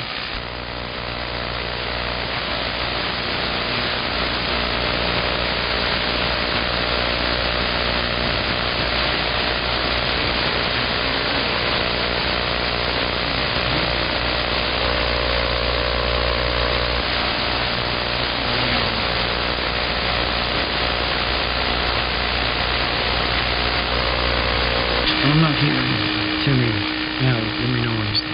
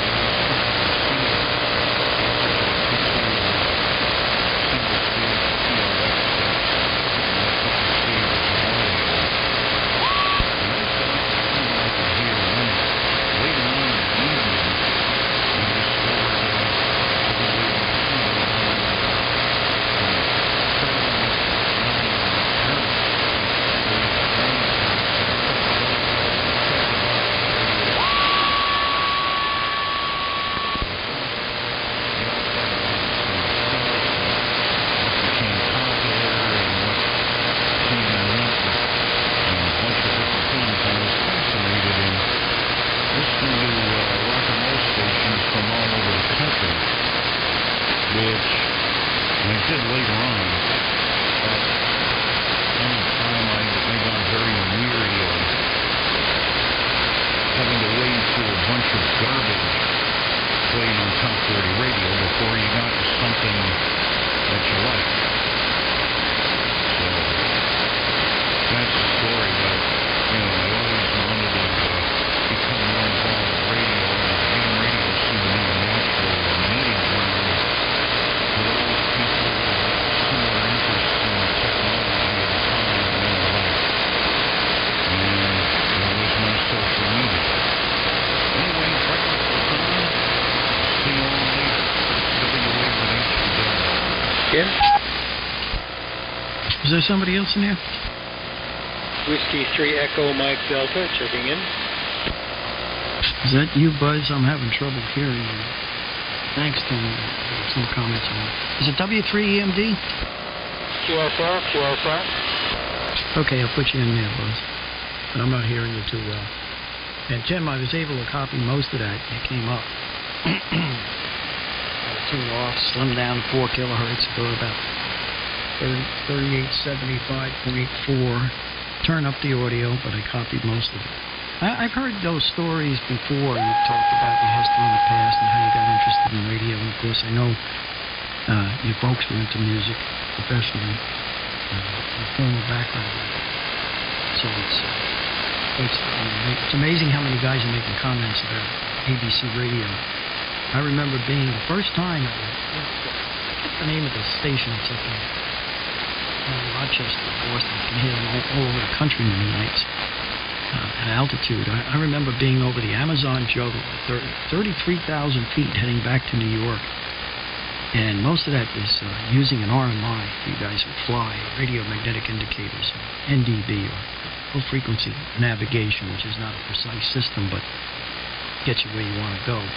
And I can remember talking to air traffic controllers, and said, we'll steer you on the heading. And I said, well, I can pick up, New York radio stations. You get WABC, and I'd start to watch that RMI needle in the cockpit starting to, would be swinging back and forth, and the signal would come out of the static, and that thing would dance and give me a bearing right off the nose of the aircraft, and you could navigate that way. Those stations, for some reason, ABC's one of them, put out a great signal all over the globe. Just the way it propagated, where the antennas were, whatever. I don't know if it's all the same, but we could do a lot. Anyway, I'm babbling on here. Let me get it over. We got coming up KE1MI, Greg, and K1RJZ, Rick, and then N1NAZ, George, is still in there. And then right after that, we'll have a call up. KE1MI, Greg up in Braintree, KG2IR on the line. Yeah, okay, that's KG2IR. Good morning, everybody.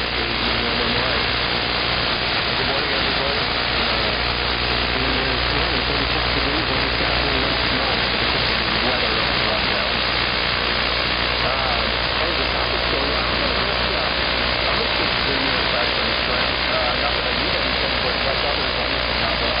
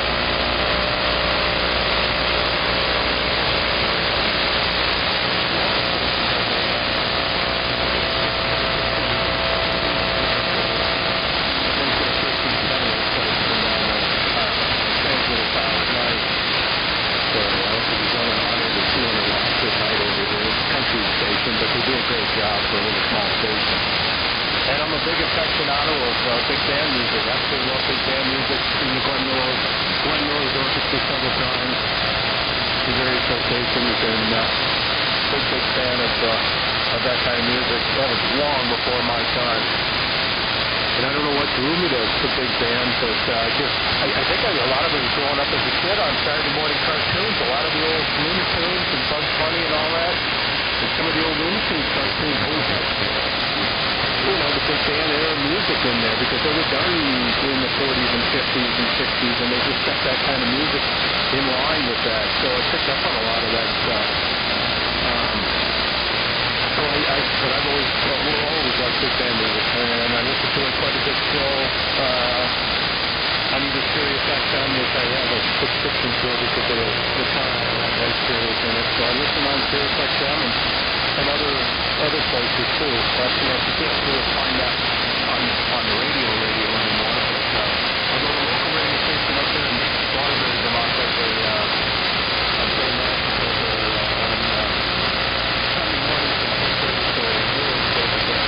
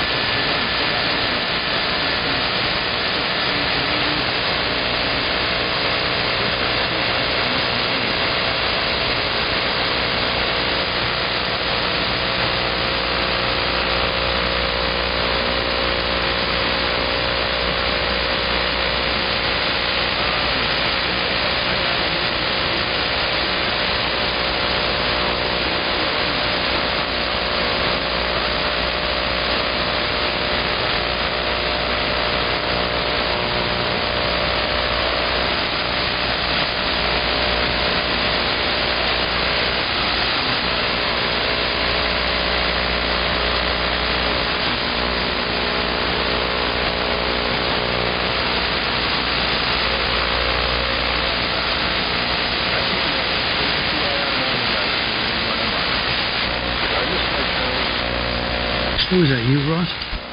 Yes, me. Now, let's see, where are you? You're about 5 more guys. Hang on. Okay. All right. Thanks, Greg. Good comments. Getting a lot of good feedback and a lot of good comments.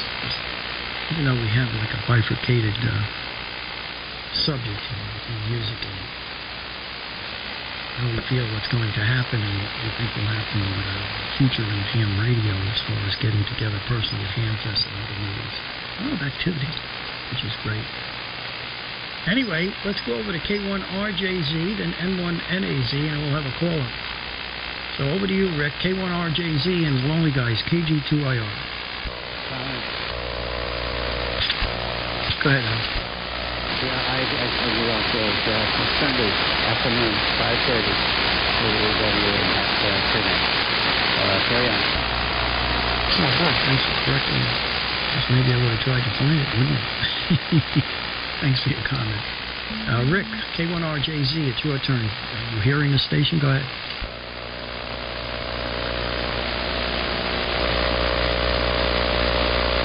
Anybody hearing RJZ?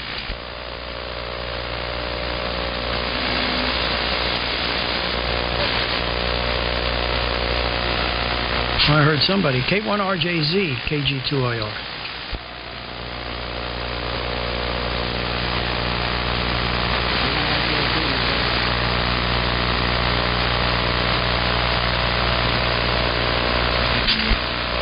All right, we'll come back to you later.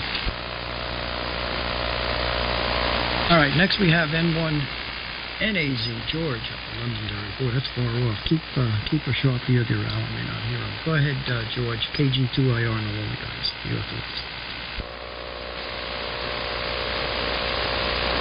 I'm hearing fine.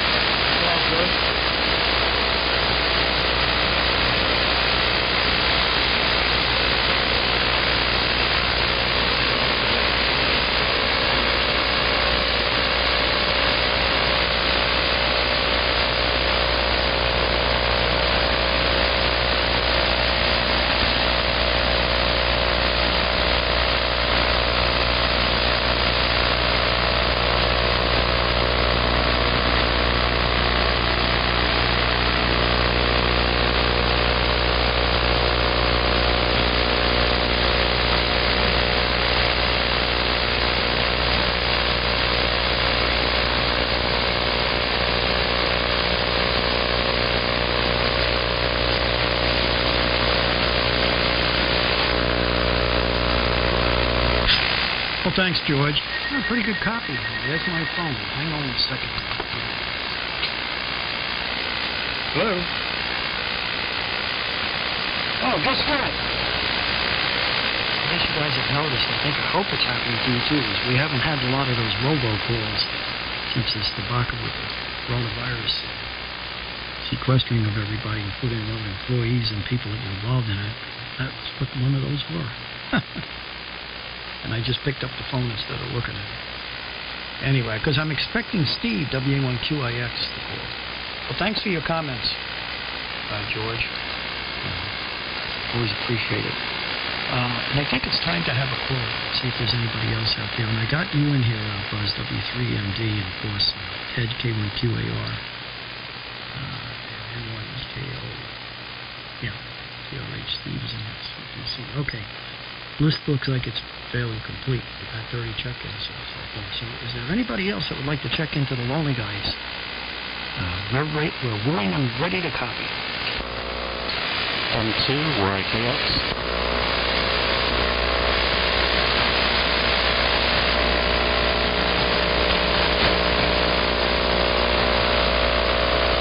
I didn't get that third station. Do you hear him now?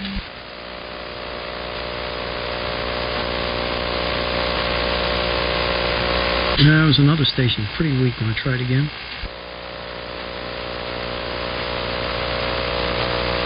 All right, I got you, Drew. N2YKX and November Foxtrot 1 Alpha. Anybody else want to check into the Lonely Guys?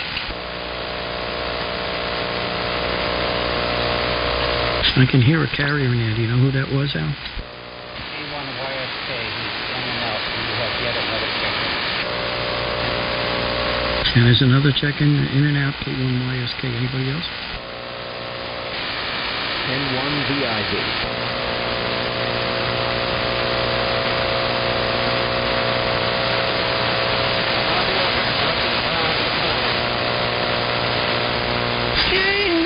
Good to hear you. All right, we got N2YKX in and out, NF1A, K1YSK, N1VIV. Good morning to you, Joe, and of course Jamie, N2VJ. Well, we'll try to get it over to you guys.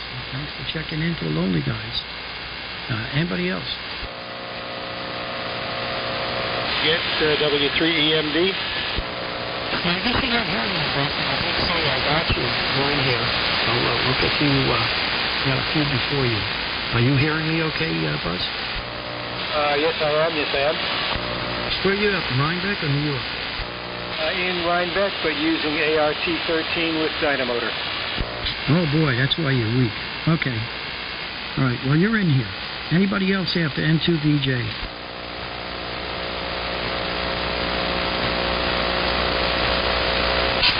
Okay, nothing heard. So far, we have checked in on this next round. N2YKX and NF1A. 2x1. K1YSK in and out. N1VIV and N2VJ. Okay. Next we have up is Bud up in Hinghamass. K1LC and the Lonely Guys. And the subject is kind of bifurcated. We got talking about music interests, since a lot of us hams are musicians and serious audiophiles, listening and enjoying music. And of course, the situation here because of the coronavirus sequestering everybody in the world. There's no ham fest and no gatherings. How's that going to affect what you're going to be doing? Getting stuff for projects. And that's the thing is, going to these ham fests, you go, I don't need anything, but you always come back with something. Something always follows you home. And that usually triggers projects. Or redoing something you've already built. Because you found something better to make it work. So, let's go over to K1LC, KG2IR, and the Lonely Guys.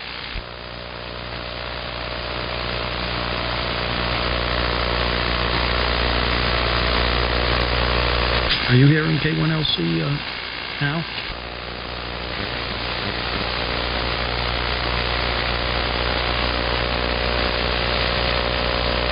Okay, we'll come back later and make a roundhouse call because we got RJZ, Rick, and of course K1LC. Next one is KC2DTQ. Tom, your thoughts and comments.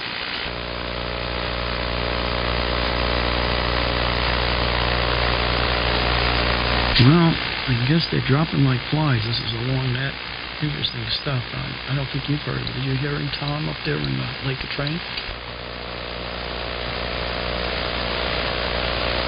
KC2DTQ, KG2IR.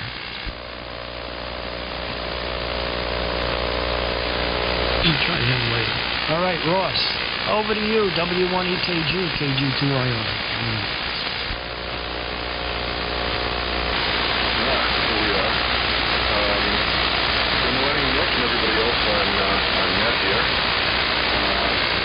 On the music thing, I'm a little bit out of place with almost everybody.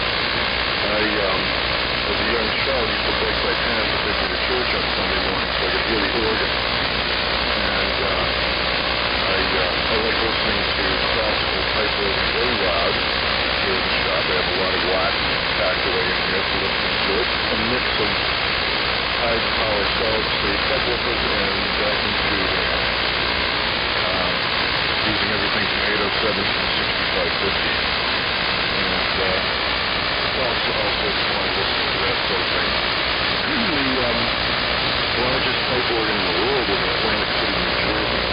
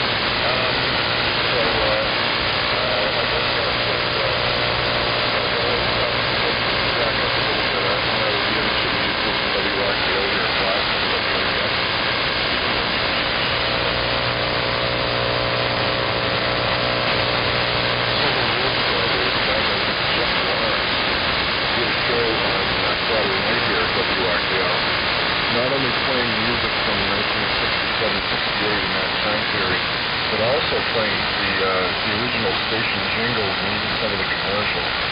And I thought I had stuck it into a time warp or something when I heard him on the air. And of course, WRKL got rid of him after, I don't know, he was on maybe almost a year. And apparently wasn't generating a lot of Jeff Lawrence now shows up on WGWW 5085 at night. He's not occasional, but of course not playing WRKG.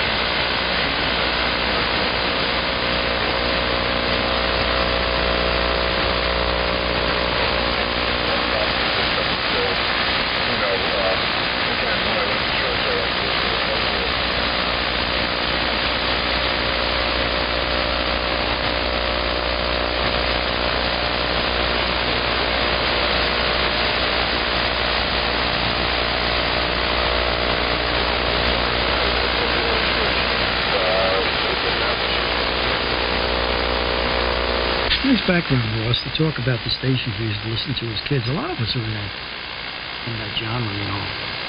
Radios, 10 years in the house, but radio was a prominent thing, especially AM. Boy, it's amazing how that's gone away, you know. The only real good AM radio now is 3.885.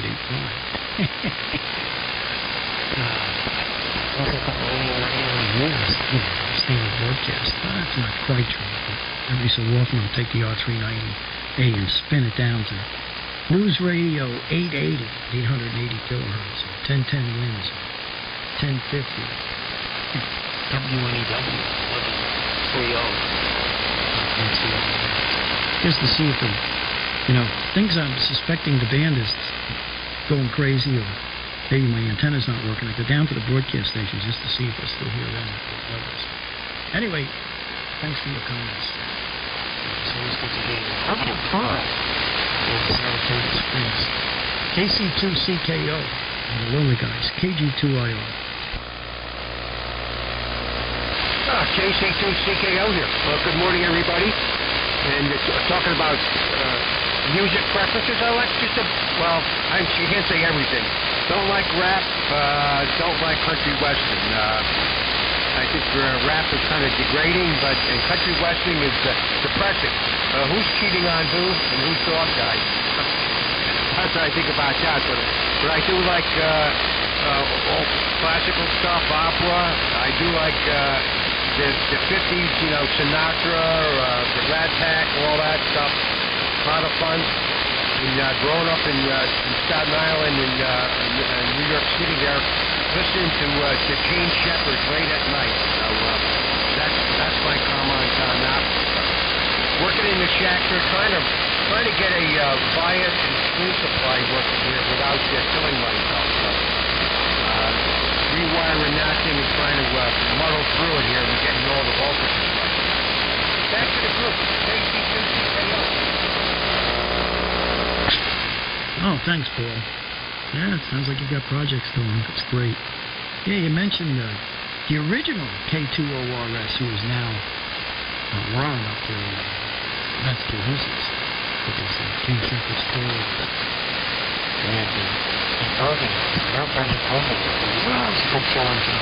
Christmas started to come out, and now it's become classics. Narrative skills as well as writing skills really came to shine in that movie. It's a great movie to watch. We watch it every year with the kids and the grandkids. So many times now. I actually run a marathon on it. Well, thanks, Paul, for checking in. Let's go over to Bruce. N3RIK, then WA2WNY, W1CTC, W2TRH. N3RIK. What are your thoughts and comments? Since we won't be having Ham Festivals in the near future, and of course, I guess we started talking about music back over.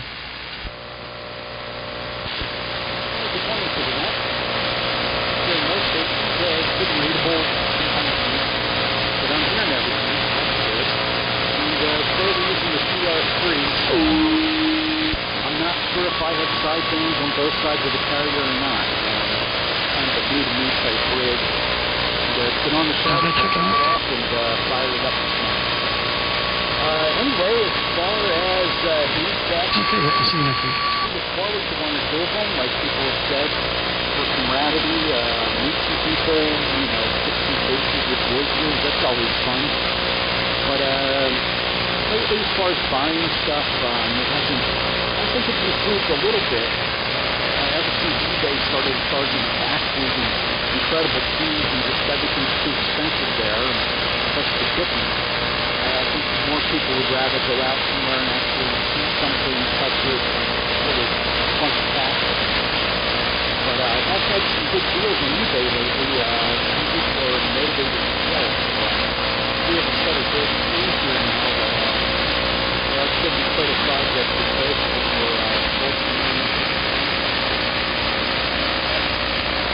as far as musicals and whatnot,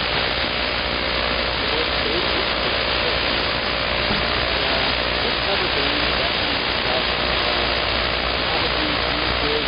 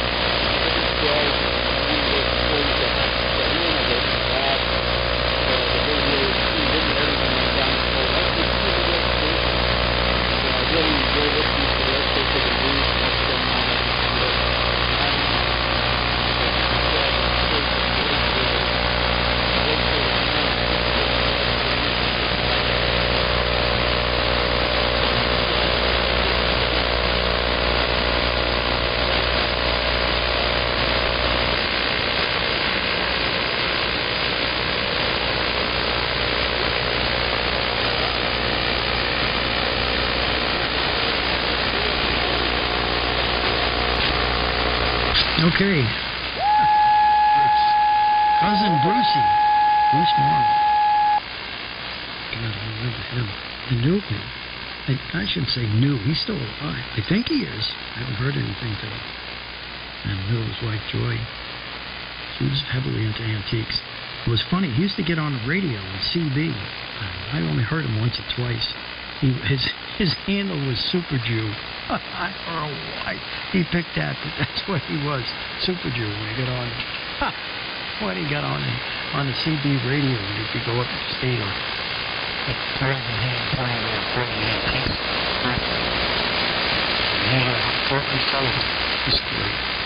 Anyway, thanks for your comments. Boy, a lot of history there, listening to radio, because we all seem to be in the same area of age when AM radio was alive. That's where we got a lot of our music. Anyway, over to Rich in Islip. Thanks again, Bruce. WA2WNY, KG2IR.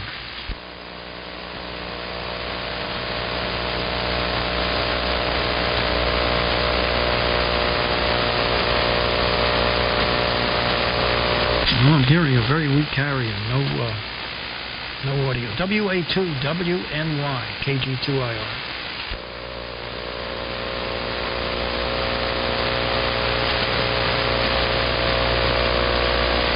I know I should hear him, so we'll get back to WA1CTC, huh? KG2IR in the lower pass. Go ahead.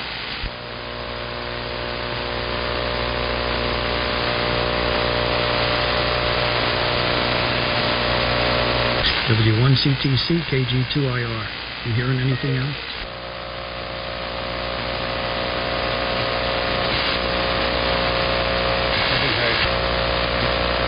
We'll try him again. Over to Steve, W2TRH.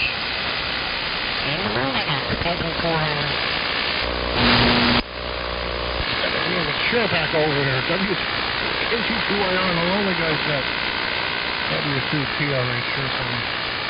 Well, the weather's getting better out here. It's a beautiful day tomorrow on Monday. So, as far as musical taste goes, I guess you could call me kind of a child of the 80s. Yes, I still have some Sabbath and Ozzy albums around, some Motorhead, Journey, Iron Maiden, whatever, you name it, that kind of stuff. But I've always, I was still also into classical music too as well. And I find myself too, becoming more into that. I was never into jazz, but more into jazz lately. Also, big band music. I've just been hearing it play throughout the museumship of the USA Players in August.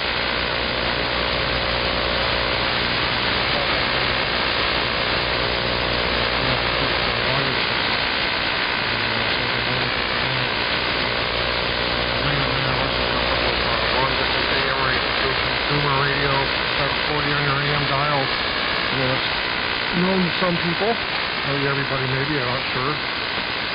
We do a great big band jazz thing on Sunday nights. That's all evening.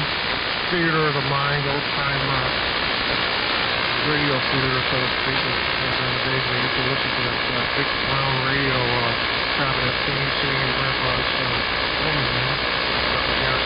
Or TV. I've been more into doing stuff like that because I have a secondary workshop / shop in the garage and listen to that stuff while I'm working on things. Things like rap music. Well, okay, if people like rap music, that's okay. I don't like rap music. Some of it's funny. It's like you can adapt one song to boat anchors. I like big radio and you cannot lie. Whatever. I'm trying to make a bad joke about that third mix block thing. Everybody knows that one. But and then also the time as far as doing stuff on the side, getting radio, losing the time to get lots of projects done, little things. And all the AC just about wired for the power supply for the 450 TA grid project. So that's probably going to get turned on by my next week. I said that a few weeks ago, but now it's really almost there. So being very careful with that, checking my wiring and going through everything and making a few adjustments as I go along. And the Hamfest season, I have a good feeling that Nearfest in the October probably will happen. We'll see. Stay tuned for that one.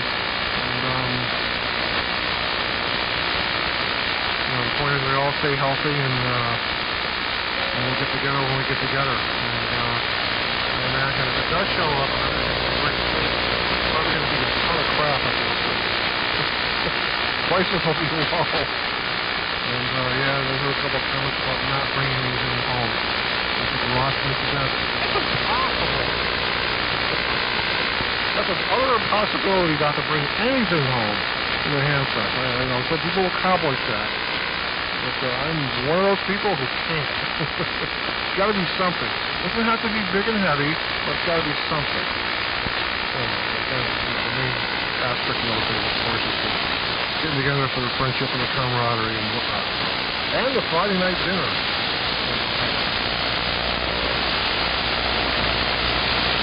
I'm looking to throw the PCS set and find some accessories I actually had on hand. Yeah, I should have thought you were wrong. I know.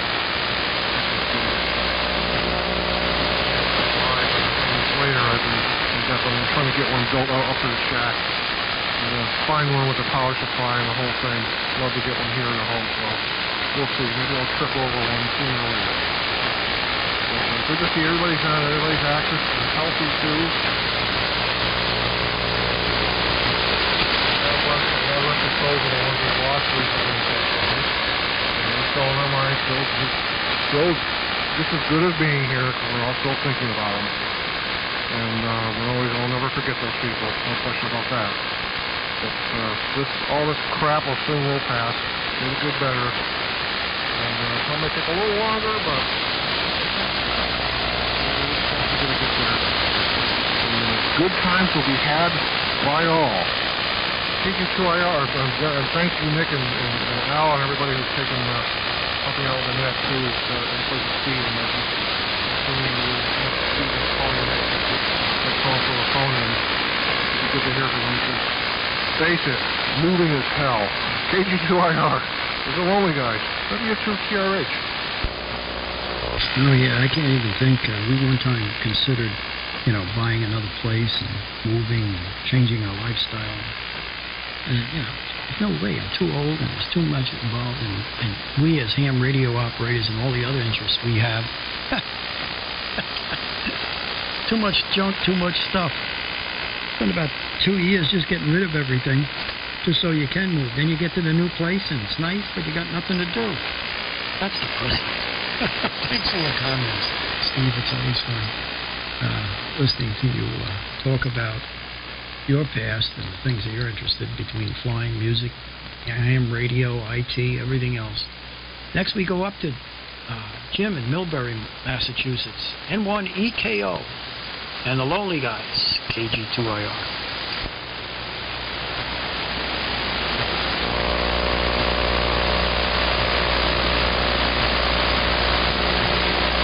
N1EKO, KG2IR.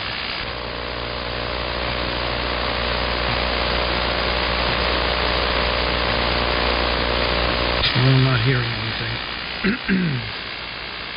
So I guess we go over to Ted in Stowe, K1QAR, KG2IR, and the Lonely Guys.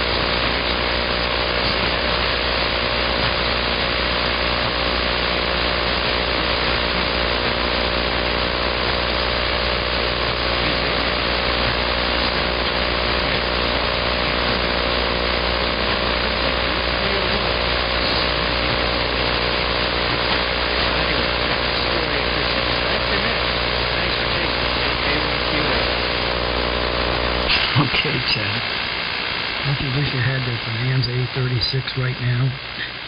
You just go fly into some local airport like Reed Titusville or some place like that. I don't know where you are, so I can't say or Albert Whitted Airport in St. Petersburg. Nobody around. I miss having my airplane.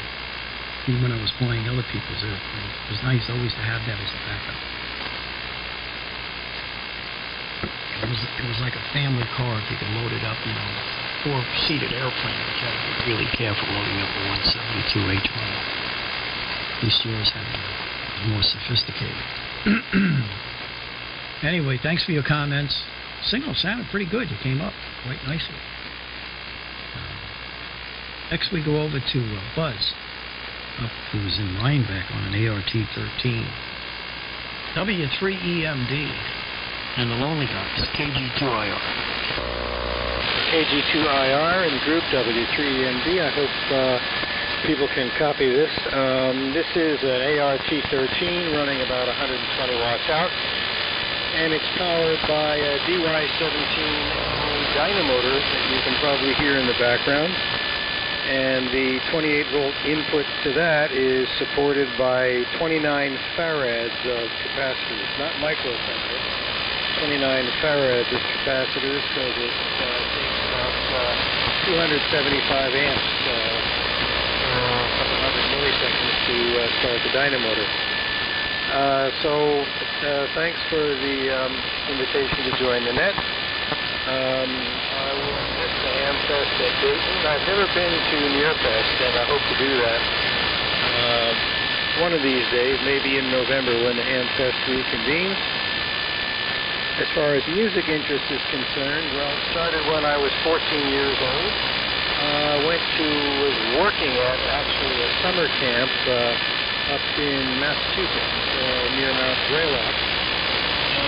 Two things happened there. One, it was the place where I saw ham radio. There was a ham radio station set up. I also went to Tanglewood, the Boston Symphony Orchestra summer home, and that changed my life. I've been a listener ever since to that kind of music. In Philadelphia, we had a classical station, WFLN, that was both AM and FM, and they did stereo initially by putting one channel on the FM and one channel on the AM. And it turned out that the engineer at the broadcast station, at the AM station, was PM. My exception to classical music is I'm a great Django Reinhardt fan, to the extent where I even have gone to the annual Django Reinhardt Festival in the suburbs of Paris for a couple of years. So that's the story, and we're covered with snow here, and still snowing lightly.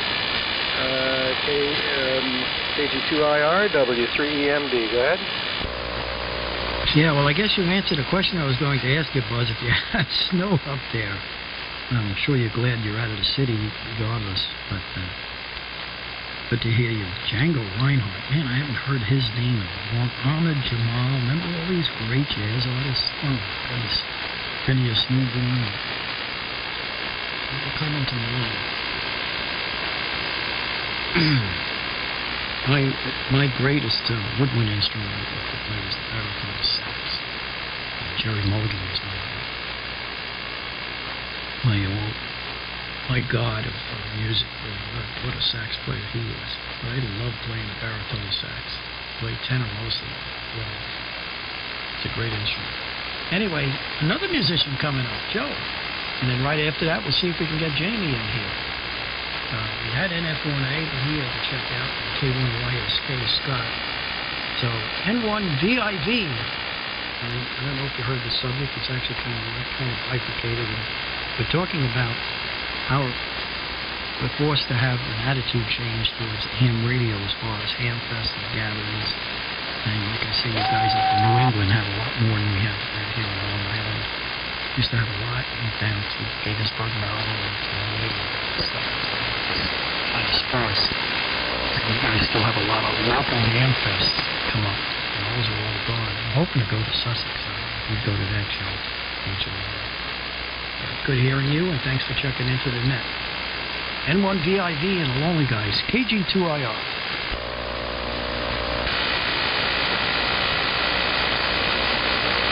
Yeah, okay.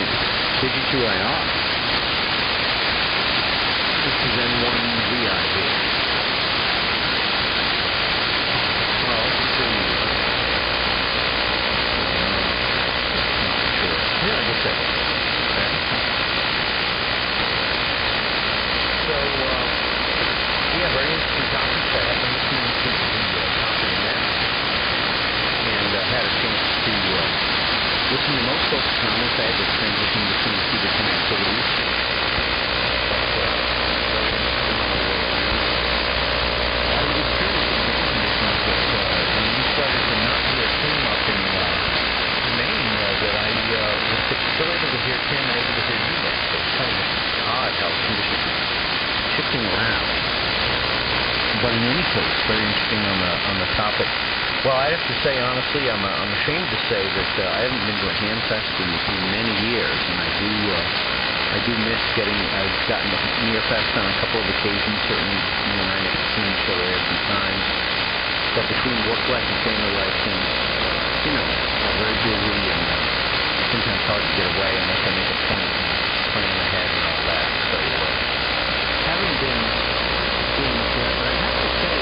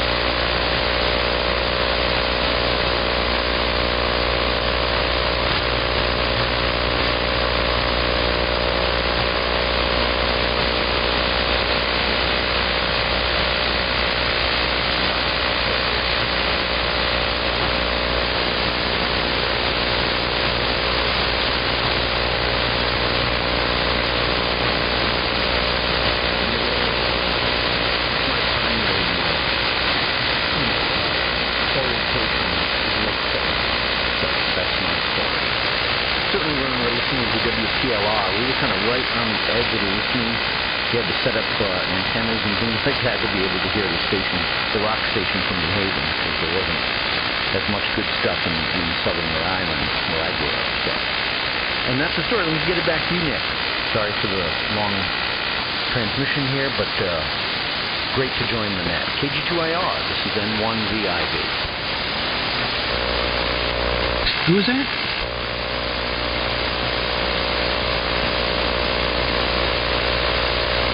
Yeah, I'm having trouble hearing you, but I did copy you in F1A. And I want to put in N12KX. I'm hoping you can little more inspiration.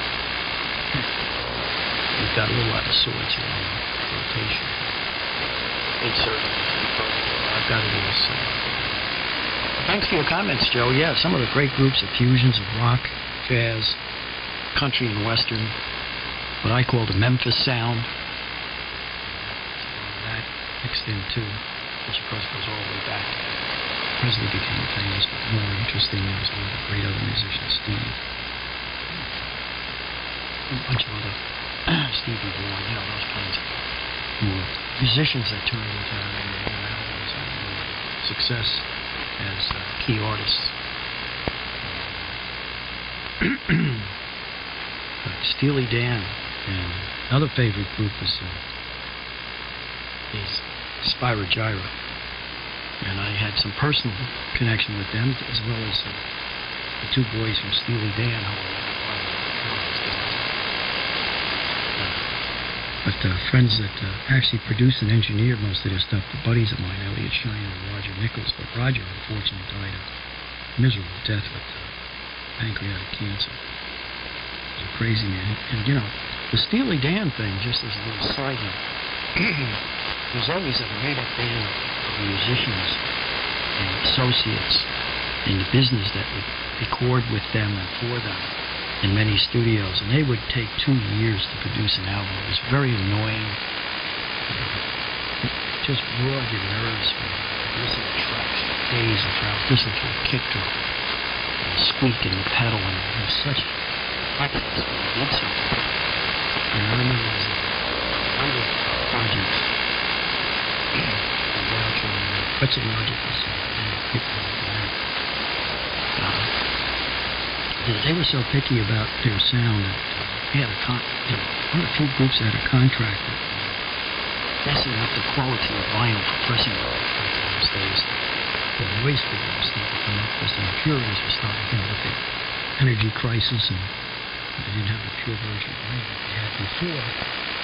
And they made sure when they were listening to the contract, they must press with pure vinyl. And they got caught, a couple of the plants that had contracts to press the vinyl. So this was captured and started. And they didn't use pure virgin vinyl, noise figure. And they stopped production. All those records back, and they were turning into record stores. Pure virgin vinyl versions. That's how picky unions got it. Very difficult to work with, and if you look at a lot of their albums, they don't always have the same musicians. My buddy Rob Mounsey did an album on various albums, keyboards and arranging, Scott, a bunch of others. But most of the time, after a while, the musicians wouldn't work for them. So it was worse than the studio band.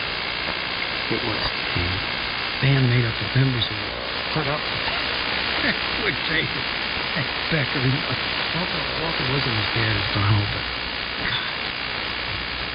and sit there for hours playing the same tracks over and over the same stuff, and they would build and build and build until they had the finished product, and they'd go back and take the first mix of the bass guitar, and they've had 22 versions of it. Spyro Gyra was much better. Jay Beckenstein, who, graduated from high school and over. I haven't seen it. Anyway, I'm rambling. But I just brought up the subject. I'm going to first take up, let's see. I'll bring you in here. NF1A. And let me, N2 true. You should be next. And then we'll go over to N2 region. Try it. Final call. N2YKX and the Lonely Guys. Another musician. Hello. What's going on, Nick and Lonely Guys? N2YKX. Oh, by the way, Nick, I'm on the B2. So let's see. Well, I was born in '64 and grew up in a large family. Number 6 out of 7 kids. So the Beatles, the Doors, Hendrix. I've heard all these bands, etc. From a very young age. So I'm into hard rock, heavy metal, blues, jazz fusion, and classical. And I actually do not like rap. I heard a few people mentioning rap and the fact that they don't like it. So I can tell you I do also not like it. But anyway, I play the guitar and bass, as Nick mentioned, and haven't really been active in the band in a few years now. My son plays the drums, so I still get to jam, with him in our home studio. So another link between, speaking of studio, another link between music and amateur radio is a lot of the equipment used, like microphones, compressors, EQs, things like that. So I get to use stuff from the studio, and which is kind of nice because I don't have to borrow extra stuff. Last August, my wife and I took my youngest son, Christian, to Europe for a vacation around Europe, and went to a classical concert in a church built in the 1400s in Vienna, and that was really amazing. And then we went to Prague in the Czech Republic, and we were working around Prague, and I noticed a lot of Metallica t-shirts, and then I laughed. It was like ridiculous. And I know they're into heavy metal over in Europe and in Prague, but it just was amazing, the number of t-shirts. So, this is on Friday, so, so much Salvo comes on, still somewhere around. I looked up online. It turns out they're playing in Prague on Sunday. So I've been listening to them since the beginning, since they played locally. I mean, they're from California, but they played in a lot of the clubs in the early 80s here in Long Island. I've seen them many times. But so my wife actually got us tickets to go, my son and I, to go, and we made it over to the concert. And it was an amazing concert. I mean, these guys are not that young anymore, and but they did great. So what a juxtaposition from a classical concert in a church built in the 1400s and there were 70,000 people at this concert. 70,000. I mean, you were up front, but you could almost not see the people in the back. They had these. It was kind of long. The field was kind of narrow, and they had seats, seats so far back you could barely see. This was crazy. So that's my story, and I'm sticking to it.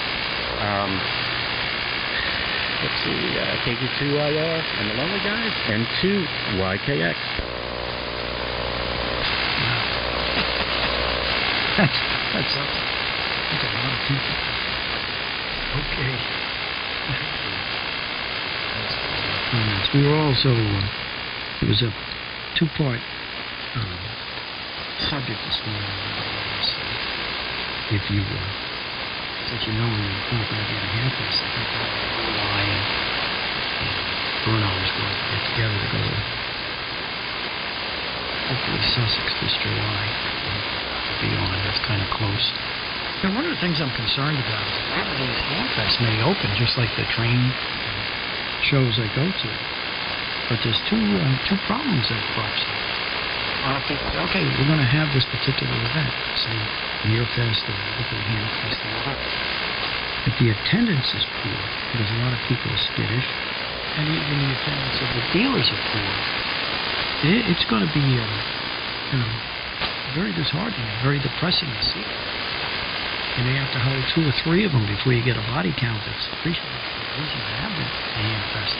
Like, for instance, Nearfest, it's a contracted thing to use the fairgrounds. And they got a committee and a crew that puts this show together. WYOC, obviously, the head of this. And if no one shows and the dealer count is low, that's the problem. And I go to a big train show twice a year. It's at York, Pennsylvania, with 14, 15, 16,000 people show up, and it causes shows to start a few days before that one at various hotels and firehouses in York, Pennsylvania. Now, if they have a bad turnout, because even though they open the venue and say, okay, we're going to have this whatever date, and the attendance is poor, both on the dealer side and the attendance side, what do they do next? Do they even pay for the venue? Do they even take on and say, okay, we can have it? take a chance and we'll skip it and wait another year, or another 6 months. So you got those ingredients still. This is kind of a scary thing. Let me go back up to, since Art checked back in here, NF1A. I'm having a little trouble hearing you, Art. But go ahead anyway, these relay, but I'll try to pick you up. Conditions are kind of funny. Well, we're coming up to another 6 minutes. NF1A. Lonely Guys, KG2.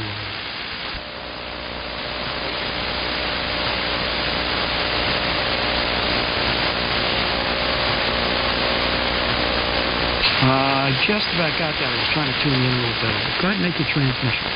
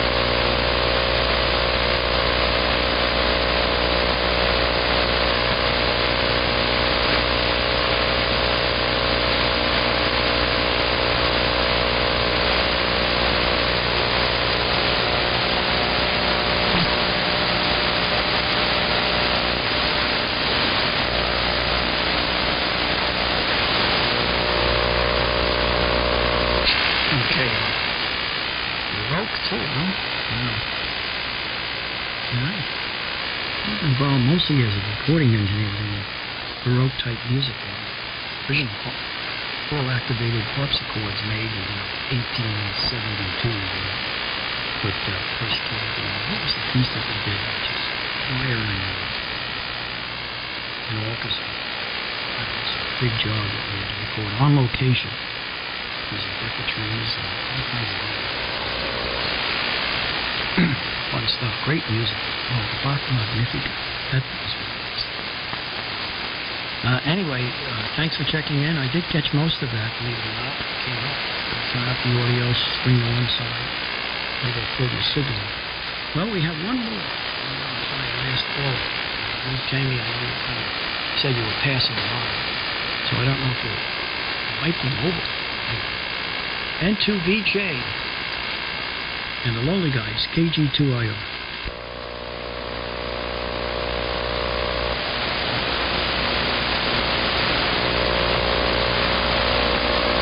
Al, you hearing Jamie?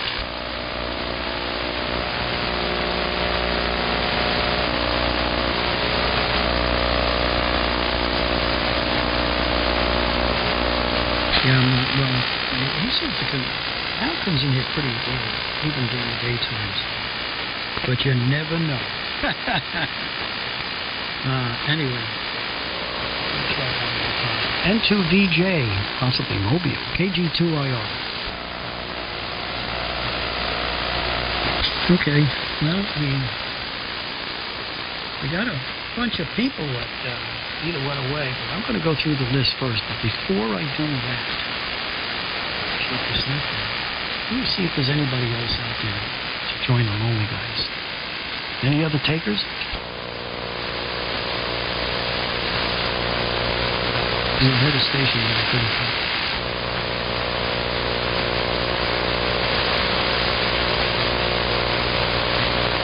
Anybody else picking them up?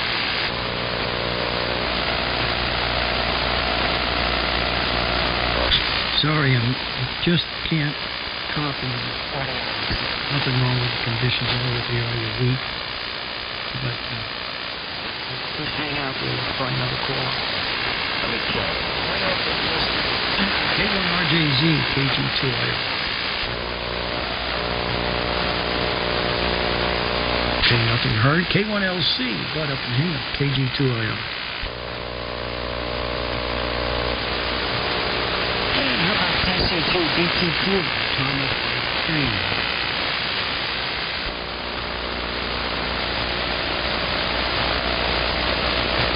WA2WNY, Rich and Iceland.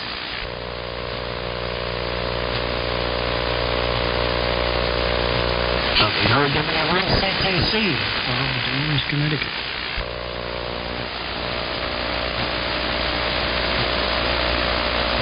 Again, nothing heard. M1EKO in Millbury, Massachusetts.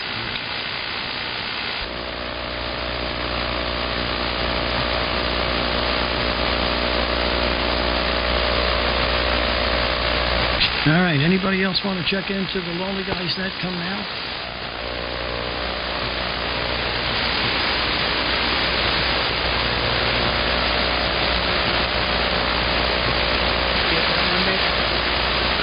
Whiskey Bravo 1, Alpha Bravo Charlie, is that it? Well, you're kind of weak in here, but go ahead and make a transmission. Flapping around here. I think you can hear you. And of course, I guess, Ted, you're here. WB1 ABC KG2IR.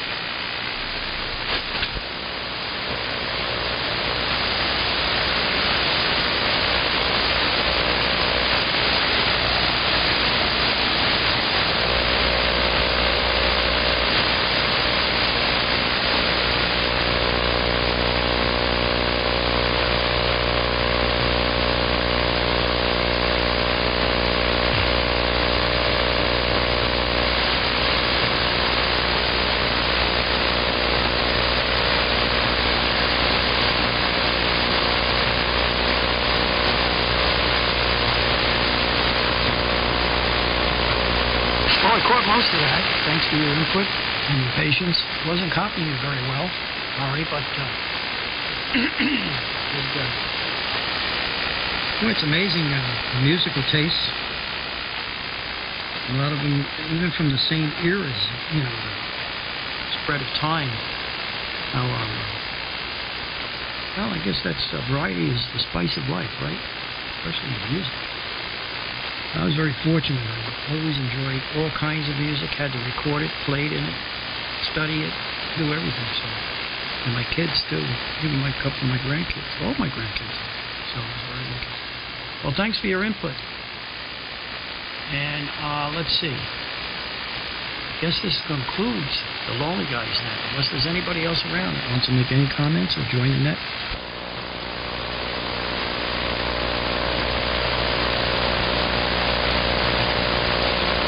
Heard something Frankie couldn't understand. Try it again.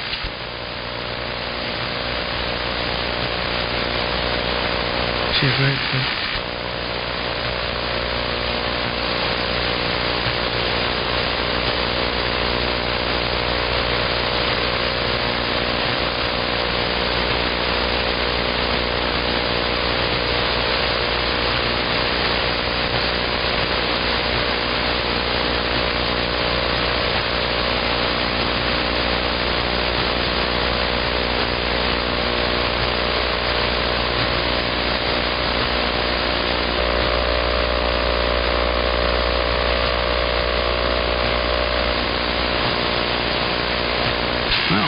Got to comment on it.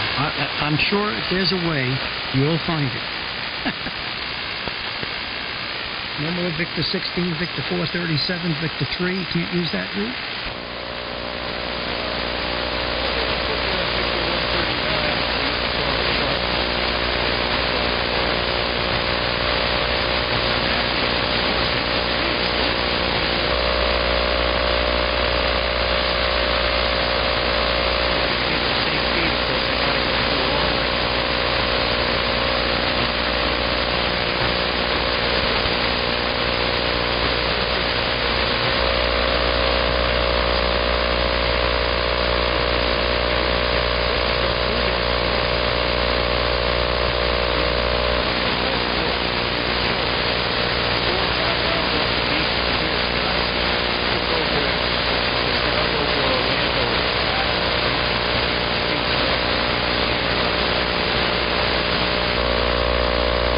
Oh yeah, Jack Center and Jack's approach and departure, Buford approach, departure. Man, that's a thunderstorm now. I remember going through that at 10, 2000, 3000, back and forth in a twin Comanche or 421. I have a 421, I could take it up to flight level 250 and go out. Flying the twins would go out, hit them like 39 and then intercept the AR-5, no, AR-7, going out to the hangars, But those are days gone by, but most of the time I'm off the flight levels, stay east. And there's a Dixon intersection, which is just southeast of Wilmington. The big 50,000-watt radio stations, GPS, and that's a famous intersection if you look it up. It's out over the water, though. You wouldn't go out there with the 836. You got to have some space between the bottom of the airplane and the water and more than one engine. But anyway, let me close this net. Thank you. Lots of good check-ins, and good information, and good stories. We had 36 people check in today on the Lonely Guys Net, and hopefully we'll see you next week. Enjoy life. And get all those projects done that you wanted to. You have no excuse for not doing them. And this is KG2IR closing down. Thanks to you. Anyway, Ted, we got off on aviation hangar for you. But yeah, I remember going by Reed Titusville and checking the nodems. And go through there. But that's why even under severe clear conditions, I filed IFR. Especially when you get, south of Jack Center and talking to Miami and one of the approach departure controls. Just to get into the water. But I've gone in through Dayton and it's a place where we took over the water geo smaller twins, which was Vero Beach. That was at St. Lucie, Port Pierce. They got a nice business over there. They pick up crafts and life jackets for the requirement for the overwater trip. But doing that, I did that in 173s also. But I feel much better flying the road instead of two rubber bands running around.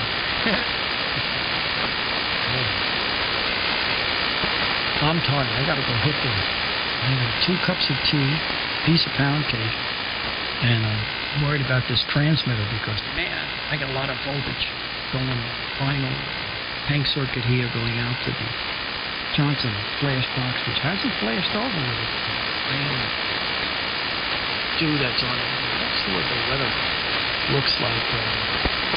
See, we got 97% humidity. So clouds are on the ground because temperature, it dropped. It's 38, and the dew point is 37. How about that? It doesn't get any worse than that. God. Indefinite 200-foot ceiling, quarter-mile wind, fog, blizzard.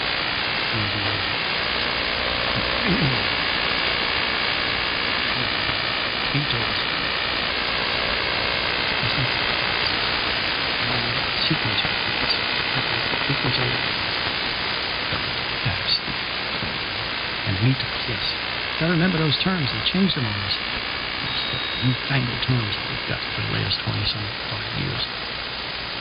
Anyway, this is KG2IR. I'll make a transmission and I'm going to get out of here in a few minutes and go get my teacup filled, some more food to eat, and maybe try to at least retune this broken antenna so I'm not putting such high voltages to it.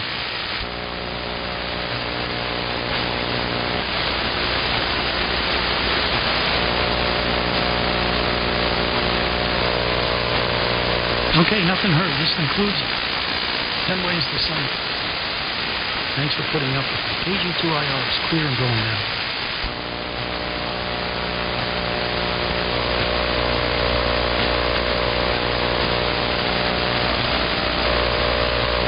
Oh, and I forgot to turn the frequency back to normal, whatever that is, amateur radio use.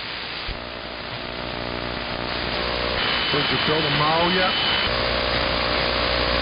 Model of what? DC-3. No, I got a nice DC-3. Why would I have to build one? That's true, I forgot. The next time I'll drop an 1830 in your driveway. I really appreciate that. You don't know how much.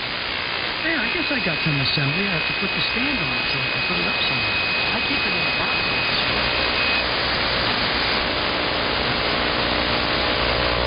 Yeah, that's, I remember for a while there was a long time ago, there was a DC-3 operating out of Burlington. He was doing cargo work and had P-Day stripes, the real thing. I used to come over and have the house lot. Used to come in out of Albany on occasion. No other distinctive sound than something like that. You know what it is, you know? And I just like to live long enough and get enough money to get a DC-3/C-47 and the real thing, rebuild it, and put a BC something or other on the inside of it and do an AM aeronautical mobile in a DC-3. That would be fun. Well, you know, another airplane would be cheaper than that. Even if they gave it to you, the cost to operate that thing. Jesus, you know, it's got, I think, 85 gallons an hour on takeoff. And if you're lucky, you can pull it back to about 60. You know, Jesus, the oil run. You need somebody out there with a fire extinguisher and to crank it to make sure, you know, because when those radios sit, the oil and fuel in the heads and the cylinder heads, and that's why you got to count 6 blades over before you put the fire to it to make sure you clear those cylinders and you can do some damage. I had one old timer told me, when he used to fly back during the war, he said that one thing that was, I guess they had to do, but I want to make sure I got this right, that when you were on approach to some airport, you couldn't suddenly throttle the engines, and in that particular plane, those engines back quickly. It had to be a gradual throttle back, because if you brought the power down too fast, the oil pressure went down, and for a few moments, those cylinders were still spinning, you know, going up and down at the rate they're going on, and it was bad for the engine. Can you corroborate that? Well, you know, I didn't have enough time in the DC-3 as a C-47. It actually had the 3 white stripes. It actually flew the Normandy invasion. Silver jet. We kept Western Mars there. We kept the Western Jet Center, which is the hangar right next to it. Museum, the Air Power Museum. And they had one there. And, you know, I got a chance to fly that thing. I flew it on, you know, a right seat. Really not much difference. You don't need a steering tiller because it's a tail dragger and you can steer with the rudders just like a 172. But, you know, I got most of the time to fly it. You know, I started and stopped it. I started the engines and stopped them. Yeah, I know. It's very tricky with radios in general. You got to be careful.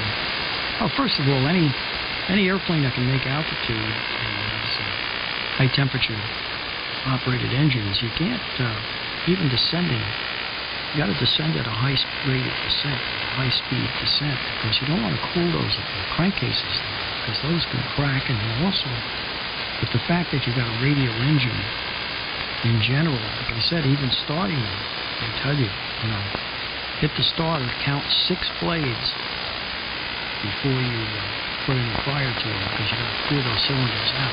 Boy, you see a lot of smoke and well, not fire too much, but a lot of smoke. The coughing, the thing is coming to life. That's what we're doing.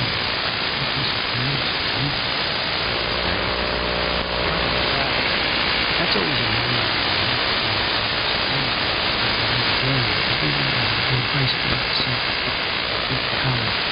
and those things float anyway. As soon as you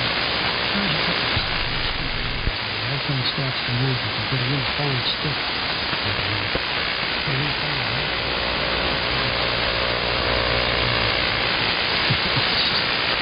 Big stabilizer, big horizontal stabilizer.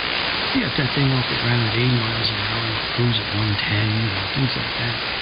Carry a lot of weight. Weight airplane. Well, it would just be fun to antenna, that little ball on the end of it, and why? Well, why the hell not? The only aeronautical mobile I ever got to was the God, he was a physician out of California. He was on his way to Boston, Logan. He's taking off from Kansas City, Kansas. And he's on his way back east. Big single engine turbine craft. I'm going to say E9700. I can locate the two or four cars around here. The only aeronautical mobile I've ever worked. Did a 706 Mark II Jeep. Not an type, especially mounted in. And antenna installed one wire, call that an entrance wire, out the back. Probably an original lower roller steel.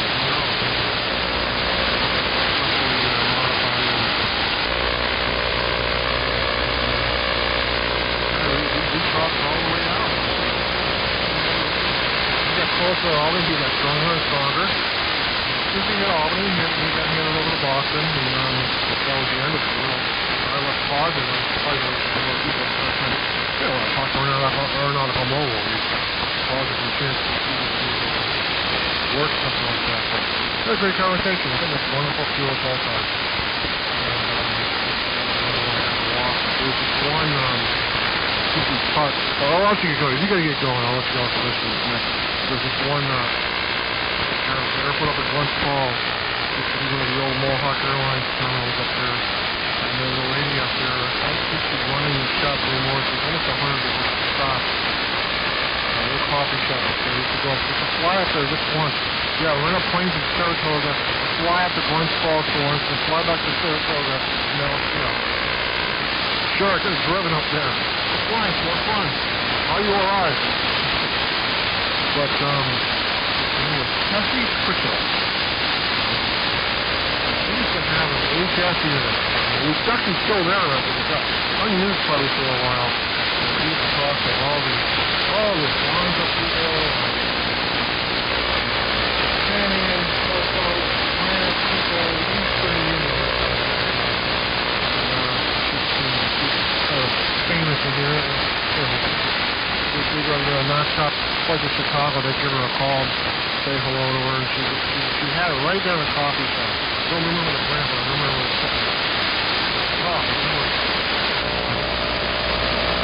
There are great stories of the $200 hamburger. Well, that was $200 back then. Probably $1,000 today. I got to get off this microphone and get downstairs, and otherwise I'm going to have an accident. Too many cups of tea and been on the radio too long without hitting the bathroom. Well, let me just take a break here. I want to play this for Jim, and I didn't do it because he was talking about sitting, going outside with his 53 Chevy and going to a spot where he sits, has a couple of cups of coffee, and drives back.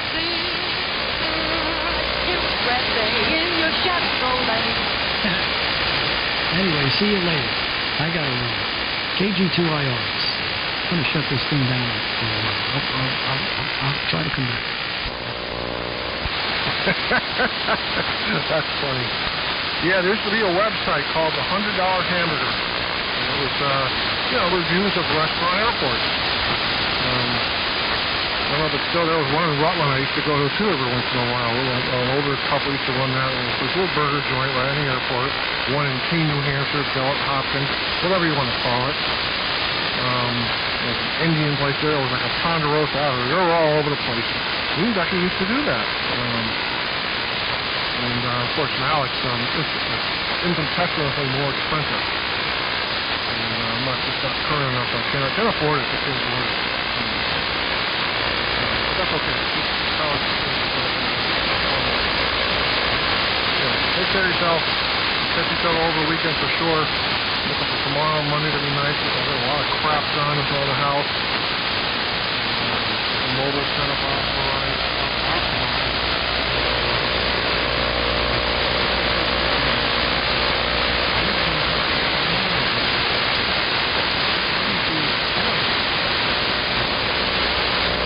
See you later, Steve.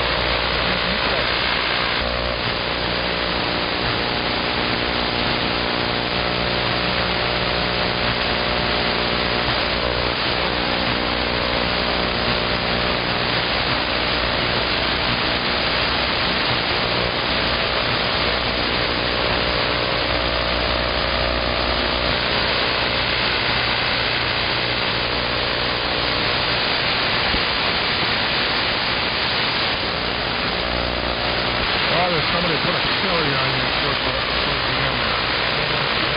Somebody else, make yourself known. We're so happy to, feel free to jump in whoever that was, that's fine. Saturday's my usual filmmaking day, things like that, writing bills out, so while I wait my turn, I just, I do other stuff and just listen in. I know one thing, it doesn't put out a whole lot of power, but I finally got the darn thing working. I don't think it was ever used as a toy. I bought it from the guy from Nearfest a couple Nearfests ago. I have to look him up. I can't remember his name. From like Plymouth, Mass. He's a retired police officer from that area. It's a DC-611 walkie-talkie. Doesn't put out a thundering amount of power. But I finally got that darn thing working, and it makes RF. But it needs to be aligned. I gotta figure out how to align the RF because it doesn't receive. Like I'll use Bear for an example. DCR Bear, who's very local to me. And I just about kind of hurt him. So it kind of needs a little bit of alignment, but it's set on a 3885. It's got the right crystals, the right coils, everything. I doubt anybody's going to hear me too far away. I doubt you'll hear me on that thing. But it does function. This needs a little bit more love, but what that's good for, maybe a watt. So it was difficult getting the battery pack thing to work, so that was the biggest pain in the butt. And it has a curious on-off switch too. When you fully extend the antenna, that hits an on-off switch. And then the thing crackles to life. There's no volume control. But it's set on 3885, which is the original D-Day frequency. A lot of guys don't know that.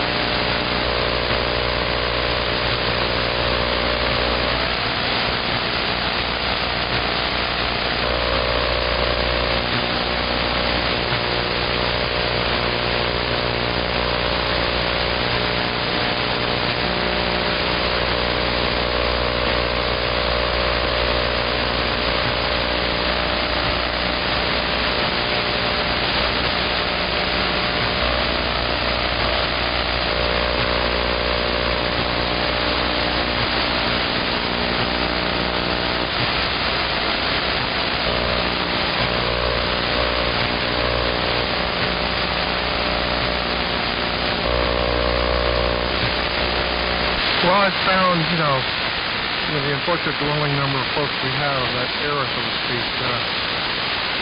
I've met, I'm just like we can talk about it until those who can't. To this day, can't.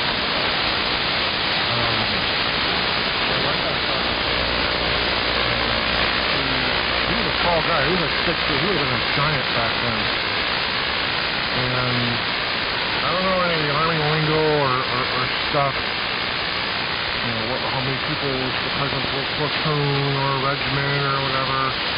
There's probably a certain number of rifle people and maybe some machine gun people, and then they had the communications people, and there's like 250 something of them or whatever. And the one that he came in on of the initial platoon or regiment, whatever he was a part of. By the time that first landing had ended, he was the only one left. All the other guys just completely wiped out. Gone. And he made it through a whole war unscathed, never got wounded. Ever. And he never talked about it. Only till the end of his life did he start to begin to talk about it. But he never, I forgot the story. He carried his whole entire regiment platoon with a gun, and he just hooked up with some other platoon. it, or we just finished doing something else. Unit. Yeah, but that was a novel, typical. Ira Bell transition is a thing. Even others that came from it. I was watching a documentary. There's a guy from Brooklyn, New York, who he got in, I wouldn't say later in it, but still tall enough. And he told me, and he went through every vivid detail, every minuscule word. This is I don't mean anything. This time I wrote it down, that's the phone.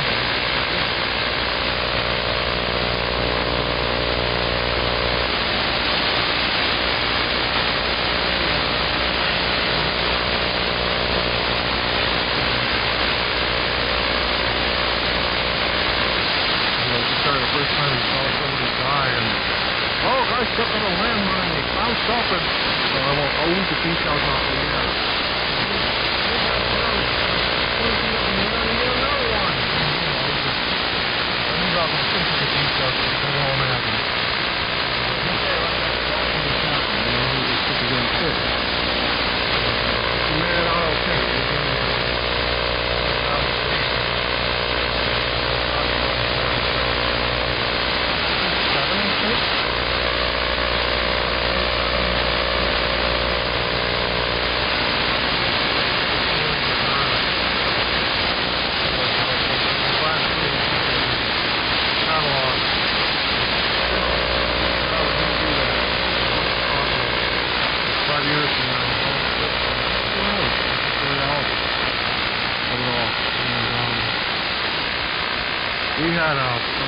I'll hand it back to you. At the Slater, I wasn't there to witness it, but we had a very, over the summer I heard, we had a very interesting encounter. I'll hand it back to you and hear about that time. Anyone watching the video, old buzzing.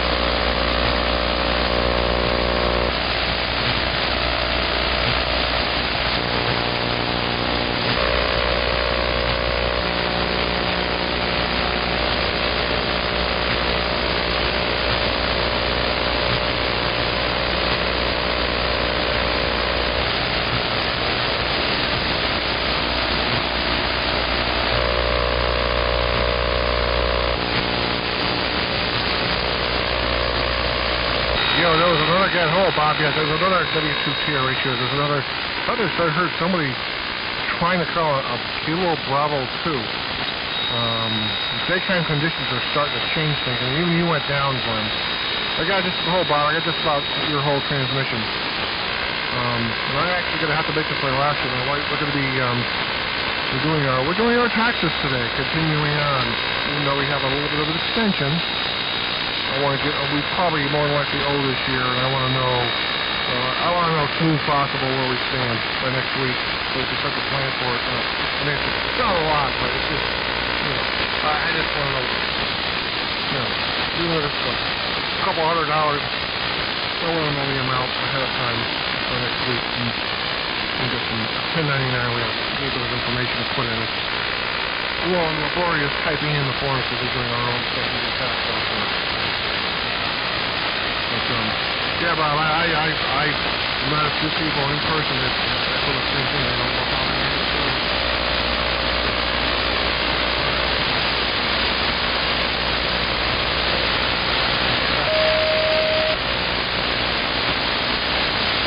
Experiences and everything. It was surprising. One guy after the surrender,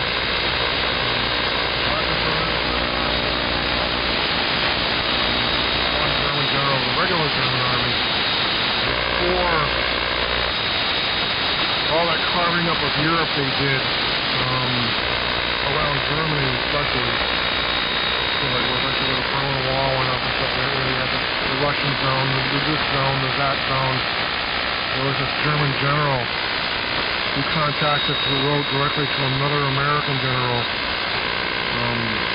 about getting his troops, what was left of his troops, across this particular river, which was the dividing line, which they were then going to be a Russian zone.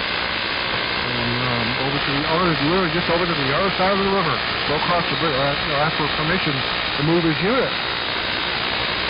Unarmed, of course. Because he knew damn well what was going to happen to his men if they were on the Russian side, once that became a solid border. And life under the Russians is not going to be any good. Nope. Very bad. And he got just about all his people over to the American occupied side. It was far better.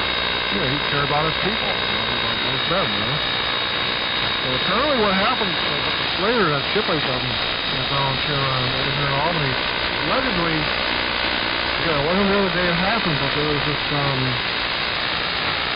this is long before the virus thing showed up. And there was this older gentleman sitting there with his cane, with maybe one or two other people, friend, family member. And he's just staring at it for a while, and eventually somebody caught notice of it, and hey, how are you? How are you doing? They introduced themselves. He turned out to be a crew member from a U-boat in World War II, a German fellow. He was probably, 17 or 18 back then at the most. And he, this is one of the ships that were hunting us down. It's really, and they went out to lunch with the guy. They took him to lunch, and then one of his guests, the people he was with. It was an unbelievable time, sitting down listening to this guy. Who knows if he's around anymore? But I hope he is. But what are the chances of that happening? But again, it wasn't there the day it happened. But one thing that did happen while I was there was there was a big tour group, unusually large tour group was coming through. And then it was this old fella, in a nice way, respectful way, in his late 90s, and he had a Navy cap on that said DE 736, 737. I can't remember the exact number, but he was a radio man on another destroyer export just like this later. And normally they don't let people, but even up with the radio room, the floor, sort of an L-shaped room. Yeah, but don't worry about people taking them out and swinging things and stuff like that. And I just saw that cap and I just took the chain down. All right, come on in, get stationed. And one of the other guys was a little upstairs. Volunteers and other stuff. So I had him take him in hand because he had more time. So I put my hands on, if you guys know what that means. I put the CW, is what they do. Anything. Grandsons, great grandchildren. His wife was there. She even wonderful shape herself. She didn't look her age. And he undoubtedly gave. I didn't follow him around, but I undoubtedly gave him a unrestricted tour of the ship, whatever he wanted to see. You know, he could feel good to himself. Because they were all worried about him going up and down the stairs and everything. And he seemed to be just fine, you know. But of course, you know, they were grandpa. They're worried about him. His great grandpa. That was kind of cool. That was a rare treat to meet. He's from Pennsylvania.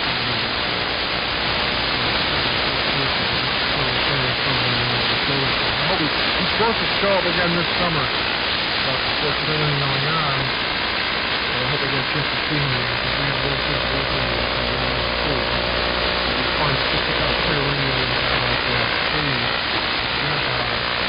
Anyway, I'm stuttering on here, but when I hand it up to you, Glenn, I'll listen out. Turn everything off and keep going on with this information. She's good at entering and keeping stuff. It's been an hour. And hopefully we'll be done our taxes by Thursday, and we know how much we owe the man. N1YTN and others, W2TRH.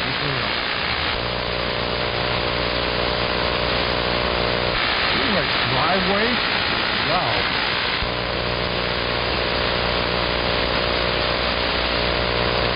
Yes, good communications quality.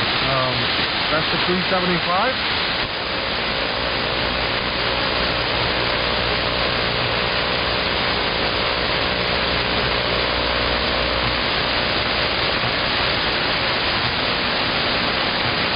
No, you sound just fine, John. I don't know if Glenn, number right hand up from Birmingham, Maine here. Just Glenn, you hear John at W2FSC?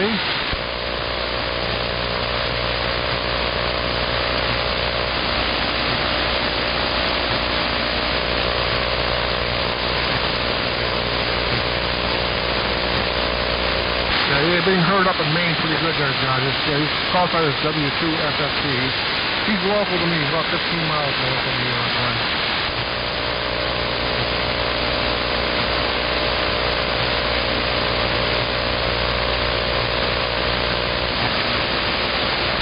Yeah, it's he's 30 over here because it's pretty close to me. So, but yeah, it's a fairly unmodified DC-375. It sounds pretty good.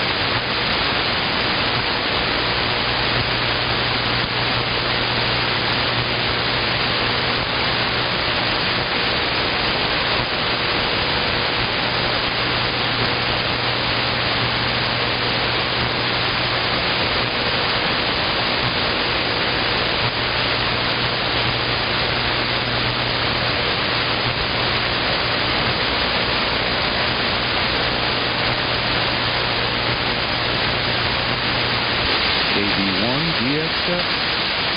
3875.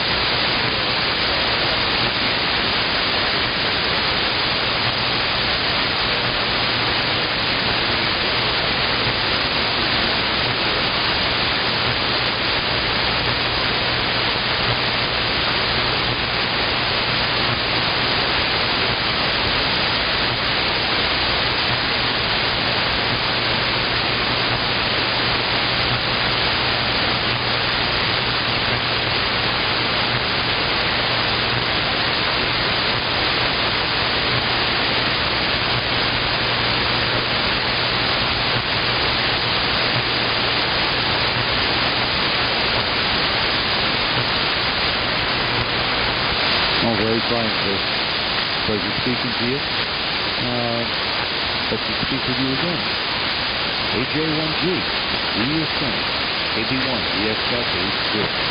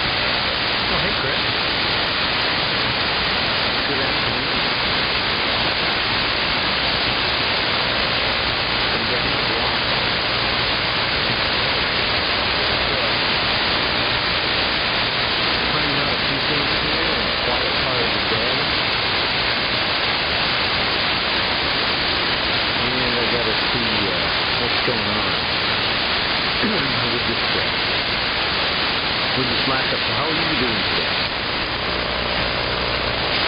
Pretty good. I don't even hear the background, but I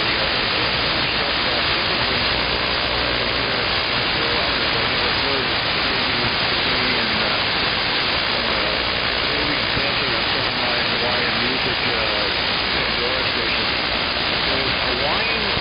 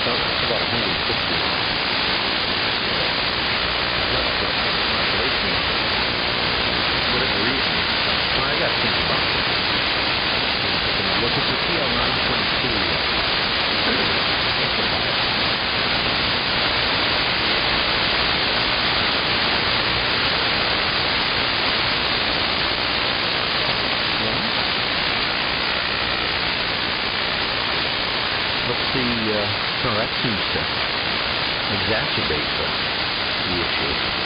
Well, I'm going to have to mess with it. Maybe I need to do these tests and tell me those for now. That might make more sense. Send it back to you, Chris, if you need to run. This is N1VIV.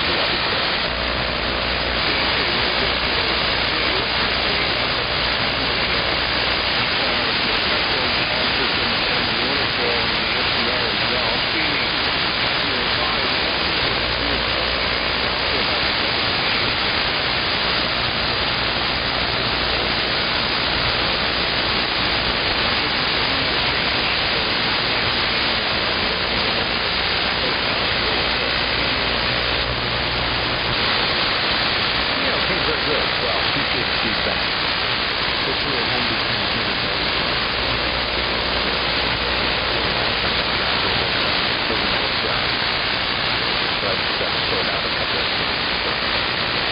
Yeah, we're good. Well, enjoy the day. Hopefully, I think the weather's supposed to be really nice tomorrow. I have not cut the grass yet, but probably by next weekend. That's going to be a requirement. I'm getting it off. It's not bad. We'll be back next week. So, Nick is not feeling the problem for this every day.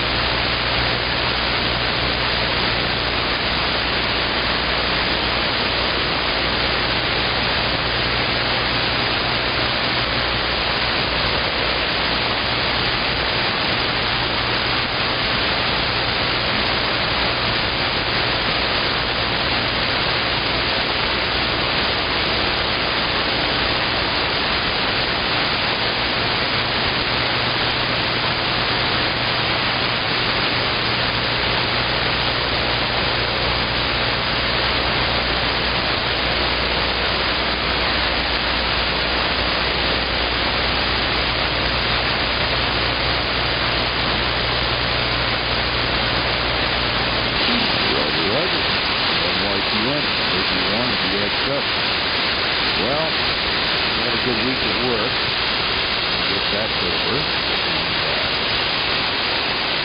And I will, I have a semi-vintage American AL80 black. Here's rolling on these now. That's fine. CS Wagner.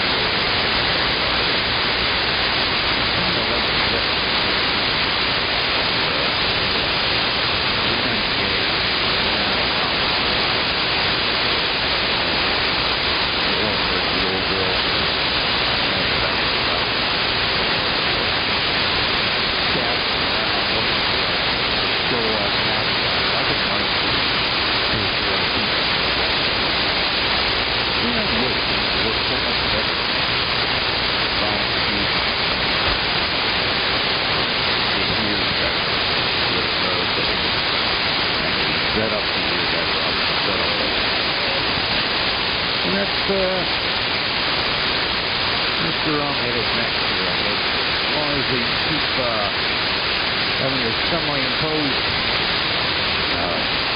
whatever it is, I guess maybe I'll have time enough to make it happen. Get my workout in there, moving one to the left and the other one to the right. Sort of like digging a hole and filling it back in again. Over.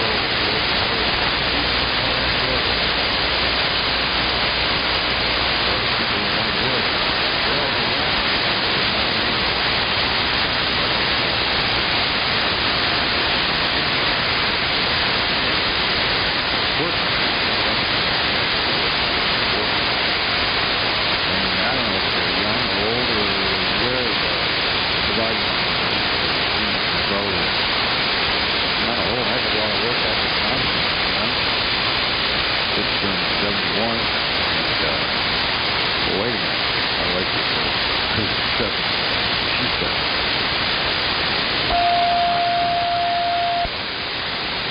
I'm still painting houses. And we've got more work than Hutter's got Little Liberty. I don't know what's going on with that. That thing's going crazy. And, evidently, all the general contractors think that we're an essential business, or whatever they call it. We got some names for it. I'm not getting it. I'm not getting it. I love it. That's so cool.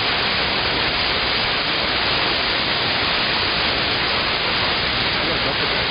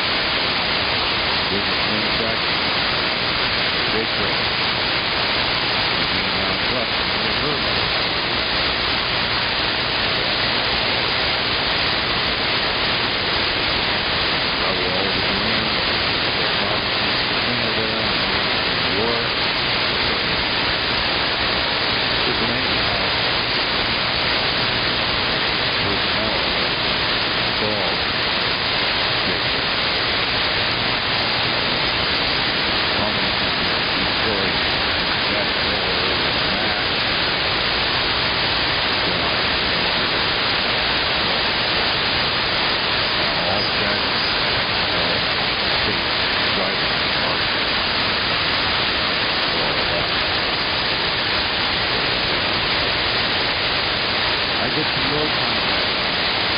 Get some road time. By the time I was done with that,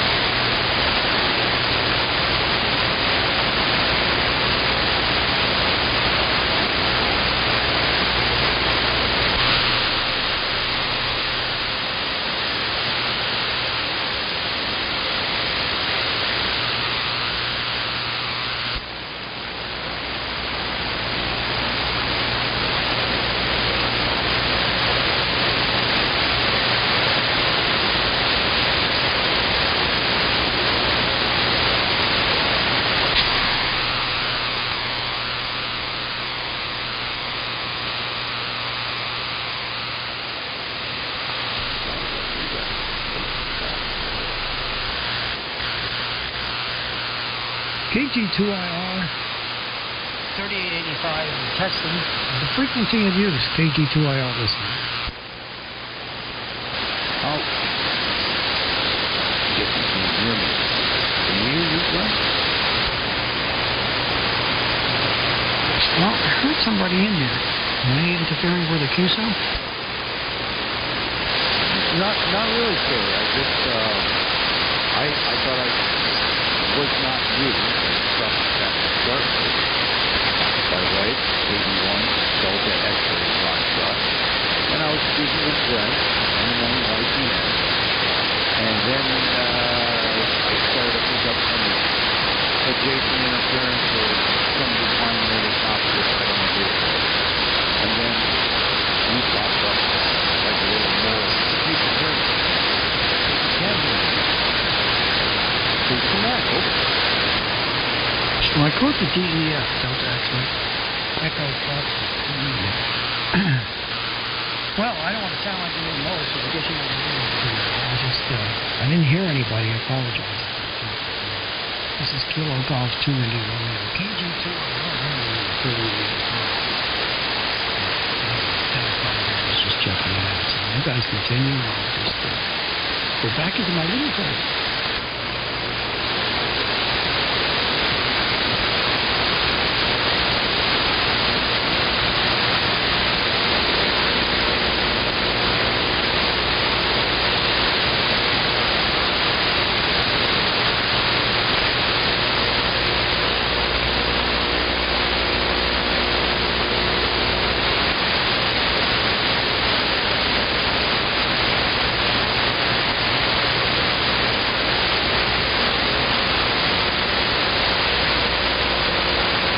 All right, I finally got the call letters right. KB1DEF. Sounds familiar.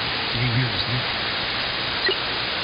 I had some problems this morning with the phone last night.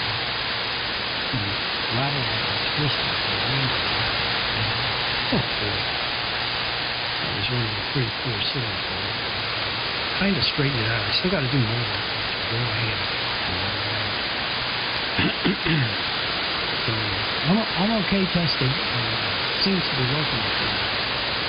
Thanks for letting me do that. And your signal's not too bad, but you know, it probably could sound like that because of the conditions. Running a pretty good amount of power. Decent antenna. It seems to be working okay. Well, thanks for getting out. Just out of here because I'm doing a few some other things I want to do. I'll be back. Thanks for the signal. KB1DEF, KG2IR.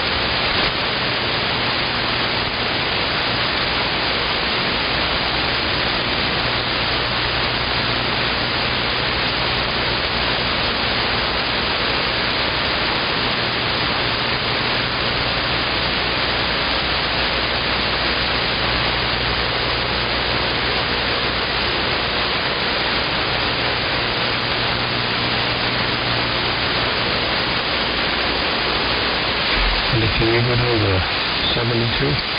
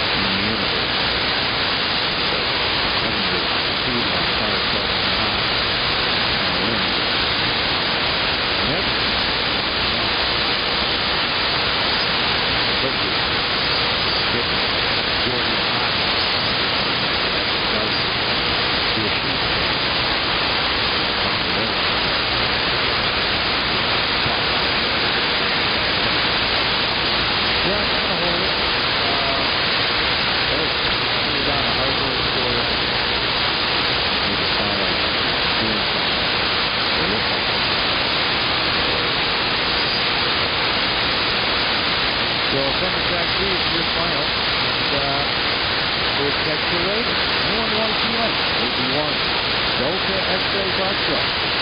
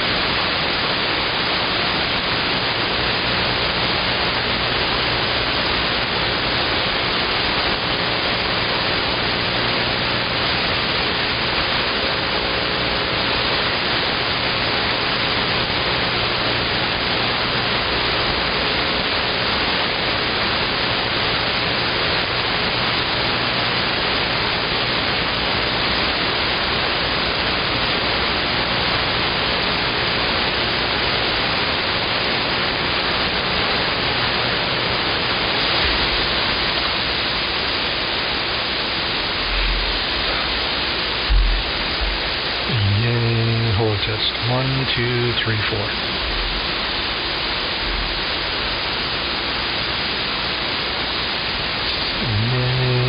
Nay. 1, 2, 3, 4. K1JJ testing. Yay. 1, 2, 3, 4 testing.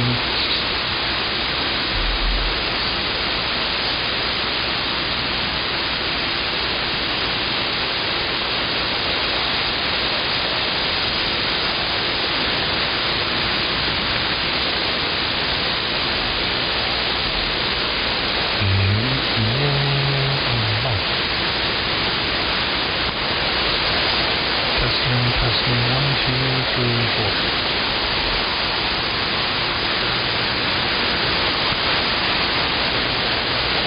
This is K1JJ testing and clear.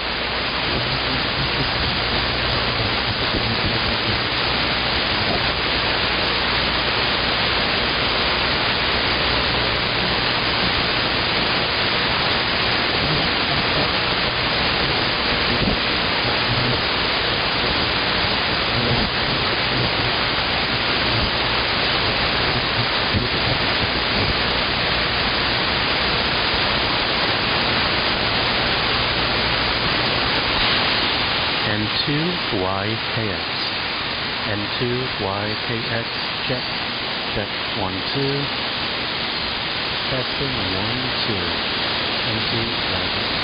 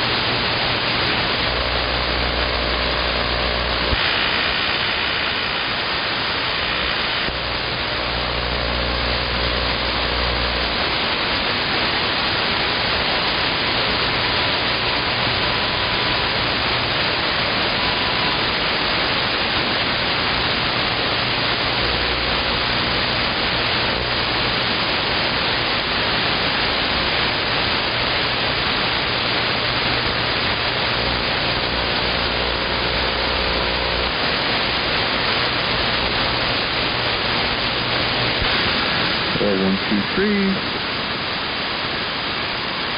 4123, K1PHC. Kilowatt 3885.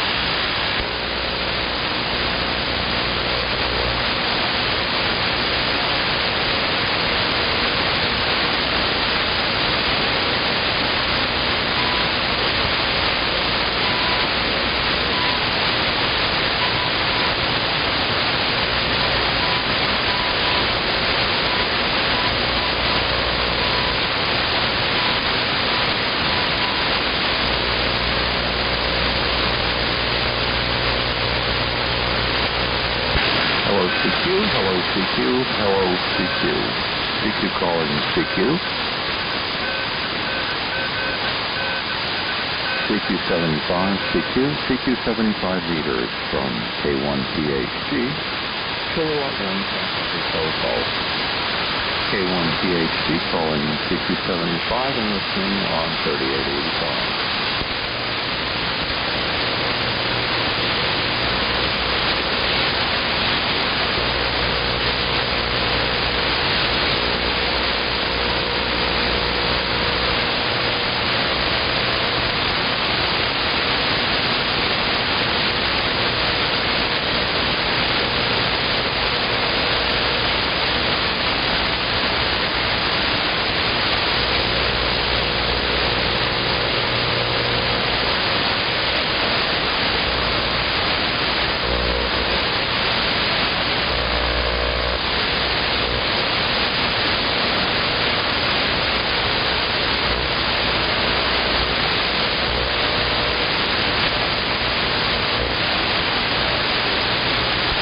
Hello CQ, hello CQ, hello CQ. 5 AM, 55 AM from K1PHG. Kilowatt 1 Papa Hotel Call. K1PHG, 3885.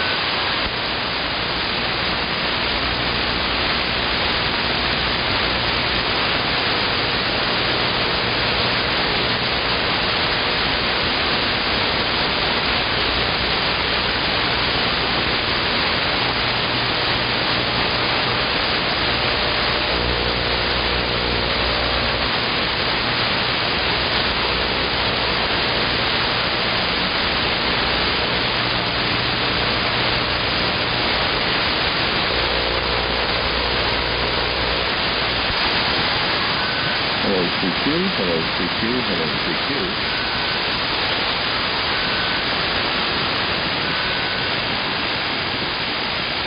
CQ calling CQ, CQ calling CQ75 meters.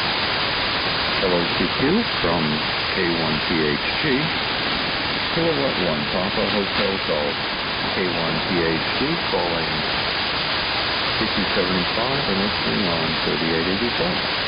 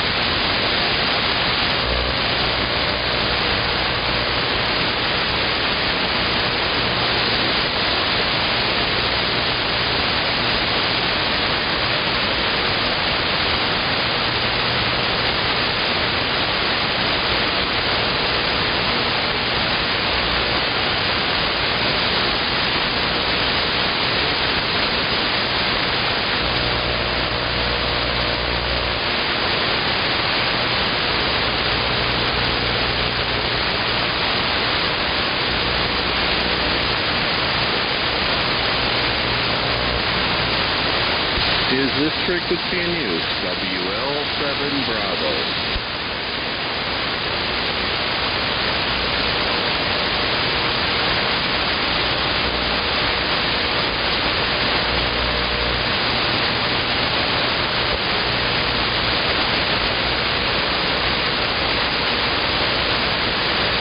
WL7 Bravo.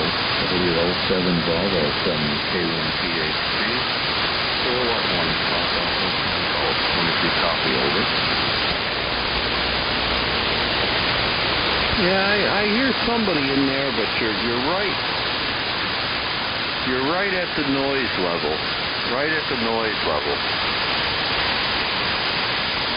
Maybe wait a second here and the band will change.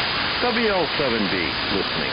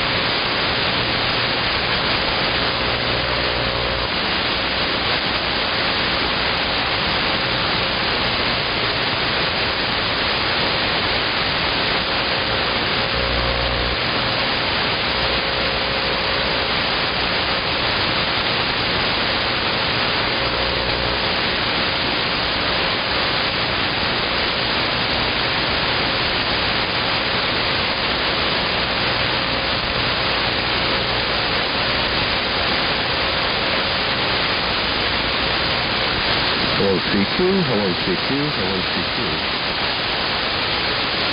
CQ calling CQ, CQ calling CQ 75, CQ 75 meters. Hello CQ 75, CQ 75 meters.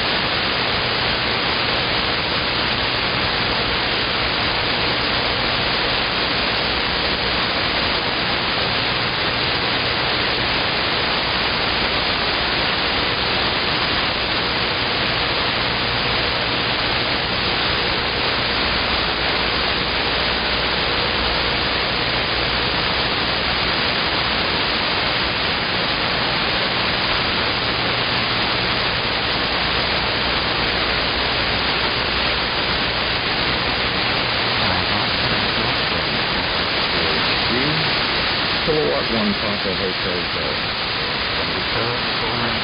Transition on 3885.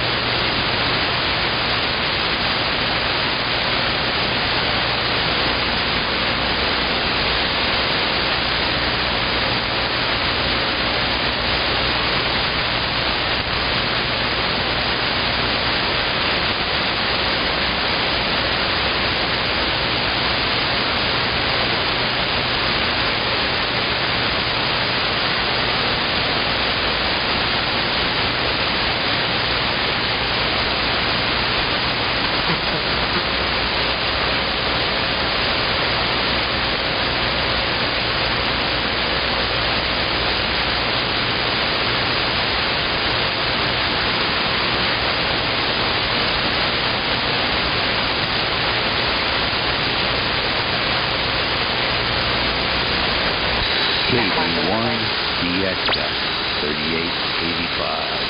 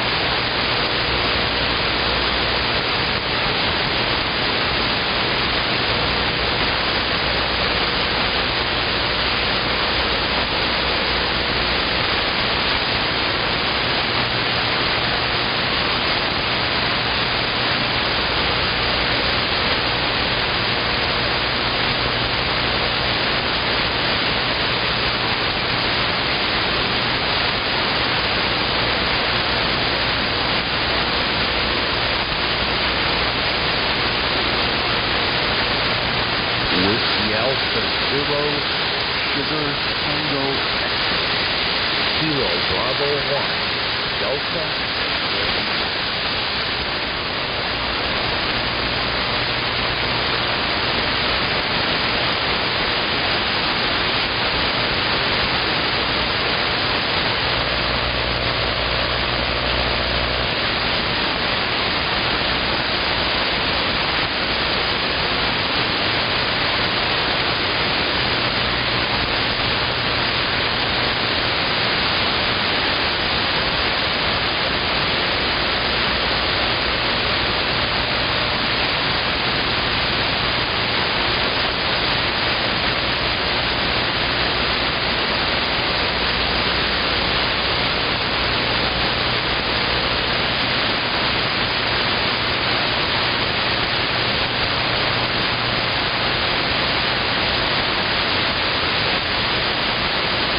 I believe it's WA0 Sierra Tango X-ray.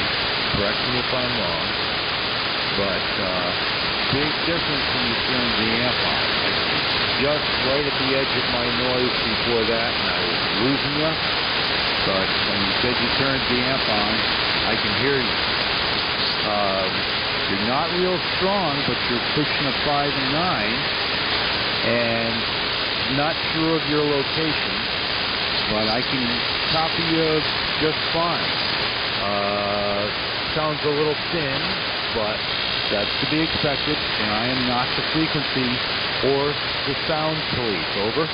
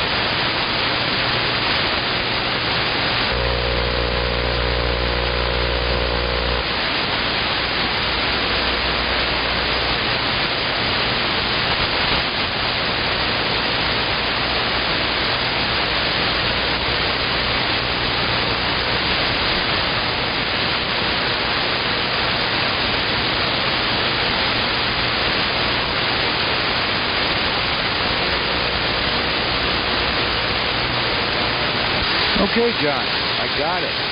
You're battling a bunch of atmospheric static, but I got you. You're making it through. No problem. Sounds like you're on the right track. You got a signal, which is a step in the right direction. And it seems as though you got some signal strength. You're a little light on modulation, but mess around with it a little. You can't, you can make it better. You can make it better.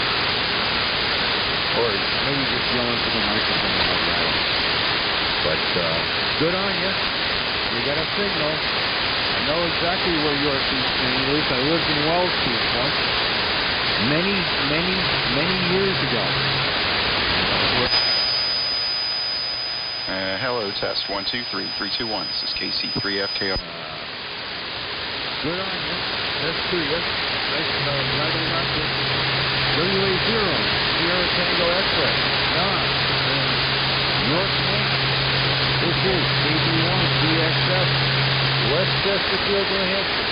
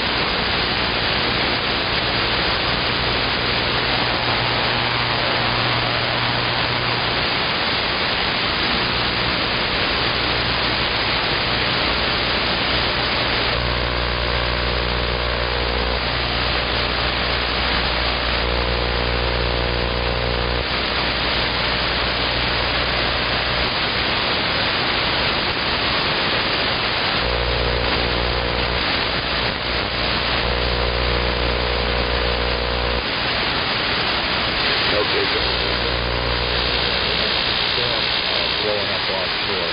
Yeah, all of a sudden.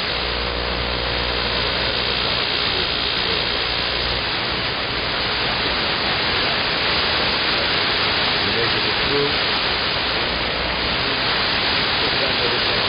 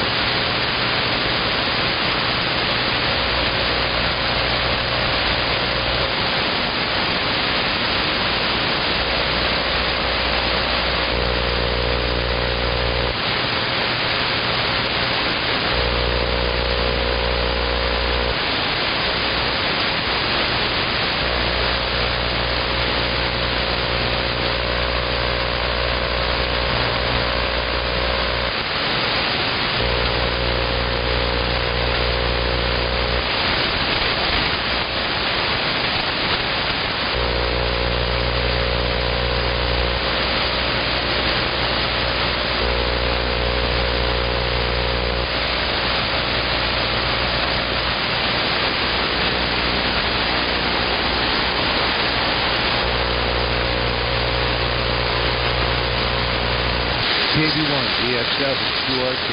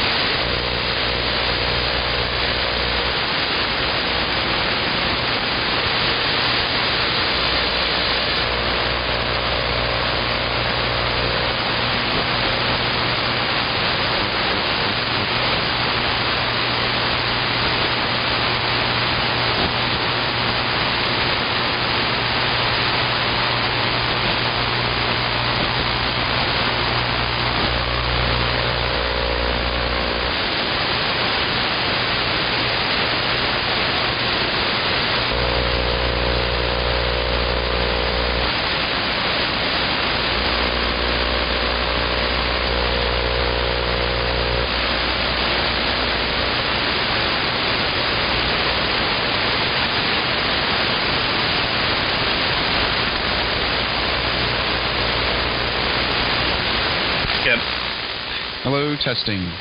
This is KC3FKR, Kilowatt Charlie 3, Foxtrot Kilowatt Radio testing. Testing remote uplink audio, test 1, 2, 3, 3, 2, 1. This is Kilowatt Charlie 3, Foxtrot Kilowatt Radio. Testing remote uplink and frequency agility. This is KC3FKR on 3885 AM.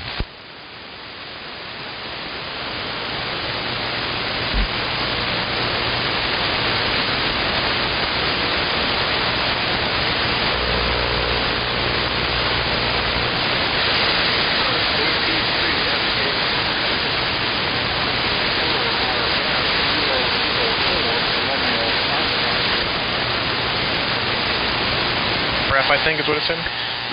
The breaking station in there didn't quite copy your call sign. You're kind of down in the noise this afternoon. Currently remote control using a web SDR up in Milford, Pennsylvania. So not sure if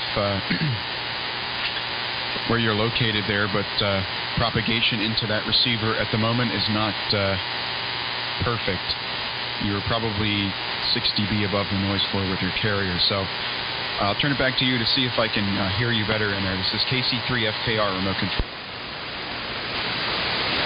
KC3FKR, this is Kilo 4, Romeo Foxtrot.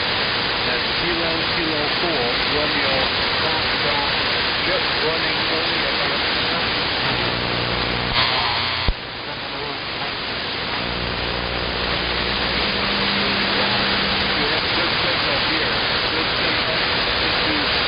southeastern Virginia.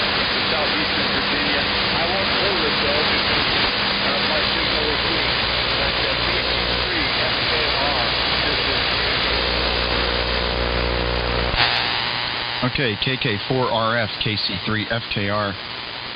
Yeah, well, I kind of heard you that time, but conditions are not very good right now down in Foreland up to here, so I won't hold you, but I did slightly copy that you said I was making it in down there quite well, so glad to hear it. This is a experimental setup that I'm playing with.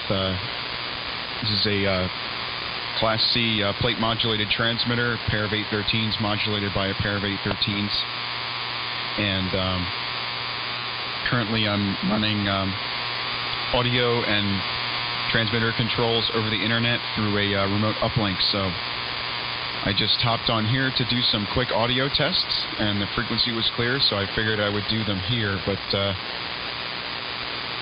I appreciate you coming back with the comments, and even though I could barely hear you, so I will stand by in the background here for your final. This is KC3FKR in Newark, Delaware, remote control.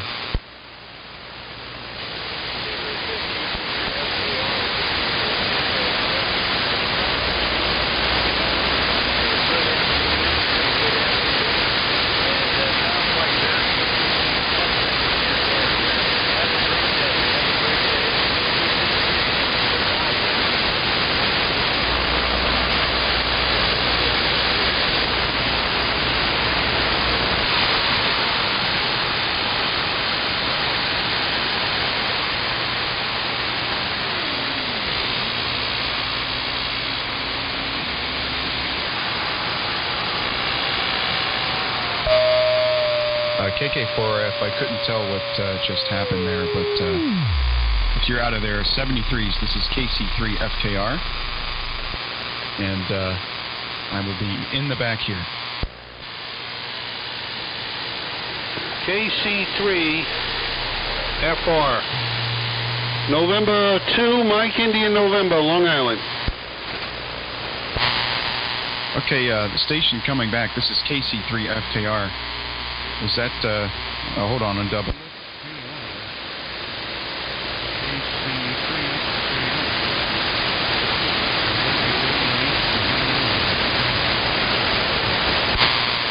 Okay, it seems that we have two stations here. I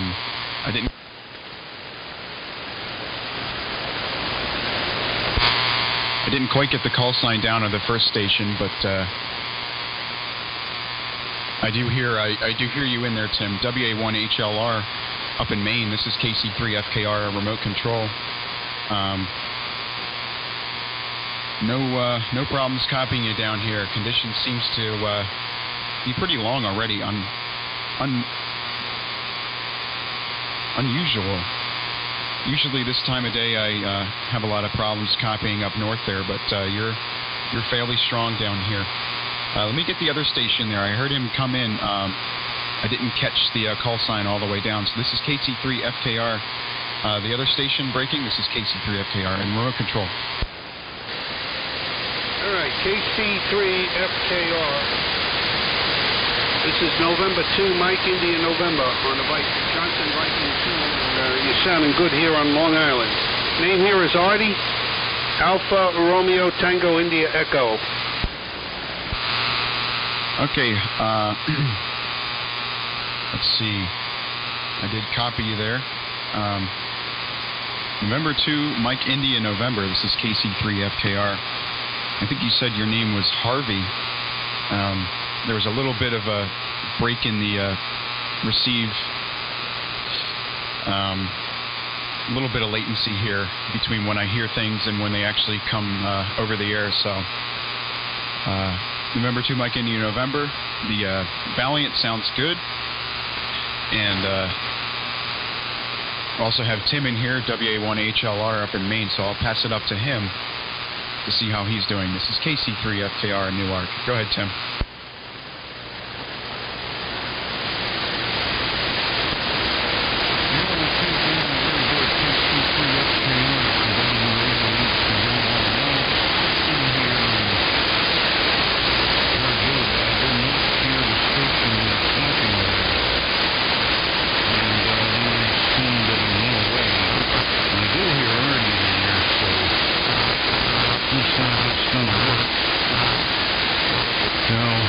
Switched over to the wire array to the longer haul, and it seemed like their signal came up a bit, but so did the noise floor. I've got a high noise floor issue with this particular antenna, whereas with the 160 dipole, the noise floor is much, much lower, so the received signal-to-noise ratio is better.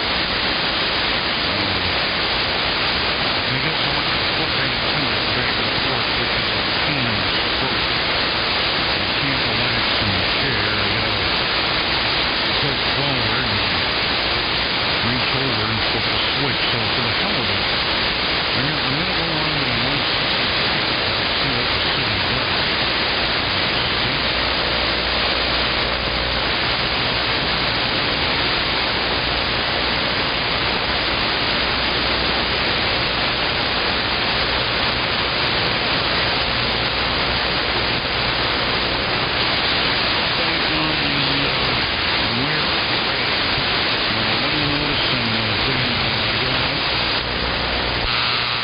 Okay, WA1HLR, KC3FKR. Yeah, well, your signal when you were on the wire array the first time was stronger. And when you switched back to the 160-meter dipole, the signal kind of dropped out, probably about 3 or 4 dB. But when you switched back, it was about the same. So conditions are a little bit variable right now. And the station I was talking to before was Kilo 4RF, and it didn't copy him very well either, so I'm not surprised you couldn't hear him up there in Maine. Don't think the band is quite open yet, but it's on the verge. Anyways, here, so sounds like the remote control link is working here. This is the same transmitter I'm always on. But the exciter that I was working on was intended to be the basis for remote control. So I now have frequency agility. I can control RF drive, and I just tuned the transmitter up in the finals for the window, and I can bounce around. So it seems like things are working here. Oh, let's see here. I think I don't want to hog the frequency here. Let's pass it back to Artie. N2MIN. This is KC3FKR. Yeah, KC3. KC3FKR. This is November 2, Mike India, November. I believe your name is Daniel. The name here is Artie, Alpha Romeo Tango India Echo. And Tim, if you're hearing me up there in Maine, way up there in Maine, I was wondering, what is your array consist of? WA1HLR N2MIN.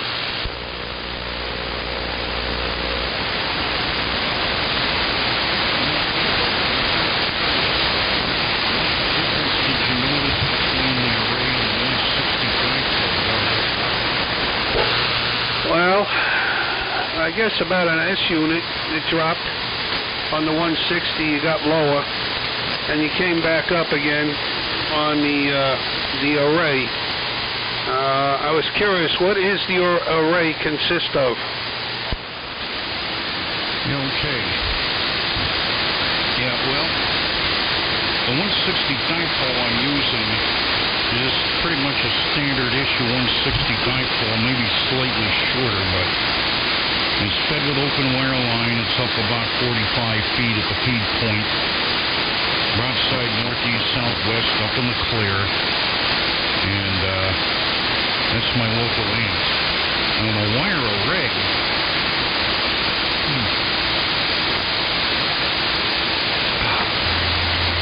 is at the very top of the hill, 10-acre spread here, and it's supported by 6 towers, 2 rows of 3 pretty much in a row that range between 175 and 199 feet in height.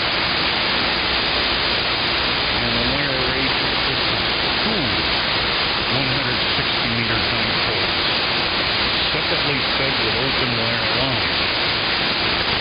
And the basic face of the antenna almost east to west, maybe a little south or west to the north or east. It's just the way the line is.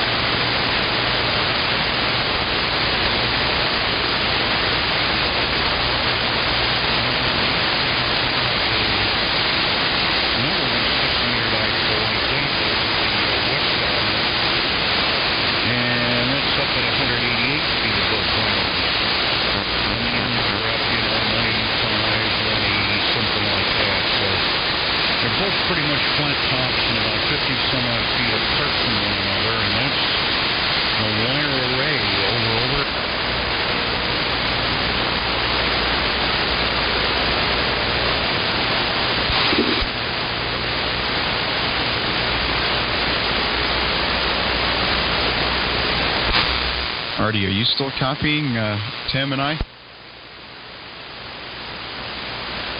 I copy you, but I kind of lost Tim. He went down in the noise level, and I can't even pick him up on my my rice box. I'm using a 75A1 Collins, and it's a Viking 2. It's not a it's a Johnson Viking 2 transmitter that we're using. 100 watts. It's not a value. Oh, okay. My mistake. This is KC3FKR. Well, the Viking 2 sounds good regardless. And might also add we have another ham who's a tech here in on Auto Patch. Don, KC3FMU. Do you want to say hi, Don? Hey, guys. Hello. He's through the same link that I am. So he's hearing all this as well. Tim, I'm copying you just fine through that K3FEF SDR. if you want to hear the difference between your antennas right now, since the static crashes are quite minimal. Let's see. So, what was I going to say? Oh yeah, Artie, if you want to copy Tim a little bit better, also you might want to look into that K3FEF SDR. It's K3FEF.com, and you can tune to 3885, and you can hear everything. Very low noise floor on that receiver. So, yeah, Tim, I almost couldn't tell the difference there between the antennas initially. Initially, I thought the wire array had a little bit more gain, but that could have just been conditions. So if you want to run it another time on your next transmission, we can do a comparison again. WA1HLR, this is KC3FKR. Yeah, Tim, I'm hearing you here on this is Ron. Usually at night is when it makes a big difference, but during the day it's 6 1/2 a dozen of the other, so I'll do one more flip. I'm on the array. This is the 160-meter diaper pole. 160-meter diaper pole, and back on the array. Go ahead. Oh yes, that made a huge difference. I think it was probably something on the order of 6 or 8 dB of increase going onto the wire array. Yeah, you're really riding the crest of a new wave, whereas for a while you went down quite a bit, but you know, that's 75, and who knows, I think the sun farted the other day, and that's why conditions are the way they are. Yeah, hearing you good here on Long Island, Tim. Yeah, go ahead. Yeah, it's Ron, WB2RON. When you did the switchover, the first time your signal went down, I think you switched to the, I don't remember the order, but then on the second switchover it was the opposite. So, you know, I'm not saying, it depends on how the signal is hitting me here.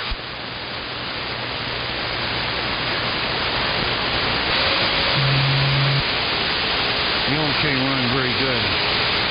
Well, you're doing okay. You know, it always changes. The other thing is the array really favors the Midwest area, like Ohio, Michigan,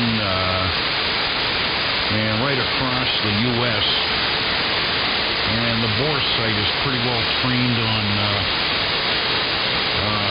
almost Southern California. You're on the Great Circle now. It's almost full west. And being that each one of the elements is a collinear, the pattern is sharper than that of a dipole. So by the time you get down the direction heading towards Long Island and the East Coast, the signal is quite a few dB down from what it could be. Now I can't move the mountain. If I could rotate things by about 35, 40 degrees to the south, it would make a huge difference.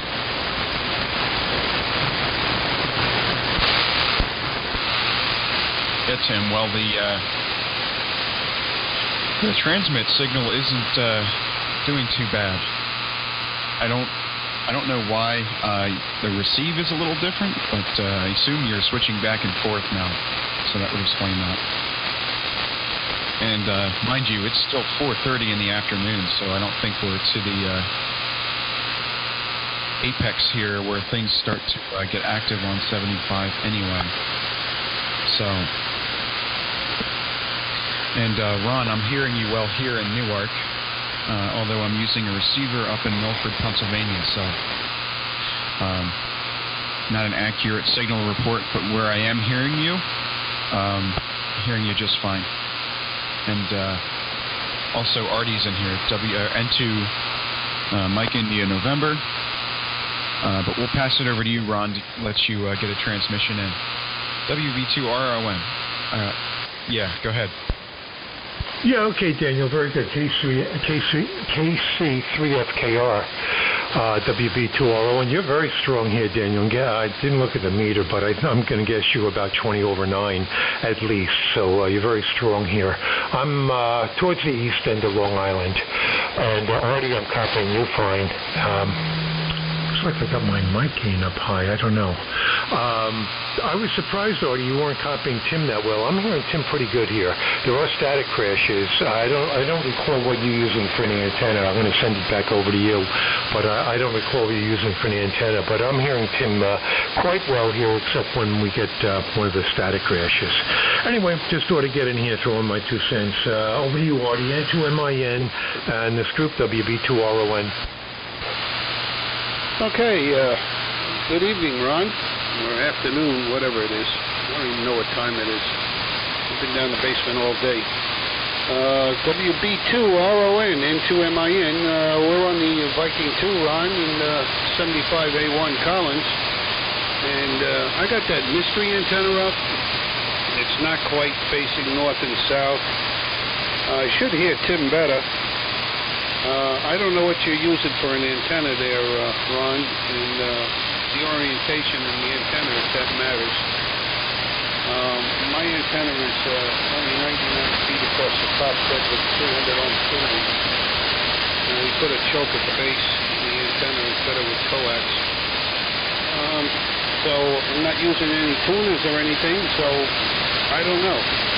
He took a fade on me and I couldn't hear him. I know he's out there. I could barely hear his voice, but I could not understand anything he was saying. So, Ron, come back to me and let me know what kind of antenna you're using, and good to hear you on the radio from Ridge. Hold on.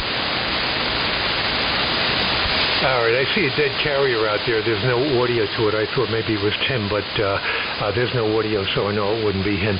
Well, I'm using a loop here, Artie. It's a 300-foot loop, only up about 35 feet, and it does not favor the northeast. I don't get Tim nearly as well as a friend of mine, Eric WB2CAU, who's using more or less a flat top dipole, though his dipole is higher up. It favors, his antenna favors the north. Mine favors the southwest, and Tim is northeast. So, I think it has just as much to do with minute-to-minute conditions also. But no, I'm hearing Tim just fine. So, anyway, let me send it back up to Tim. I don't want him to disappear. Go ahead, Tim. Hopefully you're still hearing me. Yeah, I'm hearing you fine. Good. I'm going through a bunch of stuff here. And one thing I have been using in my station to make it more flexible as far as delegating, audio feed and transmit control is I have one of these 4 sources into one output Radio Shack AV selector circuit.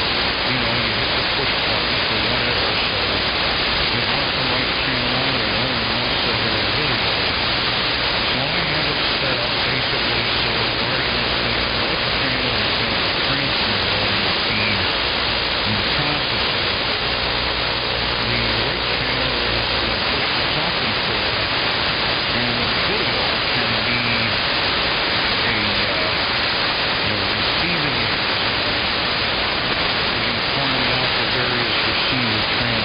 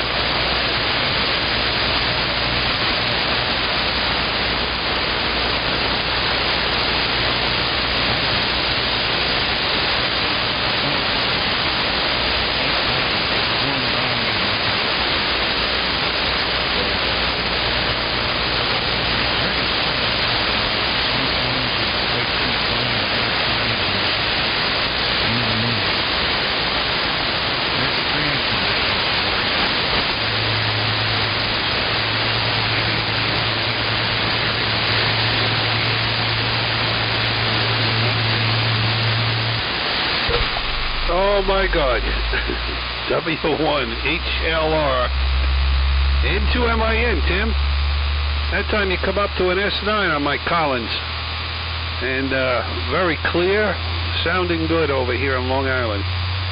Anyway, I missed your whole antenna array, other than you had two 160-meter dipoles, both fed with ladder line, wire ladder line, and all that good stuff. I wish I had the property. I'd like to put up 80, 75-meter and 40-meter two-element dipoles, so that way I can have a beam face it north and south. But it doesn't permit it here, and the wife didn't want to move upstate New York when we came back from Florida. So I'm stuck here in this house 33 years, and I can't get rid of it. Won't let me. So that's the story. I finally got my Viking 2 down the basement, and seems to be working as good as it did from the day I fixed it down in Florida. And my 75A1 Collins. So that's what we're doing here. I guess it's going to go to, let's see, Don, Kilo 3, Fox November, uniform. Don, or was it, yeah, or was it Dan? KC3, Fox Kilo Romeo. Pick it up, Dan, N2MIN. Okay, yeah, N2MIN, KC3FKR. Yeah, Don is here over the phone patch connection. He's in the same audio uplink server as I am, so we're both streaming our audio through the uplink. So that's what you were hearing him through.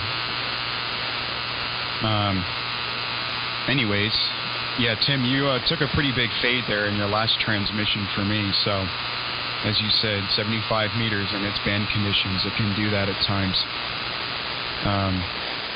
But otherwise, see, Artie and Ron have been pretty consistent, but they're closer in, so I would expect that much.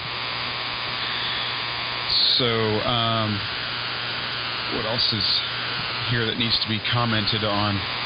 I think once we move the Collins 20V3 over to our shop property in Landenberg, Pennsylvania, I think we're going to also put up a 75-meter array, beam probably pointing north. Either that or put up some kind of a loop. There's more room at that property for a loop, so I've always wanted to experiment for one. So that'll probably get done. Right now we're on a flat top dipole that's about 130 feet long, but at the center with 600 ohm split open wire feed line. And that antenna's up at about 45 feet, so that's been the tried and true method here with this transmitter, but I think once we move the big iron over to the shop, I think we're going to do a much larger setup there for antennas. It'd be like Radio Moscow.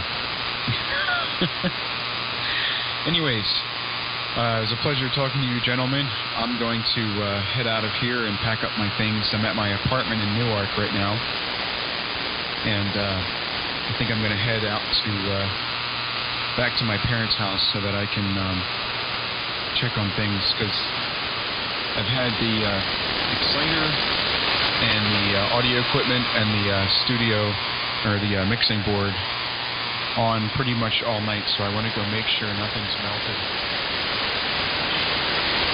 73s. WB2RRN.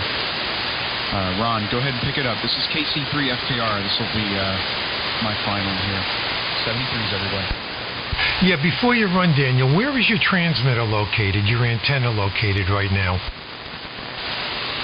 The antenna is located in western Newark, Delaware, right on the border between Pennsylvania and Delaware, near North Star. Over. Oh, okay. Well, you're putting in a big signal here.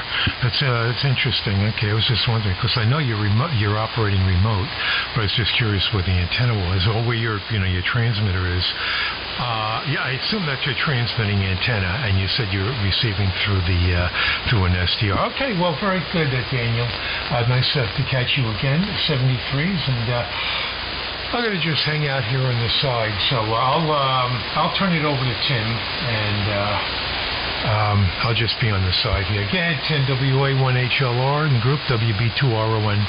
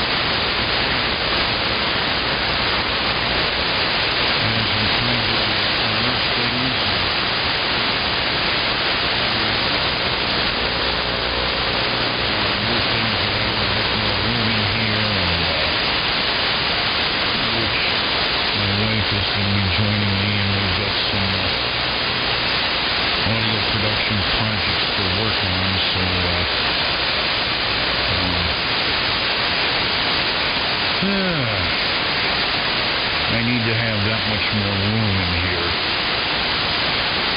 There's a box. It's full of cables with another smaller box stuffed in the top. It's got a number of items that don't have to be in here, and a place that a lot of it's going to go is up into the bunker at the top of the hill. But then again, space there is limited until I get up a lot more shelving. So there's this big ass log jam.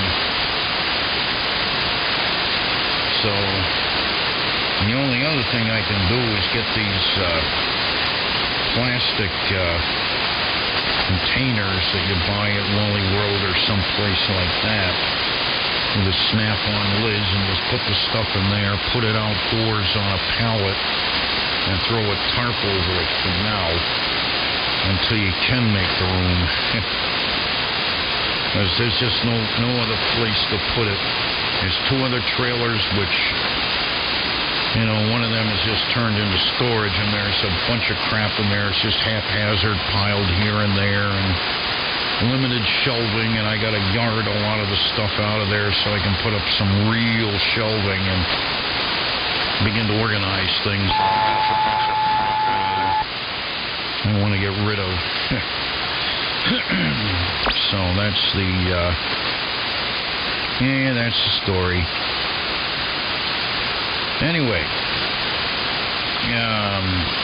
Nerdy, if you can hear me, I heard you Q5 that time, but I remember I was listening in. I heard you when you got that Viking 2 up and running. It really sounded atrocious.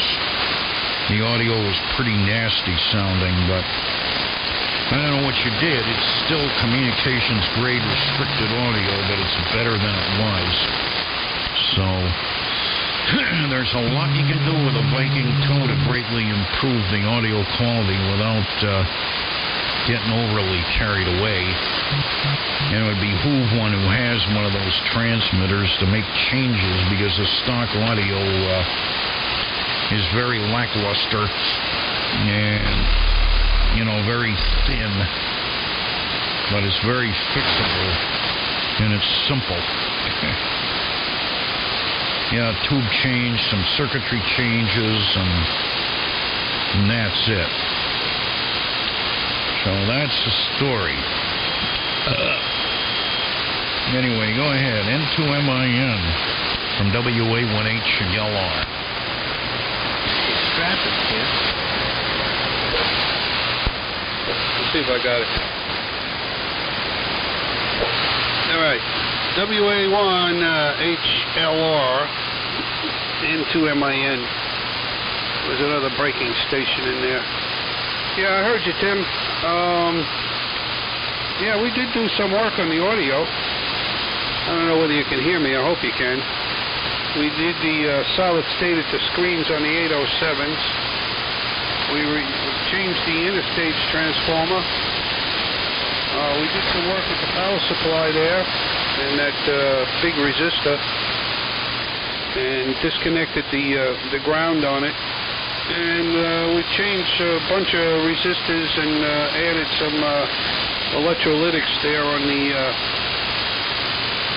preamp and the amplifier there, the 6AU6s.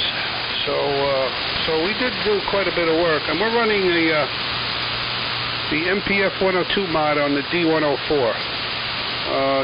Tim, can you hear me? WA1HLR N2MIN. Yeah, I'm hearing you okay. The thing is, your signal is just about down in the noise on the wire array. But I know that the wire array is generally doing a better job. So I have to switch back to the 160 dipole, which has got a much lower noise floor.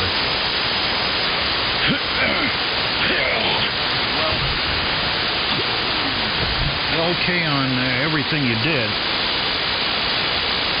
It's definitely better.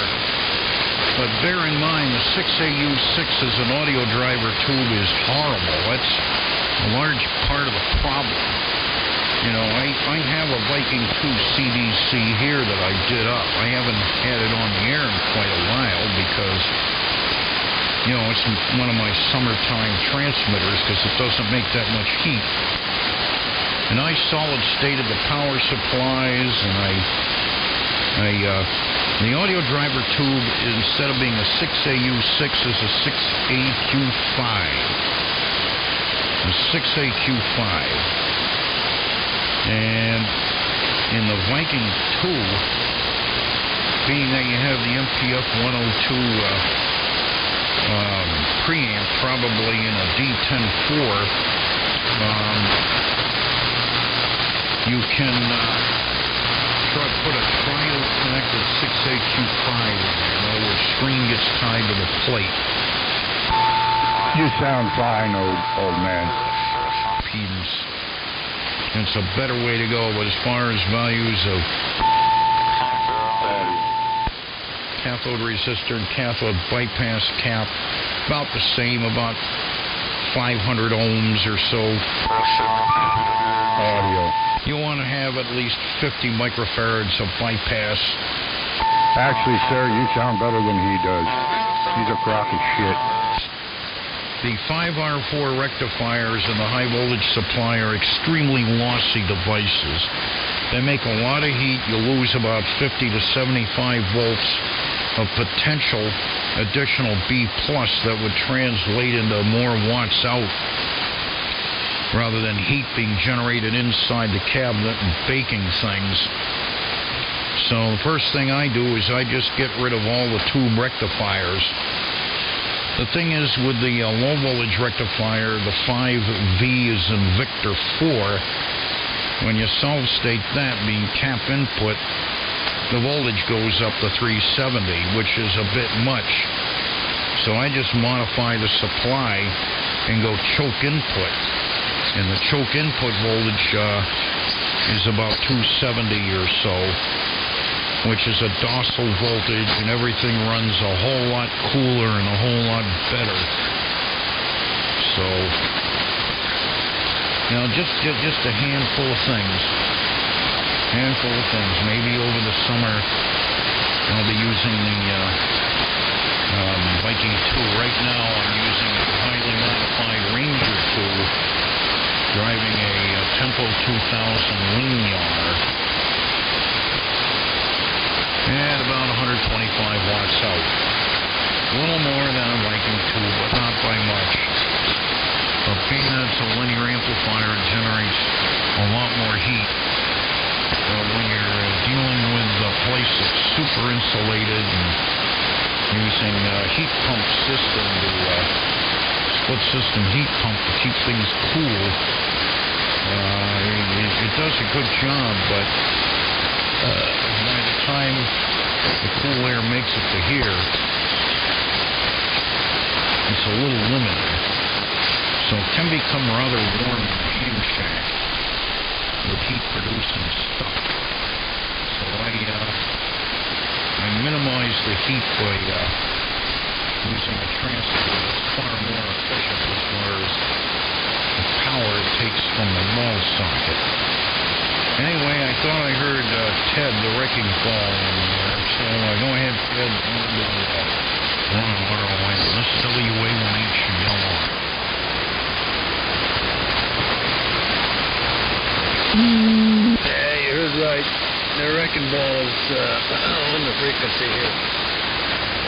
But I want to wreck this piece off. This piece seems a little bit on the precious side.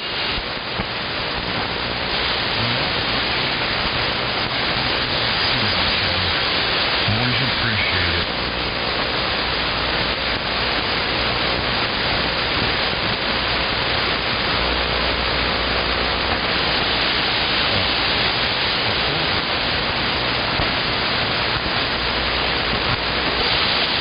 All right, we're going to get out of here, Tim, and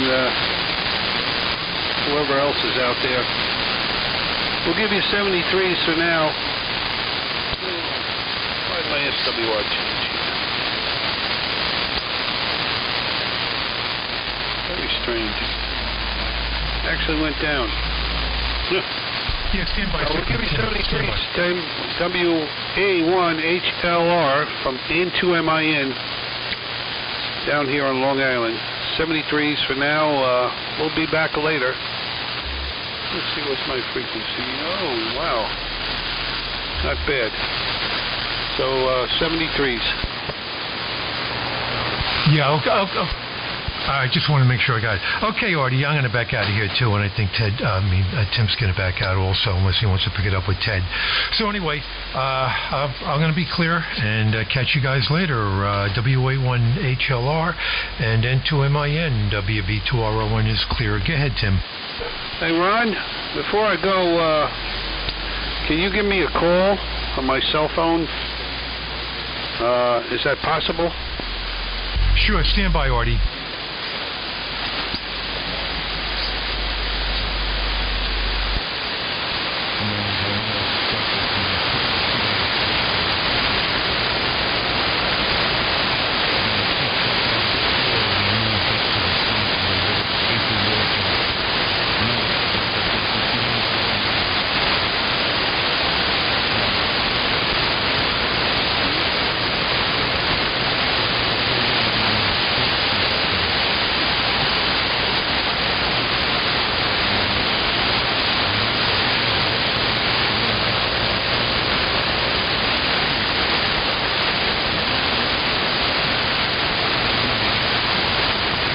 Yeah, I'm going to grab it. Hold on.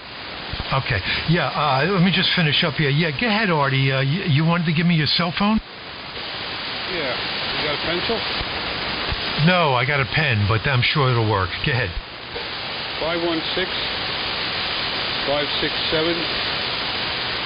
516-567-5009. Can you give me a call? It'll ring in about 1 minute, okay? Okay, WB2RO1 is QRT for now.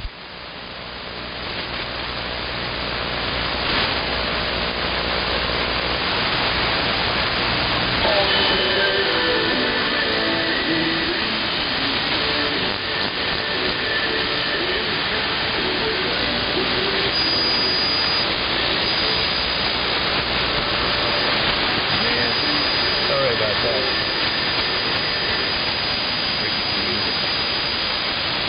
It's Saturday, they play. Came on QAR. Is there anybody that wants to Pass some gas or some traffic.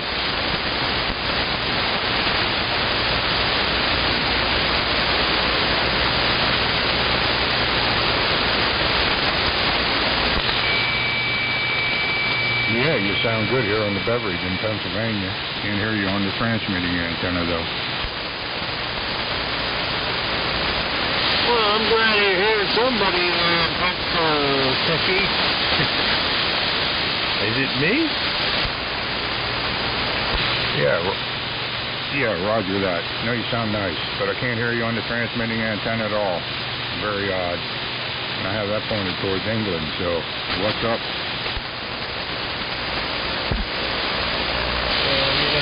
I'm using one of these magnetic loop antennas, so it might just be partial to receiving antennas and not partial to transmitting antennas, and my apologies, sir.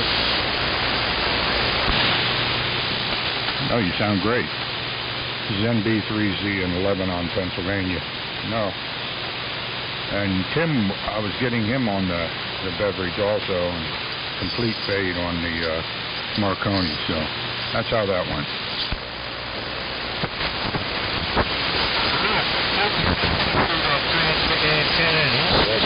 Tim would be real pleased to hear that if he's still listening. No, he was making it on the receive antenna just like you are. The guy from Long Island was making it on the vertical. So it's nice to have a few receive antennas around to help you out.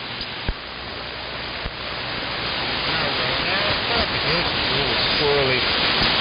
Not exactly silent into Massachusetts here where I am. But at least I'm hearing it. And thanks for wrapping back. I was beginning to wonder if this bucket of bolts was even working. Let me bring this up just a little.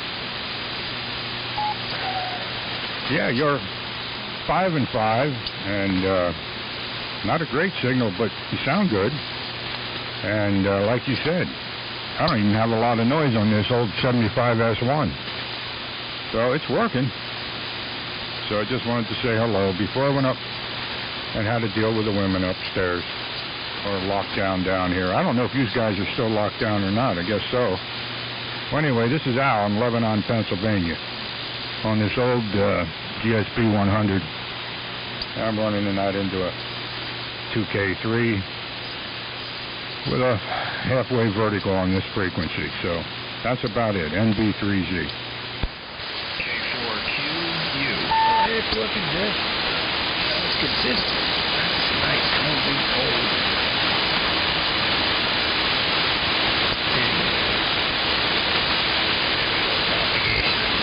I got a magnetic loop antenna here that I'm transmitting on.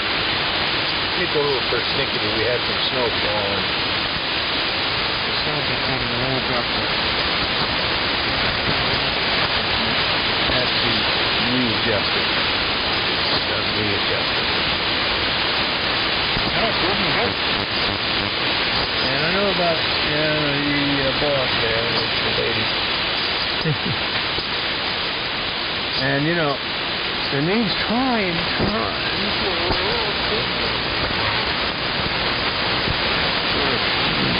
cut each other a whole lot more slack than we used to.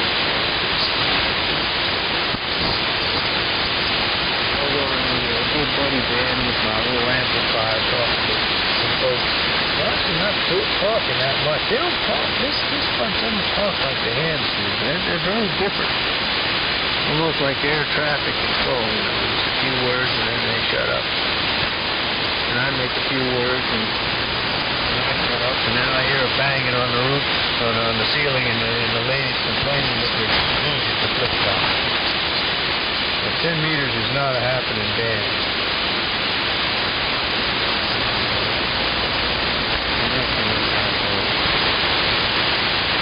But anyway, name's Ted, tired every day, call sign kilowatt 1 reservation. We're running a rice box and an amplifier and like I said, a magnetic loop.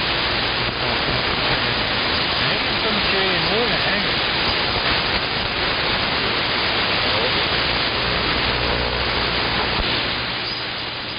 Yeah, it sounds like it's working. I'm not pushing this hard. Let me look here. Hello. No, that's not that much. I don't even have the fan on the tubes. I think it was K10AR. I could be wrong, but that's all right. This is NB3Z. The name's Alpha Lima, down here in Lebanon, Bologna town. Bologna, capital of the world. For real. So, yeah, I'm not messing with the TV anymore on 10, but does some other strange things to the appliances and stuff like that. I try to stay away from that band if I can. Yeah, I'm got a whole dugout back. I'm putting a high tower up. Looks a little more pleasing to her and the daughter. We've been doing Hamfest for 35 years. She's a connected lady. She even has a ham license. She probably sold you many a connector. But I kind of stay away from her and let her do her thing. She's pissed off because, well, the hams are pissed off too because she's not at the shows. There is no shows, so that's how that goes. Anyway, it's been nice talking to you. I'm going to get upstairs and see if I can eat something and maybe come back and play radio a little later. I think it's K10AR,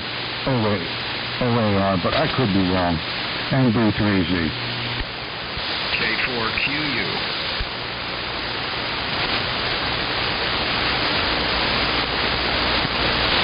Yeah, you take care of business there. It's a little school on it. Make it into a Q and you're good to go. Well, that sure in hell didn't take much. That works for me. Nice talking to you. See you later. Been fun. I'll go up there and eat something. You have a nice what's left. NB3Z. Go on that away. No problem. Training from Scottsdale. So no feeling no pain. And let's see, what else is there on this planet? We got any other intelligent life forms? I'm going to adjust this thing. I zero beated you, and I'm almost a whole kilocycle high. I'm going to come down. There, 38, 85. Now I got to adjust this stupid antenna. Let me think. Honest to God. Measured it once. If I go 15 kilocycles off frequency, I go 15 decibels down. Yep, magnetic loops are wonderful antennas. They're very small, but they're very persnickety. Oh, yeah, you can't barely hear me, can you?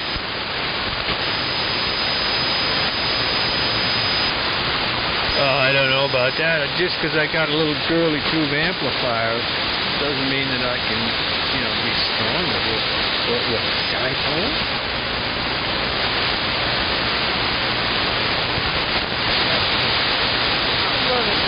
Intelligent life forms come out of their little holes and populate the surface of the planet here.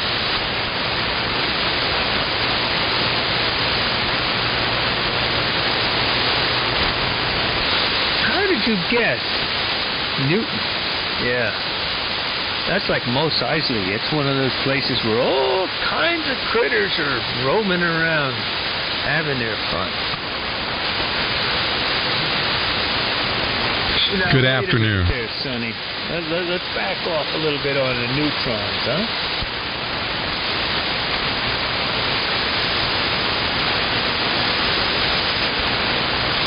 That is it, baby.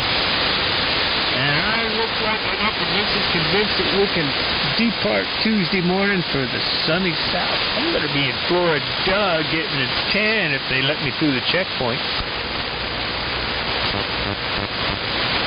Yeah, I'll be flying in my little group car. The Timtron rode in that car. He called it a roller skate. I think that's probably appropriate.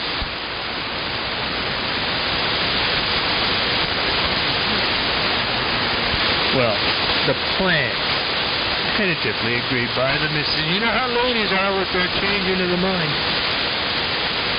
So I might be gone for a while.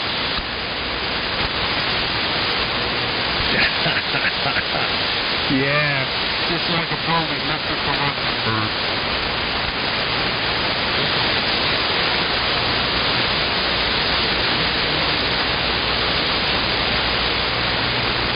Yeah, I know. Well, and I'm going to help on this. You know, there's a lady sitting out there open the door.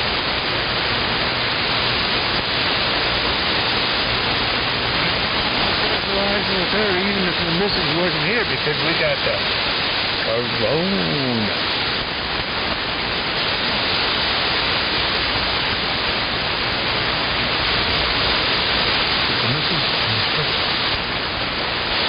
Well, I think the missus, because she and I are both, you know, cohabiting, and if one of us has it, the other one already has it, and we're on the room.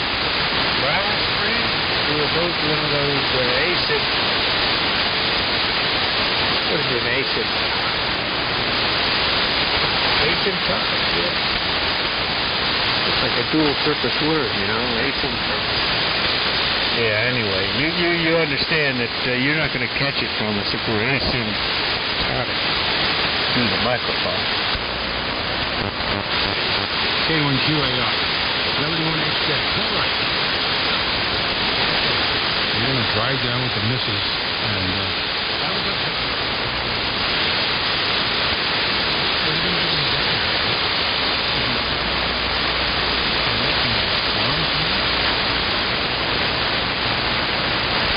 well, now, if I go through the checkpoint and put down all my contact information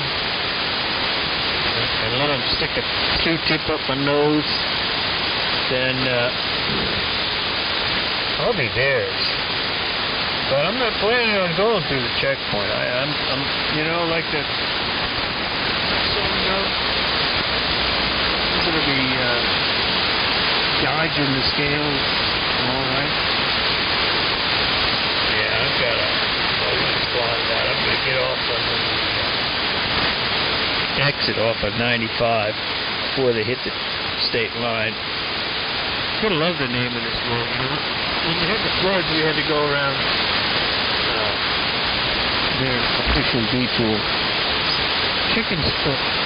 Wow, my brother and I were both fooling us because he was going back and forth. We called it the Chicken's Foot bypass. So the road that we're going on, you gotta love these people down south. They name their roads so well. This one is called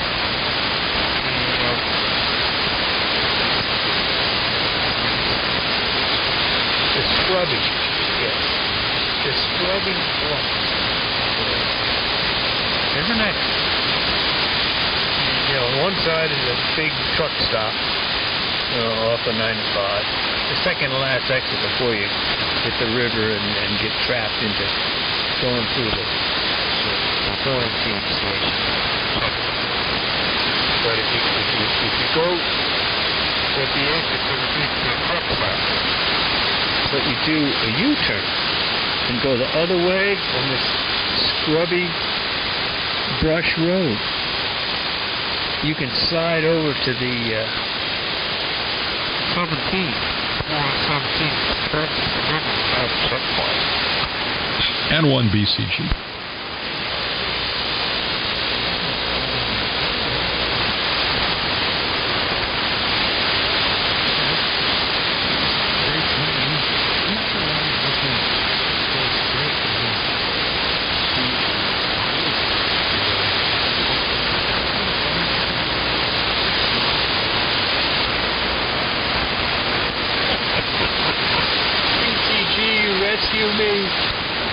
Are you thinking of the song Convoy, Crash the Gate to a 98?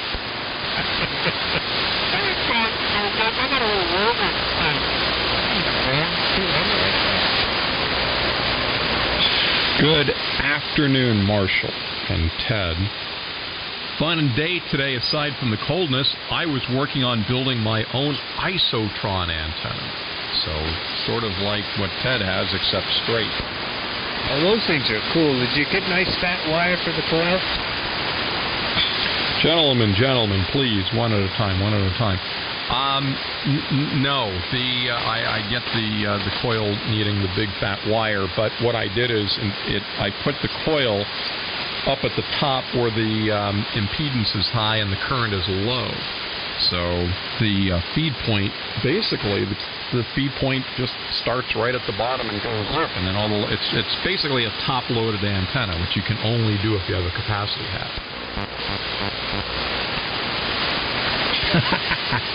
No, this is actually intended to be a Part 15 transmitter, so it's got to be 10 feet long, and I can't helically wound it like the Valcom whip, because technically the radiator's more than 3 meters, 9 feet 10 inches. But what I was able to do, I found the most efficient way of doing it is to put the loading inductor at the top, not at the bottom, and then link couple feed it. Can you imagine that? If you link couple feed the antenna, then the entire tuned circuit floats, and it actually becomes even more efficient and easier to tune than if you were to have the bottom counterpoise grounded. It's fascinating stuff. And one BCG.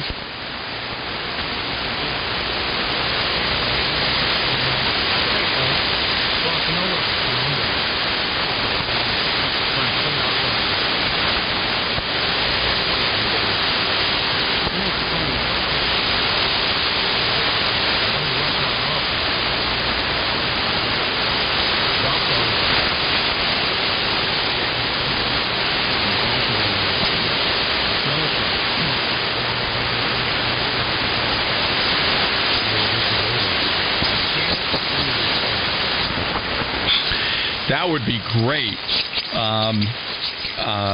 Ironically, the town here owns an LSD, landing ship dock, and they use it to bring trucks out to the islands, which are municipally owned here.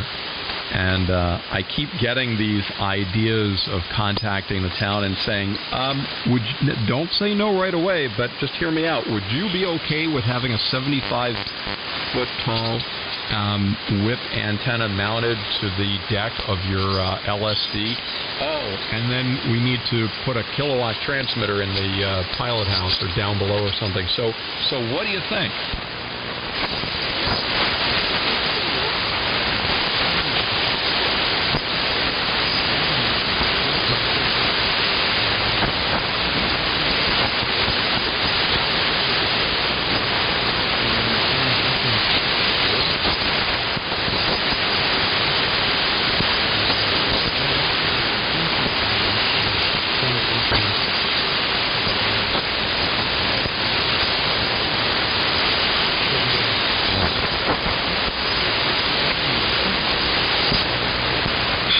You know, that's good to hear, because the next step locally here is to get a Valcom whip, and the owner of the radio station is extraordinarily nervous about this, because it's an $18,000 antenna, so he wants to be super sure that it is going to work. So that's a good report. And speaking of a Potomac field strength meter, I have one right here. Oh, actually, it's 10 feet over to my right, and that's what I've been using. Talk about overkill. That's what I've been using to monitor the progress, the near-field progress of the antenna experiments.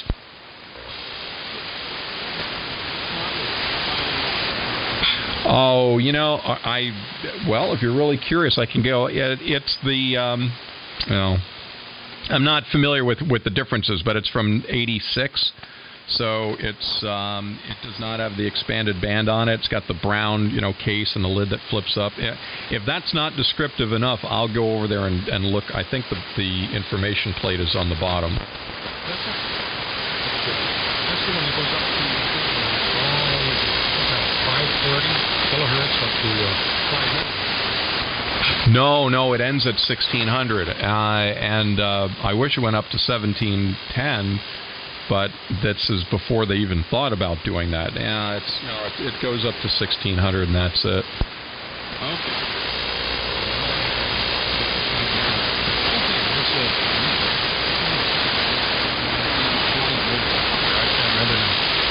great. And no, it worked. Dan I wouldn't think so, but went out and did all kinds of proofs on it, and it surprised me. They were just using a freaking fence. So you met the SRO. Is that how many watts is that? Well, they were licensed for 5 kW daytime directional array, and they were leasing the land, and they got, the lease was up, and they got kicked off, so they tried to, went to a whole bunch of towns, tried, get the okay to put up some towers, directional array. They had 4 towers in Marlboro, and no town wanted, nobody, wants this crap, so, big towers, and so, they had to, do something.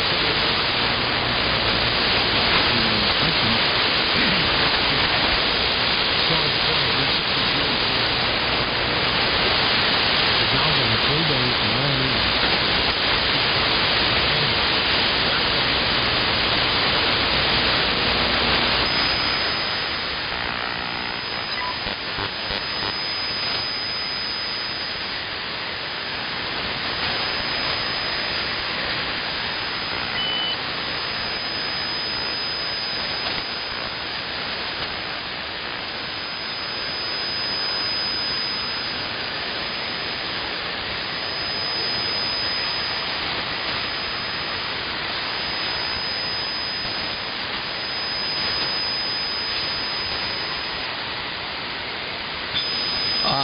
How many watts were you running with the Valco or the Valcom antenna? Oh wow. Okay. All right. Yeah, I'm curious about what the 1 kilometer meter readings came out to. But the thing is, we would be, we're a different frequency. It would be 1 kilohertz. 1 kilohertz. There you go, Clark. Boy, you've been out in the cold too long. 1 kilowatt. But we're now using 250 watts with a 30-foot antenna from ISS, Information Station Specialist. It's basically a high-power version of their TIS antenna. But you know what? It's actually working quite well. We've got like 90% of our coverage area back with only 250 watts. So I'm very impressed. But the Valcom is going to be the next step. But that's going to be a lot harder to get property for because, well, in one BCG.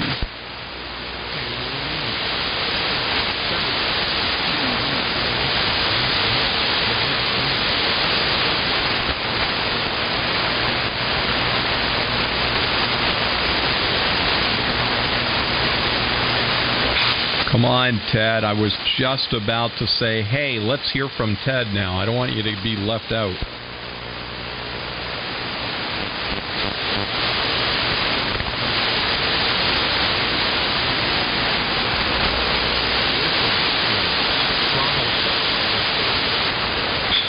Well, I've been there many times.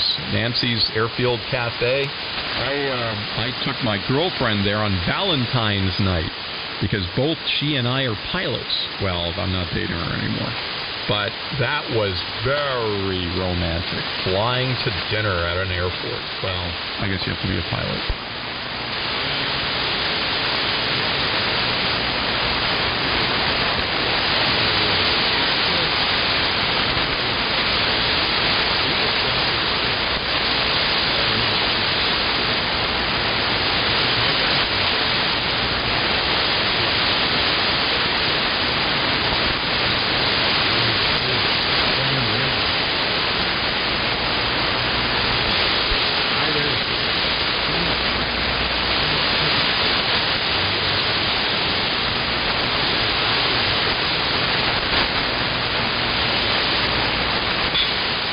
I'm sorry, in Barrie, Mass?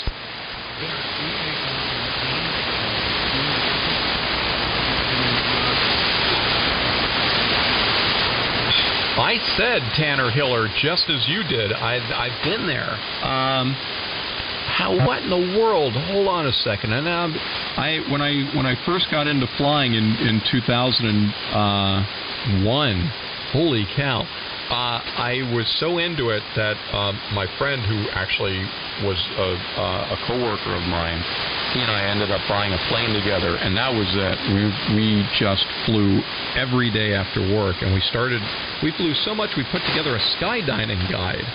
It was literally a directory of airports that had restaurants that you could go to, or at least were within a reasonable distance of the airports. And I'm trying to think that Tanner is very familiar to me, and I can't remember what the restaurant was that we may have listed on that. But also, it's funny you should mention Barre, because Barre, Vermont also is an airport with a restaurant as well.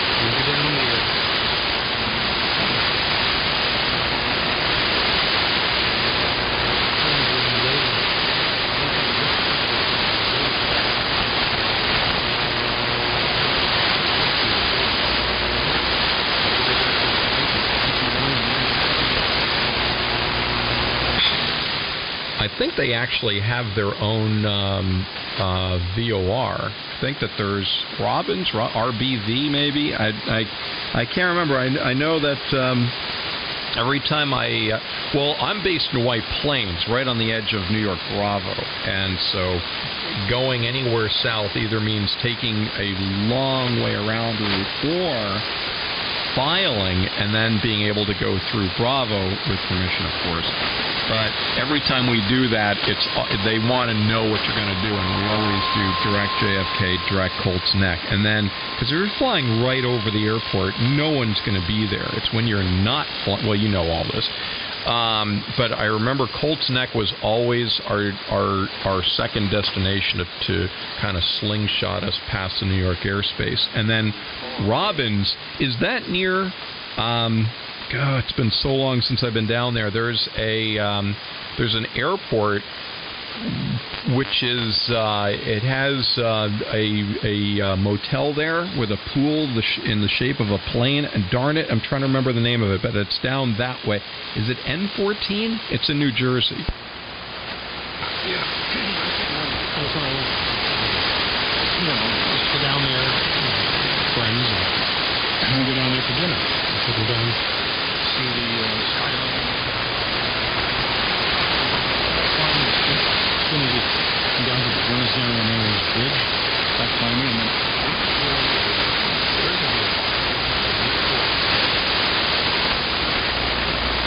then great restaurant.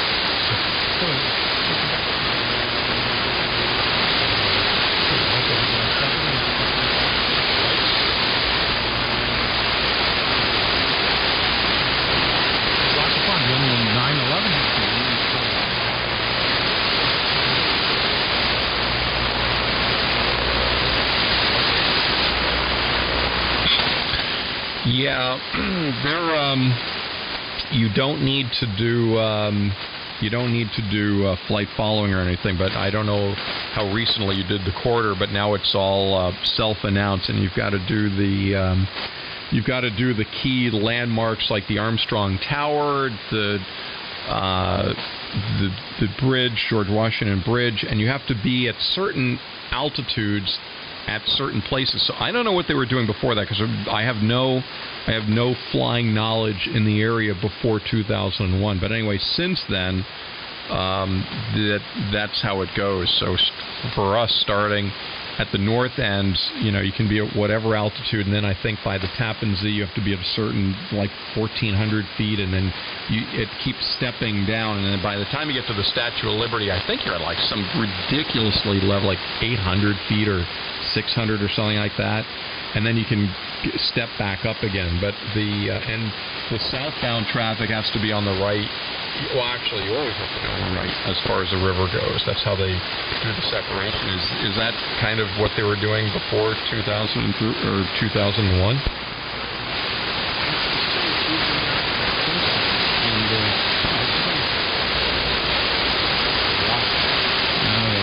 same thing. And across over George Washington, I think it's 1100 feet, and we're violating the FCC rule.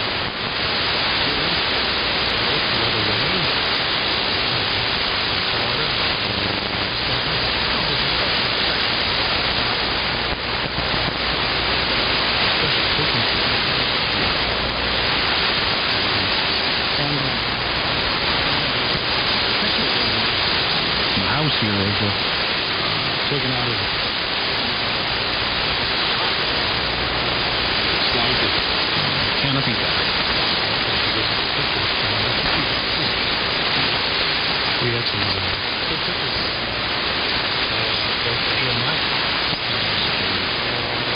Alpine Tower was a reporting point, and going back to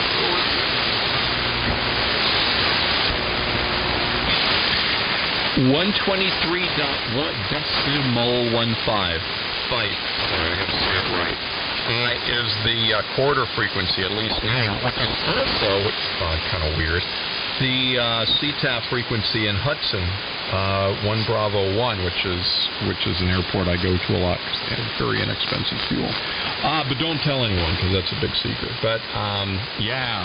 Oh, this is so great. And see, now I want to go flying, and tomorrow's going to be beautiful. But shelter in place, you know, they look at you like you're a jerk when you show up now.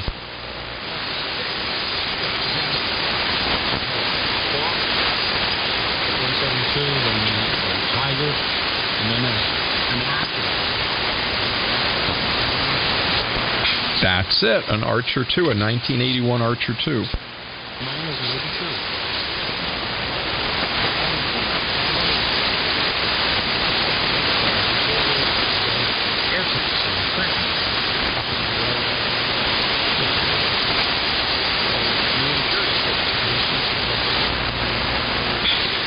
You know, when I got my pilot's license on March 15, 2001, and my friend who had been flying for 5 years already got back into it. He actually dropped out because, which is very common, but he had no one to fly with, and it's fun for a while, but it's a lot more fun if you've got someone to fly with. So when I got my license and we were already very good friends, that was it. I mean, that was it. We were renting planes from the FBO where I took my lessons from, and they had a deal that if you put down $1,000, you get a 15% discount. Ordinary, they tack on 15% more, and we were writing checks out for $1,000 like all the time.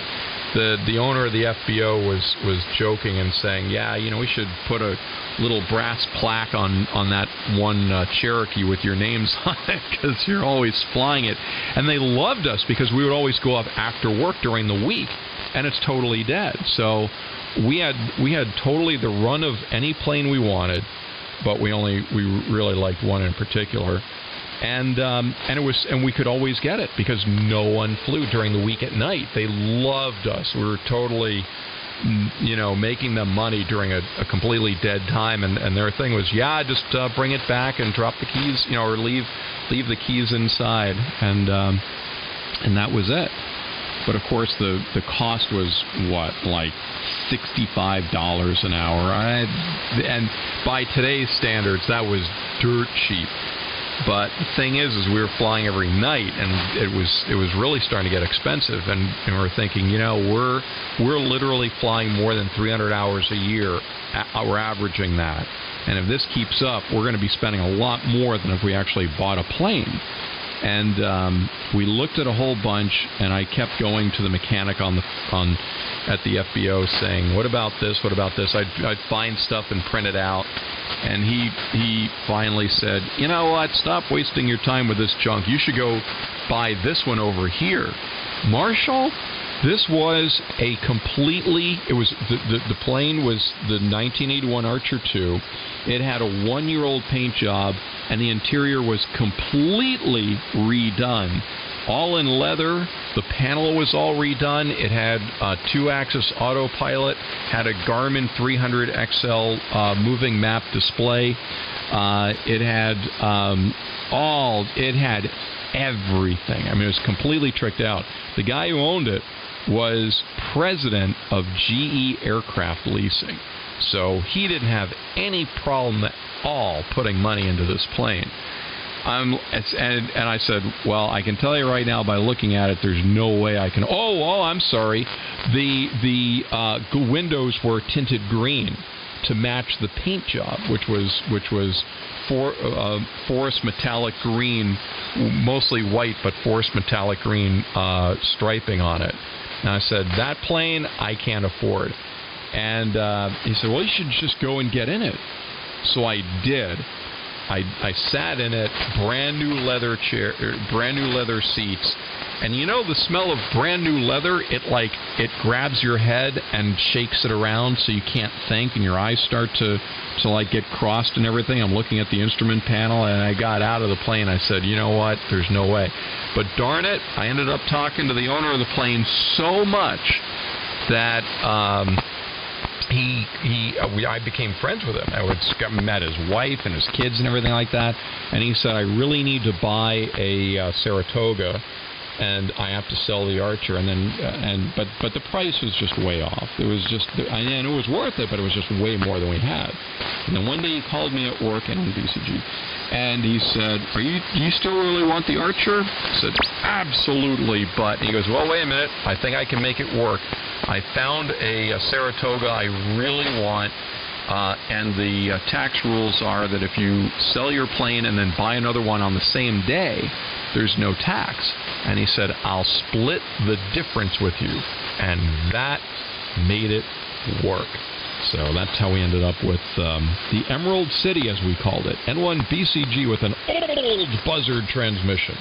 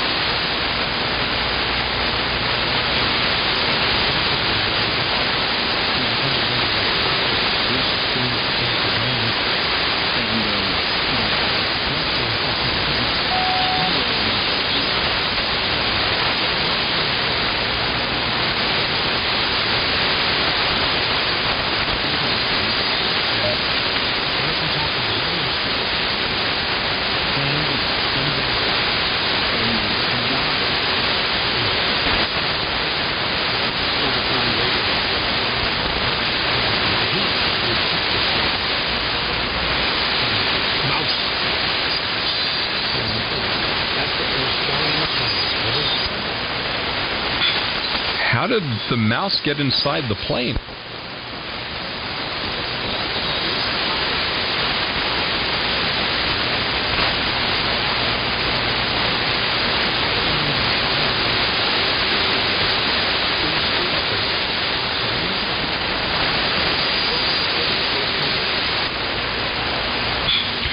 Yeah, that's true. Wow, we had a wasp nest in the tail cone, and found that during an annual inspection. And we do the annual inspections. We're super, super lucky. We found a shop that we got to know everybody there, and they let us. They let us basically do the annual under their supervision. I mean, they say do this, do that. But when we and they have to double sign off on everything that we do. But we now know what to do. Like when we go in for an annual inspection, the A&Ps don't see our plane for 3 days. the first 3 days we're taking all the inspection plates off, jacking it up, pulling the main gear and the nose gear off, pulling the bearings apart, cleaning the grease out, repacking them, putting those back on, putting the grease in the landing gear joints, and lubricating all the hinges and this and that. So it's quite quite an experience to be able to do all that on your own plane. And I love that because it really, there's nothing about that plane that surprises me anymore. And I think that's a good thing. And on BCG.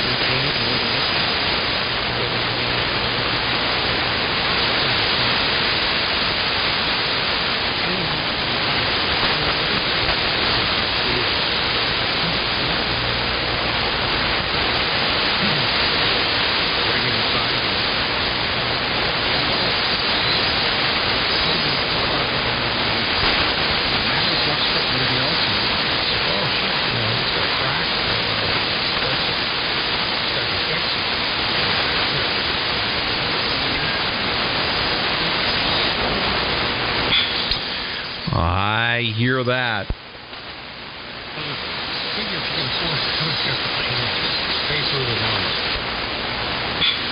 Well, yes and no. I mean, one of the reasons why we do do so much of the annual inspections, owner assist they call it, is to try to save, thousands of dollars. It adds up.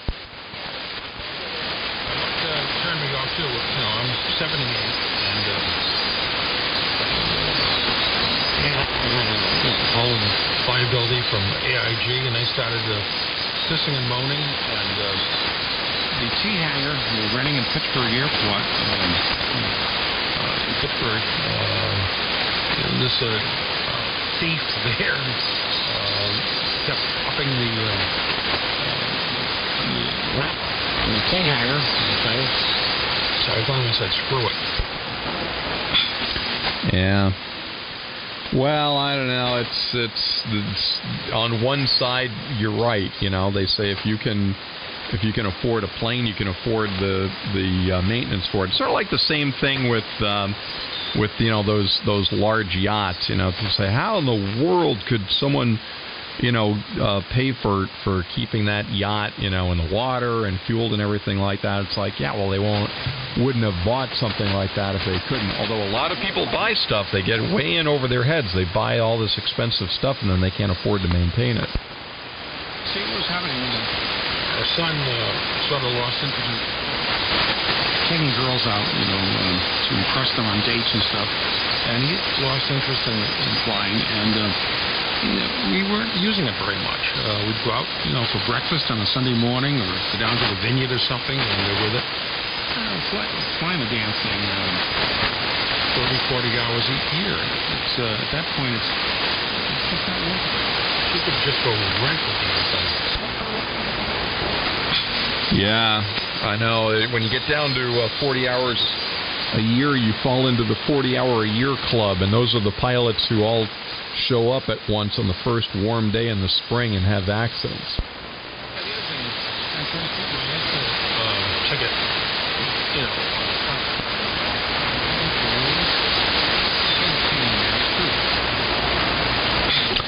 There's an airport. I'm trying to remember. Keene, New Hampshire. That's right, because it's on the Skydining Guide. Had an Indian restaurant. I don't know if it's still there or not, but that was actually a really good reason for going there. Monster runway with an ILS and everything like that, and a great place to practice your instrument skills.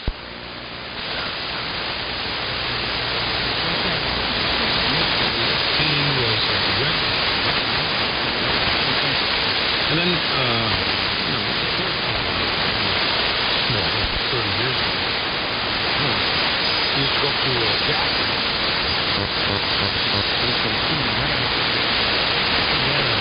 Great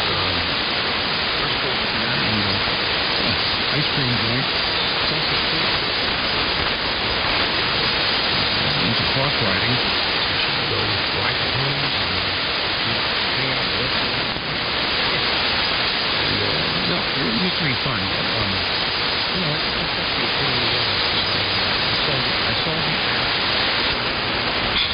Oh, Jaffrey is a favorite. Yes, the ice cream.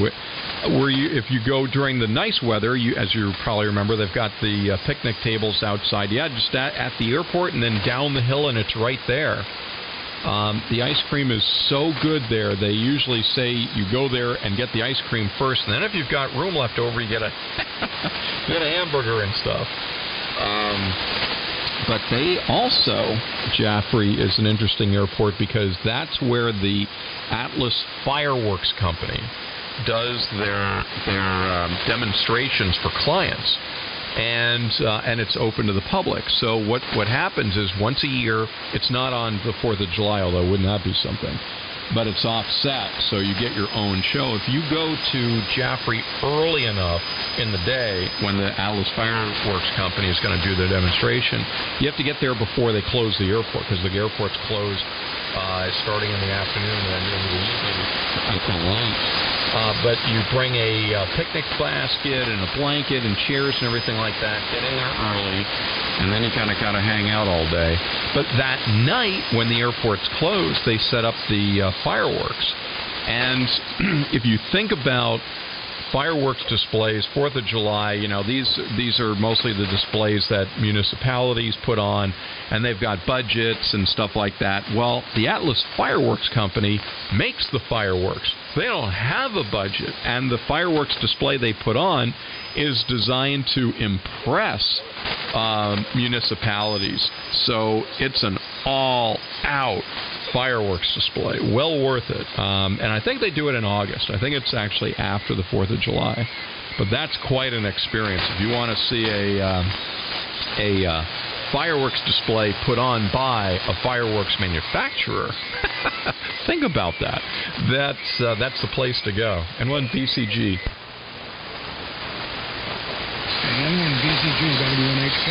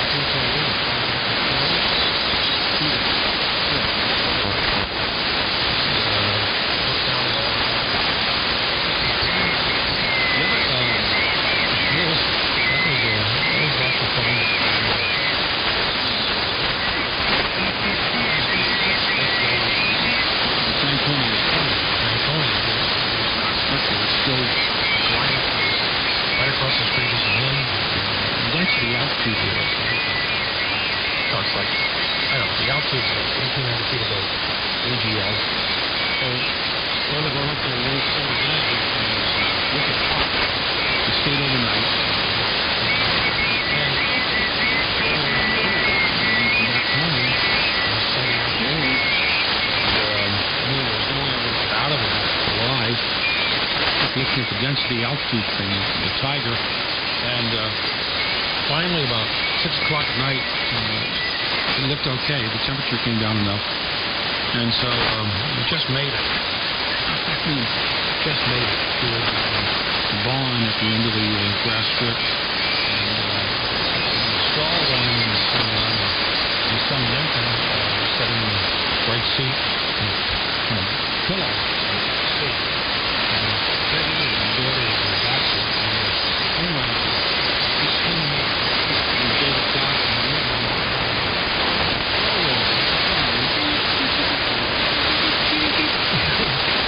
French thinks he even shot. Where's the storm warning?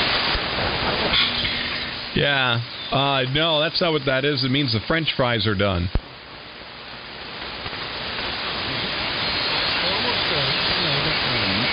Strip there and the grass strip is 2,000 feet or something. It's about halfway down.